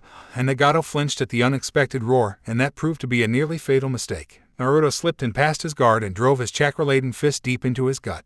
The Rinnegan bearer was immediately immobilized by the crippling pain. It was like his organs were being rearranged and shredded at the same time. Naruto remained in that position for a moment, seemingly enjoying the stunned pain playing across his opponent's face. He grinned savagely. D-damn, just one punch. Such power. Then Nagato coughed up his own blood as the blonde Jinchuriki slowly withdrew his fist and cocked it in preparation for yet another blow. But Nagato never let go of the blonde's arm. He would save Naruto, he would. Without warning, a fist collided into Naruto's face, practically rearranging the bone structure before sending him crashing headfirst through a wall. From the sounds of it, the blonde must have demolished several more walls in his involuntary flight before he finally rolled to a stop out of sight. Nagato shakily looked up at his rescuer from where Naruto had dropped him. He didn't really know what to think. On one hand, he had definitely needed the help, but whoever this was had been utterly ruthless in dealing with his fellow disciple. Nagato didn't want to kill Naruto, but once he finally managed to look up, he froze. There was no way. This just wasn't possible. A giant of a man garbed in green with a red vest stood poised protectively over Nagato, as if he feared that the Jinchuriki could recover from that punch like it was nothing. Wild white, spiky hair was tied back into a ponytail that dropped down to the man's waist. White hair. Jiraiya-sensei, Nagato whispered, as if saying his name any louder would make him disappear. Jiraiya, Toad Sage of the Dentetsu no Sannin, was back from the dead. Oh. The Sage of Six Paths was once hailed as the savior leader of all mankind. He was the Rippled hero who defeated the monstrous Jubai, the man who guarded the power of creation, a man blessed by the gods themselves. That is, until his death. After his death, he was the sole cause of the Shinobi Clan Wars, the world's greatest series of wars in all of history. With a few words, the Rikudo Sennin had burned that fragile piece he had so painstakingly built over the course of his lifetime to the ground. His last words doomed the world to the chaos of war and its eventual annihilation. But that was only one of the reasons that the gods no longer supported him. Only one of the reasons they now hunted him. The other reason was the Jubai, the great ten-tailed beast of destruction, his greatest mistake. Combining their very essence, the Council of the Gods blessed the man who would become the Sage of Six Paths with two priceless treasures, all to be able to combat and eventually destroy the ten-tailed beast. The first boon they granted involved his mortal body. He was, after all, merely a mortal. Together, the gods poured their essence into his body, improving and rebuilding every cell until he was no longer entirely human. They had made his mortal container, stripping his very soul bare of the weak flesh, blood, and bone that once sheathed it. Then they coated his vulnerable being with their essence, their power, enhancing his body in their own image, making him the world's first demigod. He was stronger, faster, smarter. Every bone was tougher, every muscle far more adroit. Even his skin became virtually impenetrable. He was the perfect weapon, but his soul remained that of a mortal. After all, only mortals were permitted to directly interfere with worldly affairs. The second divine treasure that the immortals gifted to the man was his eyes. His body alone would never have been enough to prevail over that rampaging beast. The priest's transformed body would only allow him to survive the beast's onslaught. His eyes, however, would let him dominate it. The Jubai was a monster able to use a strange form of life energy called chakra in absurd amounts. Every human had a minuscule amount which they carried with them throughout their lives, and even the gods carried this very same energy within them, although in far greater amounts than the mortals. To destroy the Jubai, the gods dictated that the mortal before them needed to be able to sense this life energy, so they altered his eyes. The eyes of heaven, the orbs which held the secrets of creation. The Rinnegan, eyes of the six paths. It was in these eyes that the gods transferred a portion of their true powers. It was the Rinnegan that made the man an ascended being, one of the few creatures besides the gods themselves that could hope to destroy the Jubai. With the ripple eyes of the heavens, he had the power to once and for all annihilate the rampaging monster. Except that he didn't. The mortal prevailed in his final confrontation with the beast, both of them nearly collapsing after weeks of continuous battle. But in the end, that human went back on the oath he swore. Instead of erasing the monster from the plane of creation as he was charged, he took it upon himself to split it, tearing its gargantuan life force from its body and dividing it. That which was once one great being was split into the nine-tailed beasts. He called them his children and treated them as such. Blasphemy, he even preserved the Jubai's body by sealing it in a floating sphere of rock. The actions taken by the sage of six paths were nothing short of treason to the divine council. But the gods could not do anything against him. They were forbidden from interfering directly in the mortal world. So they waited patiently for his death, for his deliciously mortal soul to come into their grasp. But the man disappointed them even in that regard. Shortly following his death, the man's soul did not follow the path that all human souls followed. No, he had the audacity to defy his fate. The soul of the man whom the mortals knew as the great Rikudo Senin fled into a dimension of his own design, escaping the wrath of the gods. And so they waited. Now though, Tsukuyomi had her chance. She would crush this pathetic human soul that had betrayed them all. She would obliterate him, even if he was once her only love. Because she was a goddess, above petty emotions such as sentimentality. The sage of six paths watched sadly as two of the teenagers under his care floated down towards the earth. He knew they would be fine. Those kids knew how to take care of themselves, but he still couldn't help but feel a bit of fatherly concern. Would their landing be fine? Would the bubble burn up in the atmosphere? How would they find him again? But the ancient man had faith. Those two were two of his successors. They could handle whatever this would had to throw at them. They would be all right. He was interrupted from his thoughts as the moon started to change color. That sphere of rock which once glowed a lovely ivory color rapidly deteriorated to an angry blood red. The sage suddenly realized that the earth was completely blocking the sun's light. But without the sun, are you ready, Senin-sama? By the gods, without the sun, Tsukuyomi had nothing to keep herself restrained. It was only under Amaterasu-sama's watchful eye that Tsukuyomi obeyed the divine mandates. Without her, who was he to criticize for disobeying the rules? Through Naruto's eyes, the sage watched as the moon goddess flew towards him at a frightening pace. Her expression was absolutely sadistic, the kind of visage one would expect to see on the face of a serial killer. She was totally insane. There was a very real reason that humans attributed madness to the moon. Not because it housed the body of the greatest demon in all of creation, but because its guardian was the very definition of bipolar. There were suspicions, just rumors really, that the goddess alternated between different aspects, her relative sanity directly correlating with the phases of the moon. The fuller the moon was, the more stable she was, as if Amaterasu-sama's reflected sunlight helped to calm her. But now, there was a bloody lunar eclipse, an even worse time than the new moon, a time in which Tsukuyomi went absolutely mad with bloodlust. The night of the red moon, like a wraith out of the darkness, the goddess materialized in front of the sage's bubble. I really don't like this mortal skin you're wearing, little sage, Tsukuyomi whined with a pout, her lip puffing out slightly. Her expression might have even been cute if that look in her eyes wasn't so damn terrifying. The old you is so much handsomer, she purred seductively as she tauntingly floated in circles around him. Her physical appearance was disturbingly different now, seemingly celebrating the color red. Tsukuyomi's long hair, which was once a glossy black, had transformed to a sickly red. Her eyes weren't that much better off. Those silvery orbs were tainted. There was no other word to describe it. Her eyes, formerly unblemished silvery perfection, were now invaded by swirls of red and black. In a way, it was fascinating to watch as the colors battled for supremacy. What he assumed to be her pupils, but to his dismay, the silver was losing. The madness was taking its hold, rooting itself firmly in her mind. Even her once beautiful silvery kimono was defiled, spattered with red in patterns that looked suspiciously like the spray of blood. The Sennin sighed to himself. Why couldn't anything be easy? Looking the goddess in the eyes, he said, "Our discussion is over, Tsukuyomi. We are passing with or without your permission." "Oh, what call me Chan," she whined, totally disregarding the fact that the object of her attention was glaring daggers at her. The sage stony expression never left Naruto's face. "I think not now, move." She lifted her eyebrows at that, rather surprised at his blatant disobedience. Even when he was alive, the little sage had never openly defied the gods. His splitting of the Jubai had been unauthorized, but the man had been prudent enough not to disobey them to their faces. The only reason he had managed to create the abominations known as the tailed beasts was because the council had forbidden direct divine intervention on earth. Otherwise, he would have been stopped immediately and his soul banished to the deepest pits of hell for his treachery. Yes, he was always a careful and calculating man, so why was he suddenly throwing his caution to the wind?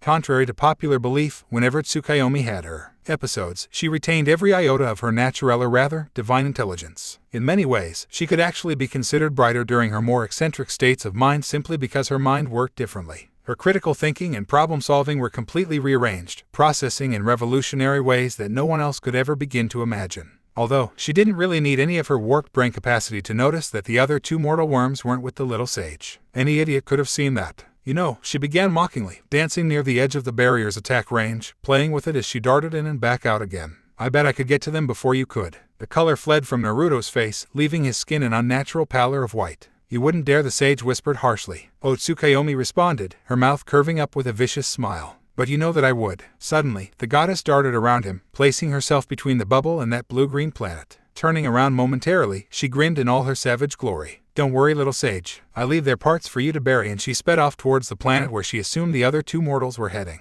She was going to have so much fun. The sage was at her heels in an instant. He roared, "Tsukuyomi. Oh. Jiraiya-sensei," Nagato whispered again. Even in the afterlife before Itachi had sealed him in the sword of Totsuka, Nagato had never seen the man. In fact, Nagato didn't see anyone in the afterlife. He knew exactly why, though he was being punished. He was in his own personal hell of solitude, a place with only his thoughts to echo around in his mind. What else would suffice for living as a harbinger of war and destruction? He could handle any kind of torture, but solitude was its own kind of hell. For over a year his soul had wandered in that eternal night, a night devoid of even the faintest stars. A barren field of rock and dust loomed before him, never ending, never changing. Darkness reigned in this strange land. But then came that pull, that tugging that latched onto his very soul, giving him no choice but to comply. That was when he was resurrected alongside Itachi Uchiha, all to capture a certain blonde Jinchuriki. As outlandish as the entire situation had been at the time, Nagato knew that it was entirely plausible. He had made sure to do quite a bit of research on Orochimaru before allowing that snake anywhere near the Akatsuki. If the Edo Tensei had been perfected by him, who was to say that no one had taken advantage of his research after his death, he wasn't entirely certain. But his money was on that spectacled bastard that always hovered near the snake. Shortly after his latest interaction with the world of the living, he was torn from the mortal plane yet again, but this time he had been sealed, potentially forever. But at least that gourd was more comfortable than that eternal night, blessing him with those shifting dreams. And then the Shinigami, Lord of Death and of the Dead, had pried his soul from the sword of Totsuka and demanded that Nagato be of service to him. Not being in any position to object, Nagato relented and followed the Shinigami's orders. Apparently, the Death God viewed Naruto's mission as vital to the continuation to the great flow of life and had sent Nagato to explain to Naruto his circumstances. When Naruto didn't take the news as well as he had hoped, the Shinigami had thankfully sent Nagato a backup Jiraiya-sensei. The former Akatsuki puppet leader could practically feel the power of the Lord of the Dead oozing from his former sensei. It wasn't chakra though, it was a far subtler power. It was almost as if this new aura that Jiraiya-sensei was releasing wasn't entirely that of a mortal soul. The white-haired man before him burned with the power of the dead, the power of the Shinigami. Jiraiya never even turned around, ever vigilant as he scanned the walls that he had punched Naruto through. "Nagato, get up," he barked, the command in his voice made obvious by his harsh tone. Nagato immediately pushed himself off of the floor, wincing as the pain Naruto's fist had caused shot up throughout his abdomen. Damn, why was Naruto suddenly so powerful? What was with those ebony eyes of his? No. Ebony was shiny. Naruto's eyes were more like the complete absence of color. His eyes were a void. "Did the Shinigami send you too?" Nagato questioned. He didn't see any other way another dead man could show up in Naruto's mindscape.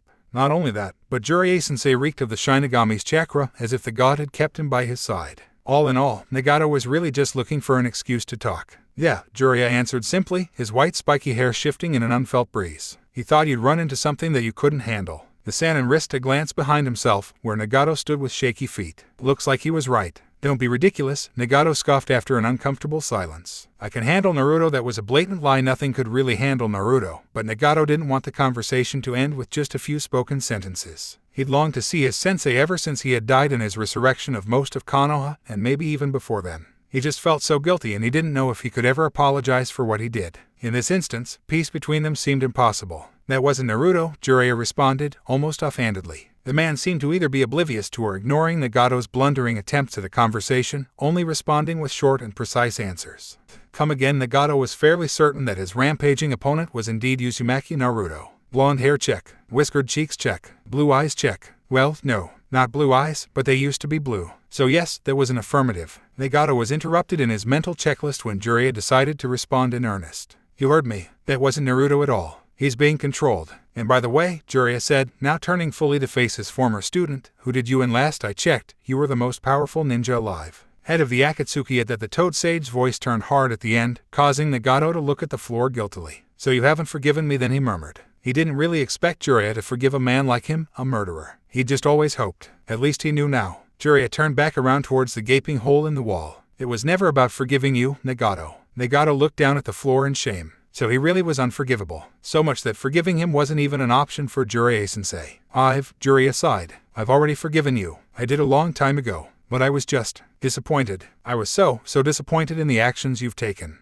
Nagato felt his heart seize up at that. He knew he deserved it, but why did that crushing guilt and shame hurt so much? He was happy that Sensei forgave him, but that did nothing to assuage his guilt. If anything, Jiraiya-sensei's forgiveness made it hurt even more. Even worse was the fact that the man who had saved his life, who had built him up, was disappointed in him. Perhaps this was why shinobi were supposed to suppress their emotions. His own turbulent feelings were making him feel dizzy and weak, like that broken child whom Conan and Yahiko found at aim all those years ago. It hurt, but then I heard about what happened in the leaf through the soul of a passing Konoha shinobi. So Naruto got to you when I couldn't, a cheeky little brat, always looking to surpass the master. Although, I thought that Naruto left you alive. Thank you, Nagato. I'm glad that you were the one to teach him about pain, even if it was through my own death. Sensei, Nagato whispered. He had never expected to be forgiven for his actions, but here Sensei was telling him that he'd done so a long time ago. It was incomprehensible. He just couldn't understand how Sensei could so easily forgive someone who'd taken his life. Hell, he was thanking him. Did he not care that he was murdered and left to rot in the watery depths of aim? But nonetheless,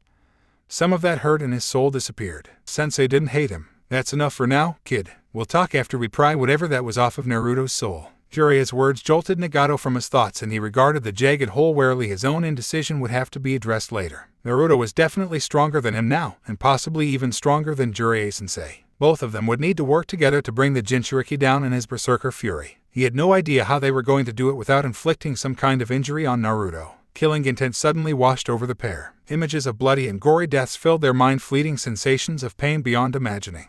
Their visions were slowly tinted with red. The killing intent is powerful. A bloodlust that could freeze one of the Dentetsu no Sannin and a Rinnegan user in place. This sensation was far worse than the Kyuubi's rage had ever been, which was quite the feat, as Nagato had faced the Kyuubi right up until it was about to be fully released. This wasn't just intent, it was an omen of a bloody and violent end. The ruins of the wall suddenly exploded outward, forcing Nagato and Jiraiya to jump back several yards in order to avoid the debris. As the dust cleared, a creature of the dark manifested before them. Snarling with a deep guttural growl, it advanced. Naruto was back. But he wasn't the same Naruto. The voids in his eyes no longer clung to the shadows. TSUKUYOMI, don't you dare! The insane immortal just ignored her pursuer, losing herself in the thrill of the hunt. In the past, Tsukuyomi would have been delighted with the amount of attention the sage was paying her, murderous or not, but things had changed. She was no longer the naive young goddess she had been when they first met. She was no longer enamored by his charms. He was a traitor, plain and simple. Killing his successors just so happened to be the best way to make him suffer the consequences of his actions. TSUKUYOMI, the Queen of the Moon risked a glance behind her. She and the little sage had been racing at incredibly high speeds for the past hour. What the sage had in power with his bubble of pure golden chakra, Tsukuyomi more that made up for with her superior speed and mobility. While he had to shred through the random space rocks that crossed his path, Tsukuyomi would merely shift in her trajectory, avoiding them by a hair's breadth each time in a show of fluid grace and flexibility. In a way, Tsukuyomi pitied the little sage. After all, who would want to be in the body of a mortal when the gods had granted them a body of such perfection? He really shouldn't have betrayed them. She absently twisted past the latest meteoroid in her path. No less than 3 seconds later, she heard a thundering crash as the sage behind her presumably smashed the poor rock to oblivion, but she never looked back. Hopefully the rock would slow him down long enough so that she wouldn't have to listen to his screaming.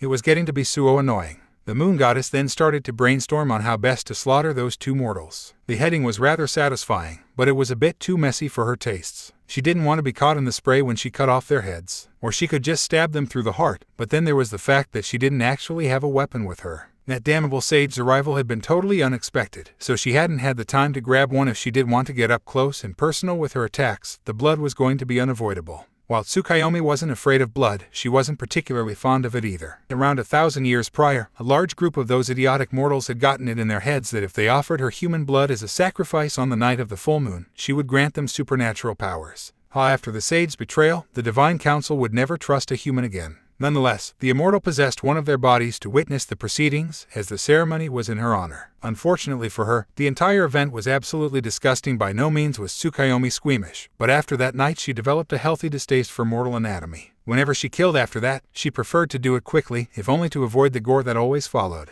The stuff never failed to get in her hair. After several more minutes of cruising through the thermosphere, the goddess lucked out. It was those two mortals. She couldn't really help herself when she looked over her shoulder and shouted to the man behind her, "I think they look better without their arms. Won't hacking their limbs off be fun if you want? We could even tear those insects apart." The sage replied with a scream of murderous fury. He seemed to be very attached to these particular mortals. If Tsukuyomi played her cards right, this could be a blast.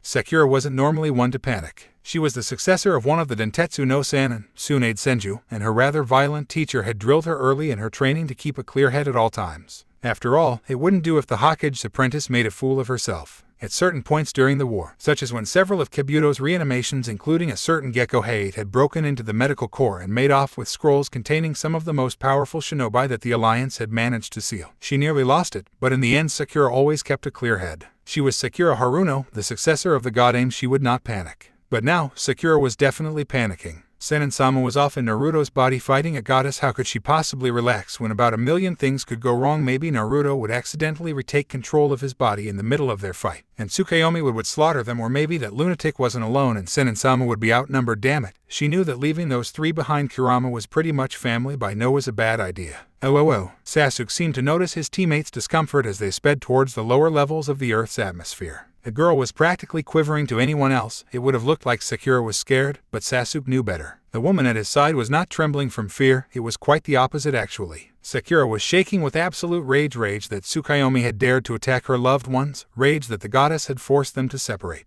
If there was one thing that Sasuke consciously took pains never to provoke, it was Sakura's anger. Once she went over the edge, there was no going back. "Damn you, Tsukuyomi, I'll have my revenge for the situation you've put me in." Boom! Swiftly turning his head, Sasuke turned his body, positioning himself between Sakura and the origin of the sound. Or at least he tired to. The woman wouldn't stop squirming. "Get off me, Sasuke, I can take care of myself," she snapped at him. Didn't she know that she was making his job infinitely more difficult by struggling? He just knew that Naruto would have his hide if anything happened to Sakura, but that wasn't to say that he wasn't concerned for her safety as well. He just had a more roundabout way of expressing it. "Sakura, stop struggling," he commanded fruitlessly. Whatever it was that made that noise, it was moving fast. That thunderous sound a few moments ago was definitely a sonic boom. He'd learned to recognize them in his few training sessions with Jugo. But here, in the outer reaches of the atmosphere, only one person could move that fast. Tsukuyomi. Damn it all, was the sage dead along with that fox? Was Naruto dead? Sasuke didn't even want to think about it. There was no way that the blonde idiot would let himself die. Besides, he had to focus on getting Sakura and himself to the ground in one piece. He didn't know the specifics, but it looked like the Earth was a no-fly zone for the gods. If they could just land. "Mortals," Tsukuyomi sang suddenly as she appeared out of nowhere. A few seconds later, the rush of sound and debris that should have announced her presence followed. Was the goddess really that fast that she could outrun sound? But if she was faster than sound, then what was that boom from earlier? Could it be that she was just playing with them? Either way, Sasuke didn't like what she seemed capable of. The Queen of the Moon seemed different. Her once beautiful silvery kimono was completely stained in red, as if she had slaughtered a pig above herself and let the blood drip down. It just looked messy, with silver spotted with red. Her eyes were just as intimidating, having changed color from the purest silver to a startling scarlet red with black swirls. Corrupted, her hair was a fiery red that Sasuke could have honestly mistaken for the color of one of his more advanced katen jutsu. It was actually quite similar to the color of chakra flames. Sasuke didn't exactly know if that was a good thing or not. A quick glance to his left revealed Sakura defiantly glaring at the immortal. This could potentially end in their slaughter if the Rosette lost her head. Suo, the insane immortal, drawled carelessly, licking her lips in anticipation. Sasuke and Sakura both narrowed their eyes at her tone. "Which of you two insects wants to die first?" Not even bothering to wait for an answer, the goddess then tensed her right hand, clenching her fingers around an invisible ball until the space between glowed with a strange red light. It didn't behave like chakra though. Chakra was more alive. Chakra flickered and flared even under the control of the most skilled user. The light coating Tsukuyomi's hand was still almost dead. The power of a god. Brandishing the red light like a weapon, Tsukuyomi charged, and all hell broke loose. A few hours later. It was the night of the lunar eclipse, and Hashirama Senju was currently on his favorite log, the one by the river that he and Madara always used to play next to. Running a clan could be quite hectic, so he would often take little breaks and run up here to think, just staring at the water swirling in the river. Without fail, his thoughts always turned to the Uchiha who once called him a friend. Hashirama desperately wanted to stop this foolish vendetta between their clans before something truly irreversible happened, and he wasn't alone in that notion, but Madara just wouldn't listen to reason. That idiot Uchiha seemed to think that he would be betraying his clan by stopping the war between them. Well, it wasn't entirely his fault. That bastard brother of his, Izuna, kept whispering in his ear. Things like how many Uchiha the Senju slaughtered in the last battle. Things like how the Uchiha clan would never forgive him if he stopped. Hashirama had on more than one occasion spied on the Uchiha grounds in hopes of discovering a mutual desire for peace between himself and Madara, and it was then that he heard Izuna poisoning his brother's mind with lies. If Izuna wasn't there, the war could have ended years ago. He was the spearhead of the more aggressive sect in the Uchiha clan, always pressuring Madara to be on the offensive against the Senju, promoting preemptive strikes and encouraging their genocide. That bastard. The wood-style user paused in though as a bright light flashed across the night sky, completely obscuring the stars, and to some extent, even the moon. It almost looked like a meteor, with the way flames seemed to trail behind it. He was contentious to wonder at its majesty, even though it looked like it was going to impact. It honestly didn't look that big, and no one really lived where it was going to crash. Then he gaped in shock as the meteor stalled, now suspended directly above the river. With a thunderous clap, it split into three with two of the pieces going east and north while the third piece shot straight towards the river at incredible speeds. Looking a bit more closely as the chuck fell for a few thousand feet, Hashirama realized that it didn't look like a meteor at all. Yes, it was flaming, but it wasn't a rock. Whatever it was, it appeared to be sheathed in golden chakra. How would something from space have any access to chakra? The Senju clan had ignored the thought and leaped to his feet to get a closer look, disturbing his straight black hair behind him in the process. This could be a potentially threatening situation, and whatever happened, he had to be ready. He shifted into his battle stance, completely prepared to activate his Sage Mode at a moment's notice. In a few more seconds, the object fell until it was merely a few hundred feet above the ground. What Hashirama was expecting was for the piece of debris to tear straight through the water of the Naka River and bury itself in the riverbed, causing a miniature tsunami in the process. However, reality promptly stuck it to his assumptions. For whatever reason, the water rose up to meet the object like a living tendril, increasing the distance between the surface of impact and the riverbed. There was a tremendous splash as it crashed down into its own personal pillar of water, which happened to be enough to fully stop its descent before it reached the riverbed. All this time, a certain Senju had only one thought. How the hell? When the waters subsided, Hashirama immediately rushed over atop the water to where he had seen the object fall. By the looks of the landing, it had to be intact. When he was standing over the impact zone, he saw it floating back up. No, not it. That thing that fell from the sky was a girl. Now, being a clan head, Hashirama was far too busy to learn much about the opposite gender. But even so, he knew that it wasn't natural to have pink hair. Seriously, pink hair. He carefully stooped over and reached into the water, grasping her hand, and pulled her brittle style into her arms. She seemed harmless enough at the moment, given that she was out cold, but appearances could be deceiving. The moment their skin touched, the pink-haired woman appeared to flinch, but she relaxed after a few seconds. At least she was breathing properly, even if she did look utterly exhausted. He didn't want to know how Maida would react to him performing mouth-to-mouth resuscitation on another woman, especially one as unique as the woman in his arms. Shaking his head to ward off evil thoughts, he headed back to the Senju clan compound. Hopefully, one of his subordinates would be able to understand what had just happened a bit better than he just did. Sasuke Uchiha was a genius, a natural shinobi. Born into the head family of the revered Uchiha clan, he was forged into a first-tier fighter from the time he could walk. Where other children would get balls or other toys, little Sasuke would entertain himself by flinging around little wooden kunai or shuriken, mostly missing his chosen targets. At the time though, his aim hadn't really mattered. The true purpose of the toys was not to entertain the boy, but to get him accustomed to the feeling of a weapon in his hands. Their purpose was to prepare him for the life of a killer, for life as a shinobi. Sasuke's toys were step-on in forging him into a blade of the Uchiha. Such was the fate of all Uchiha children who had hopes of activating the Sharingan, not just Sasuke. He just felt it more keenly, being the second son of the clan head. He was their spare sword while Itachi was the treasured family blade. And that was why, even after years of bloodshed, even after the slaughter of his clan and the loss of his beloved Anarchy, he was able to ward off the breaking of his mind and soul. He was born for this, raised for this. All Uchiha were. So, with an upbringing like his, why did he feel so weak? He was falling again. Sasuke decided that he hated the general sensation it made him feel helpless. He didn't really do the whole plummeting upside down thing. Flying though was much better. When he was flying, Sasuke felt free, limitless. He felt complete in the air, where he was always in perfect control of his movements. The Sharingan was useful for more than just seeing through jutsu after all. His hawk summons certainly took pleasure in their summoner having such a keen appreciation to their sacred art. However, at the moment he lacked all manner of control as he careened towards the earth. Somewhere along the way, he had lost his hold on Sakura and Naruto in some kind of a chakra explosion. In all honesty, something like that was to be expected. The chakra bubble looked to be designed for basic defense as well as a heat barrier for their entry into the Earth's atmosphere, but that battle against the moon goddess had almost completely stripped the defensive barrier away. With the brutal battering Tsukuyomi had delivered to the defenses, it was really no wonder that the bubble had ended up exploding due to overall instability. Damn it all, he was alone again. From what he had seen, Sakura had plummeted to the river below them, so hopefully the water would cushion her impact. Even if it didn't cushion her, the woman had other ways of surviving. She wasn't the successor of Tsunade Senju for nothing. He didn't know where Naruto went though. Well, wherever the dobe ended up, that crazy healing ability of his would ensure his survival. But despite his confidence in the survival of his comrades, Sasuke was furious. 1 minute, all of them had barely escaped that murderous woman Tsukuyomi, and the next BGMI's teammates, the only people he still cared about, were both torn from his grasp. It was all so abrupt, so frustrating.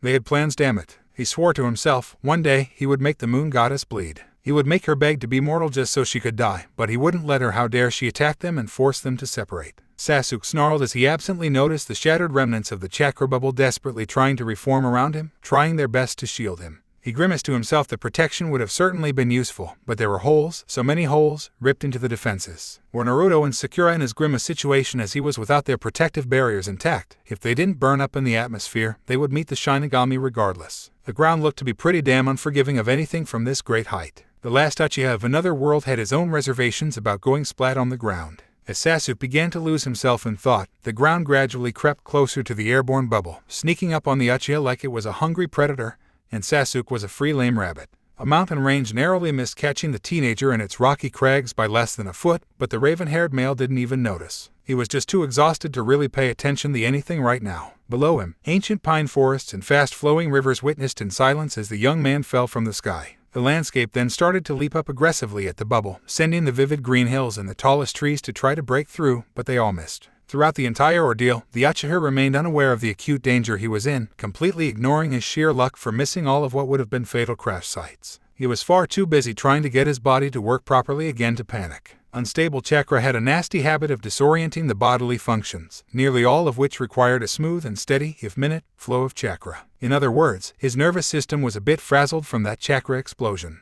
Yet another reason to decapitate Tsukuyomi. Messily, within moments of the thought, Sasuke had the reality of his situation shoved in his face when a lone dead tree on top of some ragged mountain, far above the tree line, broke through his protective barrier and viciously tore at his shoulder when his angular descent brought him past it. Gah! The pain gave him the edge he so desperately needed. The pain of his shoulder being ripped into without pause released his suppressed chakra and flooded him with inner power. The pain returned to him his strength, the life force that marked his shinobi heritage, his birthright. Thump! Sasuke's chakra painfully surged back into him, flowing evenly with his powerful heartbeat. His blood overflowed with fire and lightning, humming with a barely restrained power that screamed to be unleashed. Survive. It was a familiar but unknown feminine voice that whispered to him soothingly, the word echoing within his mind, resonating with deep within his soul. Sasuke knew that voice with all his heart, and yet he couldn't quite place it. No matter how hard he strained his senses, he couldn't tell where it was coming from. It seemed to originate from everywhere at once, just like Tsukuyomi said at first. Damn it, if this was a god again. You are the last Uchiha of another world.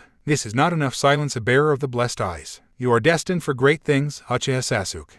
So it wasn't a god. They didn't exactly seem partial to mortals like the owner of this voice did. And destiny did that even apply to gods? Were they not above such things? In Uchiha, he thought to himself. The ground drew ever closer. Thump! Survive, she murmured to him again, pleading with him to act. Do not die here. Do not die today. Survive. Thump! The woman's words rang true in Sasuke's heart, and he wished desperately to obey her command. Blessed eyes. In Uchiha, will not die. I will not die. Uchiha Sasuke, the voice called again. Rise to your destiny. Surpass this trial. Thump! I will not die. I am Uchiha Sasuke, and this is not enough to silence me. Yes, survive. Thump! With a roar, he flipped himself over to face the rapidly approaching ground, and he unleashed his birthright upon the world below. MNGKYOSHARINGAN. The mysterious yet familiar woman spoke once more, her tone that of victory and triumph. It is done. The great flow of fate is ensured. Rise to your destiny, Uchiha Sasuke. Never falter, never give in. Rise and take this world by the horns. Rule your own fate. Thump! dominate this realm, Uchiha Sasuke. Rise to greatness. Triumph. Thump. That series of red loops with the black barrier surfaced in his eyes, overpowering the black that normally dwelt within his pupils. This power, it felt stronger than when he had used it in the battle against the Jubai, but it was still weak compared to when he had activated the Rinnegan. But the ripple eyes were not necessary for what he needed to accomplish in this situation. Nonetheless, the overwhelming might of the Sharingan coursed through him, filling him with an unshakable confidence. He did not need the power of gods, just something close. Thump. Another random tree zipped by him, standing tall on the mountainside. The Uchiha heir then realized that he was cruising down the jagged slopes of one of the mountains in that mountain range he seemed to have stumbled across. The granite behemoths loomed in his vision, and he had no doubt that he would be crushed like a bug should he crash as he was, speeding like a flaming meteor to the ground. Alarmingly, he saw the ground less than 300 meters away, getting closer by the millisecond. At the speeds he was traveling, that was less than 20 seconds away. 15 seconds. Thump. Susanoo, he shouted almost desperately, with an incredibly alarmed expression playing across his face. Like hell he would die here like this. The four-armed spectral warrior hastily manifested protectively around its master, the air around it shivering with otherworldly power. It brought its arms forward in a block against the ground even as the last bits of its armor attached themselves around it. Sasuke closed his eyes and tightened his body in anticipation of the impact. Thump. Then that beautiful, melodious feminine voice spoke one last time, taking on a surprisingly tender tone. It was a stark contrast to the urgent pleading that the woman had been employing before. This voice was more comforting. Hearing her voice was like hearing a summer breeze full of life. I'm so proud of the man you've become, Sasuke. Be strong, for you are all that remains of a once great and powerful clan. You are the last legacy of the mighty Uchiha. The last Uchiha. I am the last of another time, of another world. Thump. Live well, my son, my little boy. Be strong. Sasuke was beyond stunned. Kasen, wait. I love you. Thump. Kasen. 2 seconds. Thump. 1 second. Thump. Then he hit. Crash. The last remnants of the sage-broken chakra vaporized in the assault, and Sasuke summoned Susanoo plowed through a forested mountainside, shredding through trees and boulders alike in a completely out-of-control tumble. With one last uncontrollable roll, Sasuke stopped his descent down the mountainside by having his spectral summon bury its hand into the ground. For a moment, the Uchiha was jarred by the abrupt change in momentum, but he couldn't argue with the results. He was safely on the ground. An ancient pine forest loomed proudly around him, the animal occupants deathly silent in the wake of his crash landing. Looking back, Sasuke saw the trench that his Susanoo had torn through the forest floor. He carefully deactivated his spectral warrior and kissed the ground with his unsteady feet. After a few moments of steadying himself, Sasuke came to a realization. He was alive. His thoughts immediately turned back towards his mother, whose voice had given him the strength and determination to prevail. She was silent now, and he would probably never hear her again. He had no proof, but he just knew it to be true. He knew it in his soul. His mother was gone. Thank you, Kasen. Wherever you are now, I wouldn't have made it without you. I love you too, Kasen. He would not question how his mother had managed to speak to him, but whatever the cause, he was grateful. Sasuke had missed his mother's voice for so long, and to hear her speak to him again. But for now, the Uchiha Shinobi shut down his emotions. As it was, Sasuke was having trouble breathing as he felt his chest seize up and his heart beat erratically. Such feelings would only hinder him in this potentially hostile environment. In other words, they were a distraction. Gigantic trees stood before him, and he could hear the rushing water of some river or waterfall some distance behind him. It was a primal forest, a dwelling of the wildest creatures. A vivid green dominated the surroundings while the night sky loomed above, blanketed with stars. With his abilities, nothing would pose a threat to him. Correctly utilized chakra could solve most problems after all. But he had no idea where he was. Sasuke cursed. Naruto, by principle, was a deep sleeper. The ability to plop down anywhere came in handy during his early childhood, when the matron of Konoha's orphanage accidentally locked him out on multiple occasions. Hokage Jijizambu always made sure he was safe from any severe physical abuse, but beyond that they never interfered. Their job was to preserve the life of Konoha's Jinchuriki, not ensure his well-being. Performing domestic duties was beyond their job description. But now, Naruto was finally waking up, and man did his head hurt. Why did it feel like Sasuke Susanoo had stomped the living snot out of him? Naruto shifted a bit to push himself off of the ground, but stopped when his very bones shrieked in protest at the movement. Scratch that. Why did it feel like Team and Sakurachin had used him as a training dummy? The poor blonde froze in his thoughts as another wave of pain spiked through his nerves. Damn, it hurt worse than after his battle with the Jubai, and that thing had nearly shredded him. Just how badly was he injured right now? Naruto still hadn't opened his eyes, but he was afraid to look. Everywhere hurt this time, not just his limbs and chest. He didn't even know how he got injured as far as he was concerned. He had just made it through that wormhole thingy and was about to travel down to Earth. But after that, all he saw was red and black. For the love of ramen, why couldn't he remember? No. Wait, the memories were still there, they just felt repressed. Yeah, that was the word. His memories were right there at the surface, so close that he could practically touch them. I'll deal with all that complicated stuff later. Slowly and reluctantly, Naruto opened his eyes, only to find that he didn't even have a scratch. The rest of his surroundings were blurry though.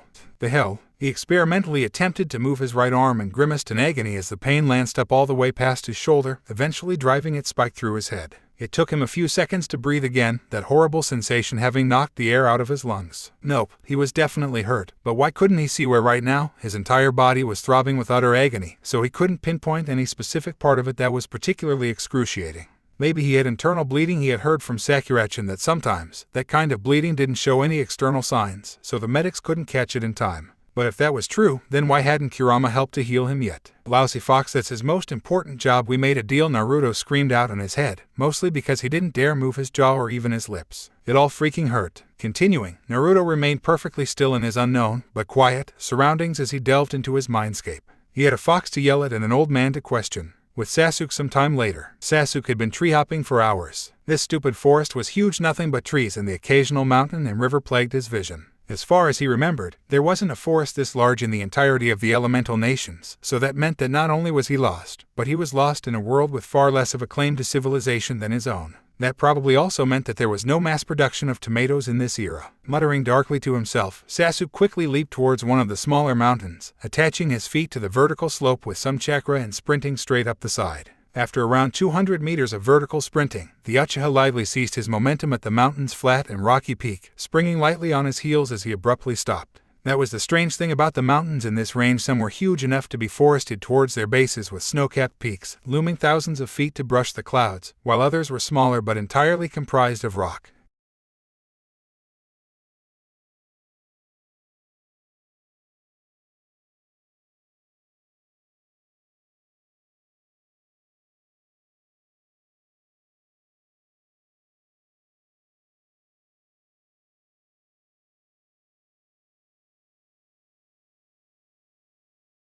As he stood on the peak of the mountain, the Uchiha scanned the horizon for the slightest sign of human activity. The sooner he found human civilization, the sooner he would find Sakura and Naruto again. That is, if it would just show up. Yet again, all that Sasuke saw was a dense pine forest, a few more mountains of the range, a thin tower of smoke, and, wait, smoke. He jumped off of the mountain, and with a ferocity born of extreme annoyance, Sasuke tore through the forest towards the smoke. There could be people, they might even have tomatoes. Catching his thoughts in the making, Sasuke promptly crushed them. Such thoughts were not worthy of a true shinobi, no matter how delicious and nutritious tomatoes were. In this era, smoke in the middle of nowhere more than likely signified a skirmish in the making. A battle was ahead. Sasuke raced towards it without hesitation. Meanwhile, in Naruto's mindscape, Naruto was a bit dizzy from his sudden entry to his mindscape. It wasn't usually this fast, so he normally had the time to adjust to the changes in his surroundings. Something was different. He opened his eyes as soon as he felt the ground under him stop moving. Holy shit! Naruto was very surprised by what he saw. Kurama's cage was in front of him, with the door wide open and the fox himself nowhere to be seen. Surrounding the Six Paths cage were the ruins of what looked like an extremely complicated labyrinth, the complexity of which Naruto had no doubt he would get lost in. The sewer that used to be his mind was gone.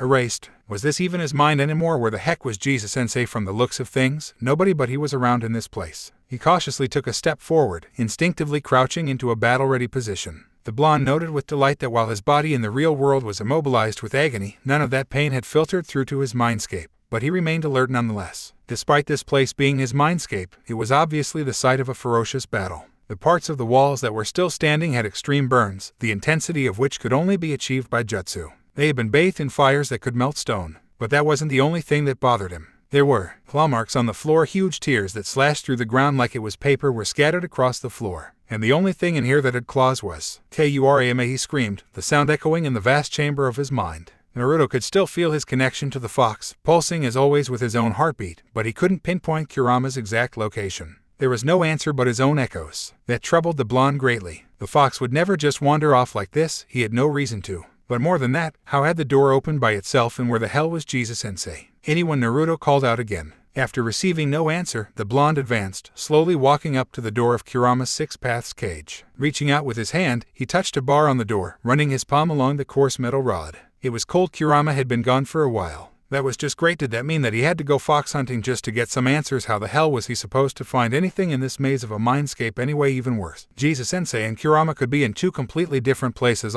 Sometimes it seemed like the universe hated him. Naruto swore. With Naruto some time later. Naruto had been wandering in the labyrinth of his mindscape for quite a while. It all looked the same: broken walls, a few pieces of melted stone, jagged claw marks here and there. Kano, his whiskered blonde, marveled at the craftsmanship of the more intact segments of the labyrinth, but he was still agitated, despite his amazement. Did the battle really span that widely? Was it really the size of the entire labyrinth? Who had been fighting in it anyway? The blonde abruptly stopped thinking. If he focused on too many questions, he would never get any of them answered, with each one requiring a bit of his concentration until there was nothing left to give. He wasn't exactly the master of multitasking without his shadow clones. So, he focused on what he believed to be the most important one. Where the hell are Jesus-sensei and Kurama? How does a city-sized fox even hide anywhere? Growling to himself, Naruto stopped and briefly analyzed his surroundings. He sighed. This place was just the same as the rest of them: incredibly tall walls, all of them smashed through, scorched, and slashed with no traceable pattern. In other words, there was no way for Naruto to track the direction in which the fight had gone. It was everywhere. The Kanohan paused for a moment in thought. He tried to climb over some of the standing parts of the maze to try to get a better view. But his mindscape was ginormous. Did his mindscape being huge mean that he was smart? Funny, he didn't feel that much smarter ever since the sewer had disappeared. Then again, he didn't really know when that had even happened. Maybe it was when Jesus-sensei sealed himself. Thud. Naruto's head snapped to his right, where the sound like fracturing of heavy stone had originated. This was the first break in the oppressive silence that filled the air. It was the first sign that he was not alone here in the ruins of this maze. It was his first clue to Kurama's and Jesus-sensei's disappearance. Kuramagezersensei, he screamed. No one answered him. Not even his faithful echo had deigned to reply. Naruto then flooded his body with a golden light, the energy writhing around him like flames. Strange black symbols traced his body from his arms to his chest, and then down to his feet. His once light whisker marks were now thick black stripes against the golden skin of his cheeks. All the while, a cloak of pure, condensed golden chakra fluttered behind him, flowing in the breeze of an unfelt wind, thrumming with an overwhelming power. His slitted eyes shone a brilliant red, the eyes of Kurama, the ninth-tailed beast. This writhing shroud, this flaming cloak was his ultimate power, his and Kurama's power by Jumode. Just because he couldn't find the fox at the moment didn't mean that Naruto had lost the Kyuubi chakra. The tailed beast's life energy was practically his birthright. He'd worked pretty hard to earn it in the first place too. Naruto took a single step towards where he had heard the sound, and then with a burst of godlike speed, he vanished in a golden flash. When he flashed into the area, Naruto wasn't expecting what he found. What he expected was to see Jesus-sensei and Kurama kicking down walls cause they were bored or something. But what he saw, a few yards in front of Naruto, was an area approximately 30 meters in diameter that was completely cleared of debris, as though it had all been blasted away. The floor was shiny. Naruto took an experimental step and had to steady himself almost immediately when his foot started to slip on the slick surface. It looked like the floor was glass. That in itself was an anomaly. The floor everywhere else in the maze was a rough, sandy gray stone. But here, it was a rippling, shiny black obsidian. However, the glossy black floor wasn't what had caught Naruto's attention. No, the focus of Naruto's attention was in the center of the clearing, where the ripples of volcanic glass appeared to originate. There were statues. Now the fact that there were statues didn't really scare Naruto, but their faces froze his blood. There were three sentinels frozen in eternal combat, forever at one another's throats, faces set in an everlasting snarl. And he knew them. The largest of the three was also the most familiar. His untamable spiky hair, some of which was tied back into a ponytail, curled around the statues like some kind of a sentient being, as though it was herding them all together. His facial features were somewhat distorted, with his nose humongous and warty and his eyes tiny with horizontal pupils. All in all, the man resembled an upright, spiky-haired toad. But it was his distinctive horned hideate that gave him away. It was a Rosenin Jiraiya of the Dentetsu no Sannin. The statue in front of Naruto was in the likeness of his godfather. However, the Toad Sage did not stand alone. There was one more very familiar, very important person poised right across from him in a warrior stance. Straight hair and high cheekbones marked the face of the second statue, making him easy to recognize, but his eyes made him indistinguishable. A series of concentric ripples, the eyes of creation. It was the Rinnegan, Nagato. What the hell were Jiraiya and Nagato doing here, and why were they statues? But the fact that his formerly dead sensei and fellow disciple were petrified in front of him didn't even register. All that Naruto saw was the fact that the two people who were probably the largest influences in all his life were locked on mortal combat with something. To the left, Jiraiya's statue pinned down what appeared to be a writhing tail with his right foot while he brandished his hand like a weapon. The hand appeared to clench around an invisible sphere, seemingly grasping at thin air, but Naruto knew that position like the back of his hand. The Rosenin was holding a Rasengan, a freaking huge one too.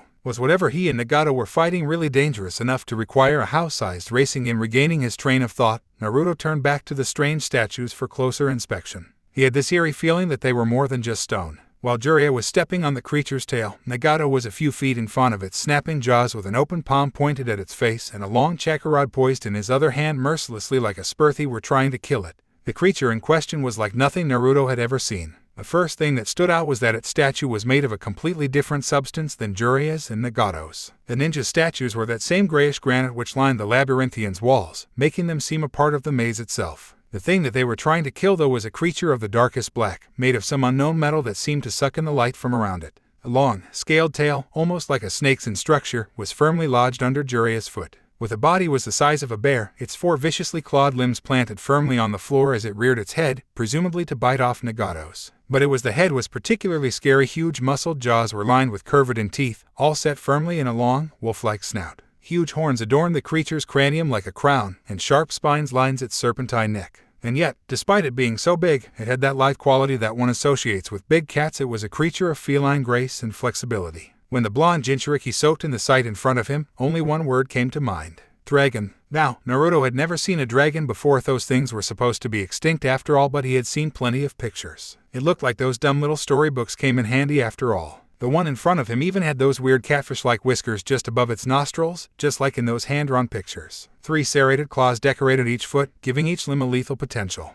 But dragons were the servants of the gods. Why did this one have such inviolatory? It was almost as if the beast was a creature of chaos rather than creation, utterly bent on the world's destruction. That was the feeling Naruto got just by looking into its unseeing ebony eyes. What could a dragon possibly be doing here? Naruto looked up after several minutes of staring at the beast, trying to understand such an alien creature. If Nagato's and Hirosenen's statues were trying to kill it, it was probably better not to touch the thing. He walked a few feet away and immediately plopped himself down in a meditative pose. It was going to take a while to decipher his first and only clue. Why, in the holy name of ramen, were there 3 creepily realistic statues in the middle of his mindscape, and why did it look like there were little bits of nature chakra clinging to Hirosenen's statue? Naruto sighed. He hated trying to answer his own questions. All he knew was that something of a great importance had occurred. With Naruto after a few hours of thinking, Naruto had made no progress. Meanwhile with Sasuke, the battle raged before him, all blood and gore. 2 distinct groups of shinobi were at each other's throats, clashing with kunai and jutsu, like they were feuding wolves determined to annihilate one another. 7 fell in that one moment alone.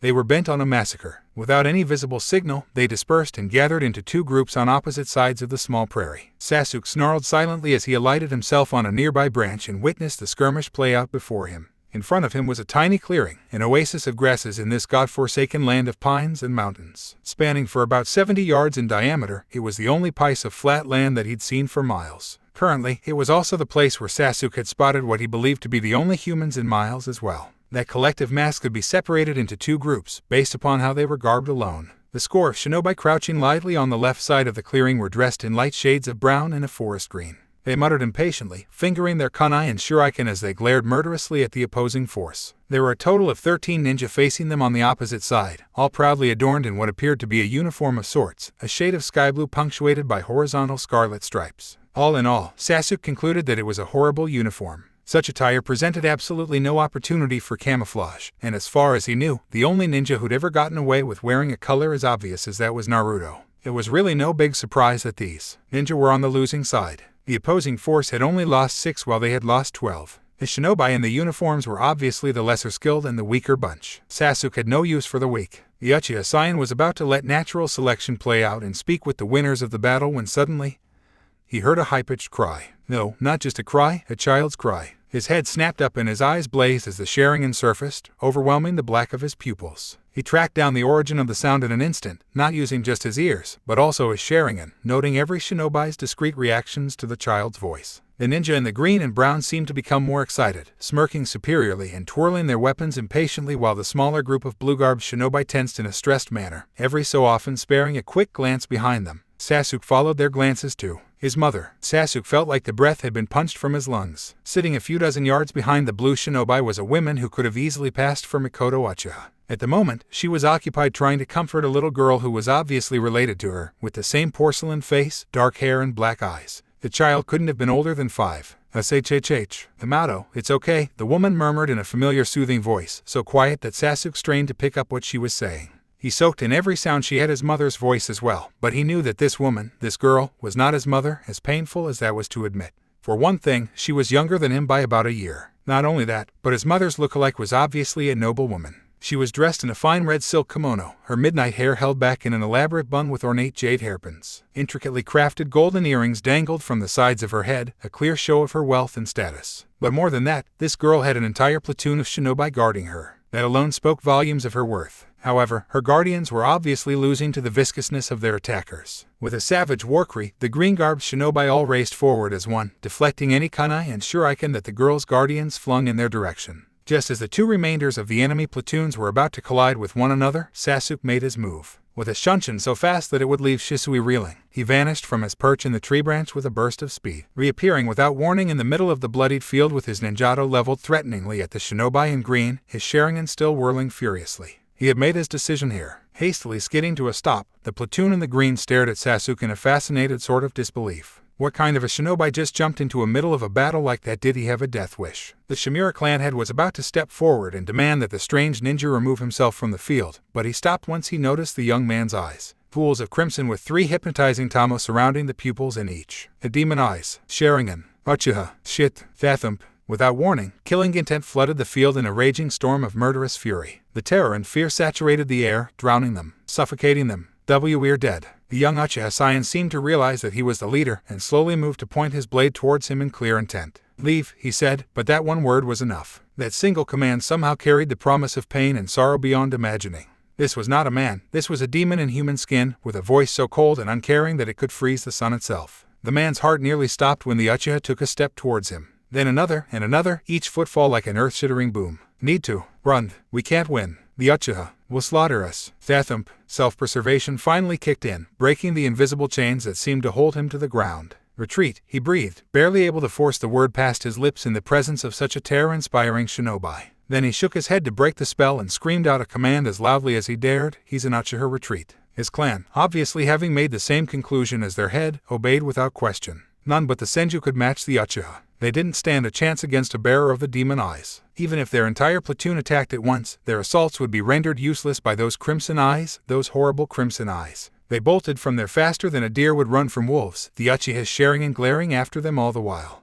They couldn't shake that feeling of being hunted, no matter how fast they ran, no matter how far they ran. They could feel the Sharingan watching, tracking them as they fled, hunting them. The demon eyes always remembered a face. Always. Senju clan compound. Sakura was by no means a morning person, she was more of a late afternoon riser. However, her career as a ninja often demanded that she force herself awake in the dead hours of the morning in defiance of her body's numerous protests. This was the main cause of her legendary short temper, second only to that of Tsunade Senju. But woe to anyone who dared to try and wake her. And that was why Tobirama Senju was a very unlucky man. A few hours earlier, his elder brother had strolled into the clan compound an hour before sunrise. Now this wasn't all that unusual. Hashirama often took midnight strolls through the forest to clear his head. But more than that, Tobirama could see the positive effect that these moonlit walks had on his brother, soothing both his mind and, to a certain extent, his very soul. The results were something he just couldn't argue with. That is, until earlier this morning when Hashirama had come in with a strange pink-haired woman held brittle-style in his arms. Now, the silver-haired shinobi was thoroughly scrutinizing his brother's rather questionable judgment.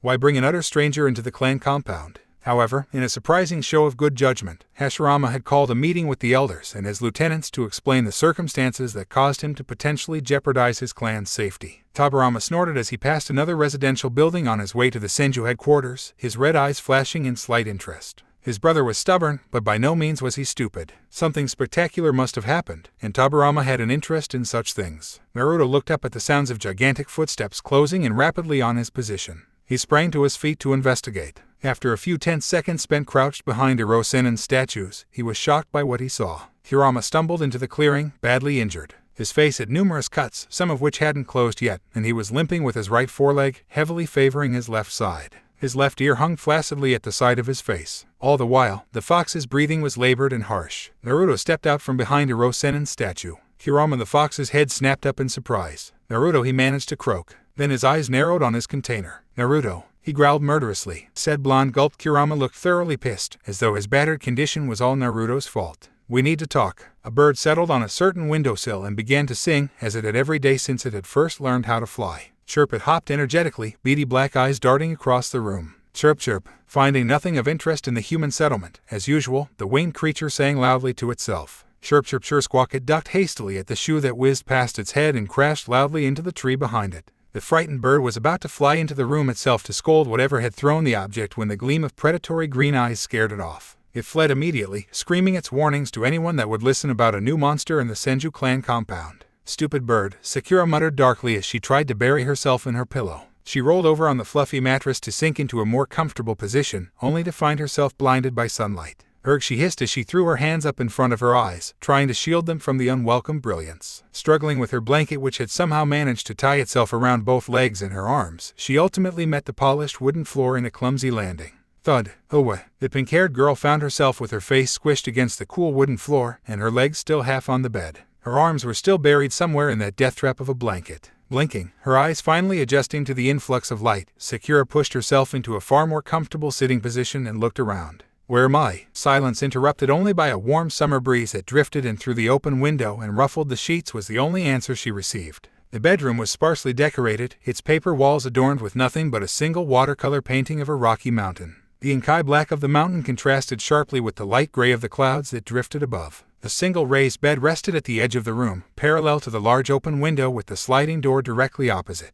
After taking a moment to admire the work of art, which in Sakura's opinion was elegant despite being simplistic, the Rosette pushed herself into a sitting position and proceeded to wrestle her limbs from the woolen cloth that had draped her in her sleep. "Who put me here? They must not be hostile, since they didn't bother to bind me. That, or they're just naive." Her thoughts turned towards the last thing she remembered. Senin-sama. "Everyone, where are you?" Knock knock. Slide. The Kunoichi turned swiftly at the noise, only to find herself confronted by blue samurai-like armor, spiky white hair, and intense red eyes that reminded her of Kurone-sensei. A gasp of startled recognition. "So you're awake."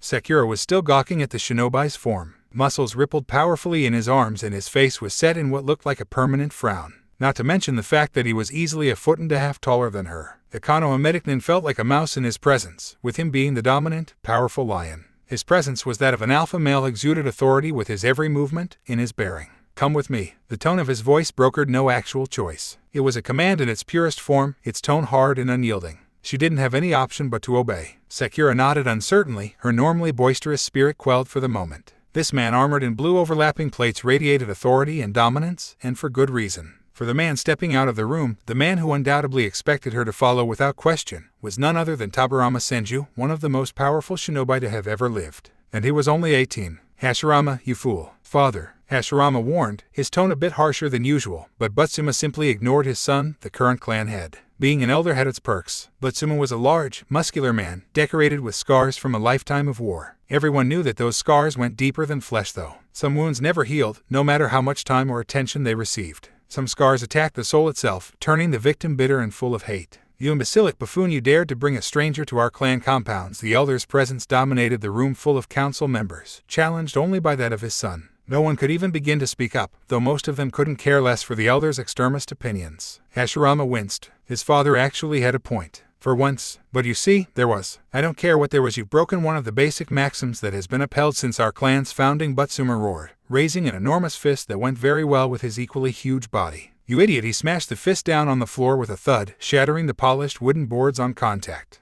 Hashirama's eyes narrowed. The others in the room shrank into themselves as a storm of tense chakra erupted in the air around them. All the while, father and son glared stubbornly at one another, both refusing to back down. Hashirama gritted his teeth, his eyes narrowing as he struggled to remain in control of himself, fighting to beat back the barbaric urge to smash his father's face in. "Father, you may be an elder, but this is ultimately my decision. I am the one who leads this clan. I am the one who fights our battles while you stay here and wait. I am the one who has maintained our most critical alliances for the past 5 years with clans that you have treated with nothing but belittlement and pompousness. I am the one with the real power here." Butsuma stood then, his red face contorted into a fearsome snarl and his enormous fists clenched tightly at his sides. Hashirama remained seated, looking up at his father with nothing but disdain and annoyance. "You, get out." He didn't yell or even raise his voice, but something in Hashirama's tone and expression had changed. There was no longer anger or even annoyance, just a grim seriousness that seemed to spread throughout his body. His was the face of a leader, his bearing that of a king. Butsuma's face suddenly lost its color, his rage swiftly replaced by shock. What did you just say to me?" He uttered the words barely above a whisper, as if speaking too loudly would make the moment real. Hashirama radiated confidence and ability as he shifted in his seat at the head of the table. The other members of the council who had kept their silence until then all, almost imperceptibly, shifted their bodies away from Butsuma and in the direction of his son, their faces grim and uncompromising. It was a clear sign of who they had chosen. The subtle political games they'd all been playing were so ingrained into their minds that the most innocent of gestures could speak louder than screams on the battlefield. Just now, the shifting of their bodies towards Hashirama away from Butsuma was a devastating blow to Butsuma's pride as a man, as a leader. His own subjects, in his eyes, had all just betrayed him. Without exception. "I said get out." Go. Hashirama's normally warm and cheerful eyes were frosted over as he stared at the man who had yet again disrupted one of his meetings, the man whom he had long since stopped thinking of as his father. He never raised his voice, but he didn't have to. A sudden change in his tone spoke volumes. It was the tone of a man who knew that he was in control and was confident enough to show it. It was the tone of a man who had no time for games and would not tolerate insubordination. It was the tone of a man who would not stand for more of the same. His was the voice of a leader who expected obedience. For too long have you challenged my authority. As of this day, you little shit. Butsuma's eyes bulged with a mad fury. You think you can do this to me? I'm more of a leader than you'll ever be. Butsuma seemed to have found his nerve, and yet at the same time, the inevitable degeneration of his mind sped up exponentially. This final expulsion from the inner council meetings of the Senju clan had proved too much, and he snapped.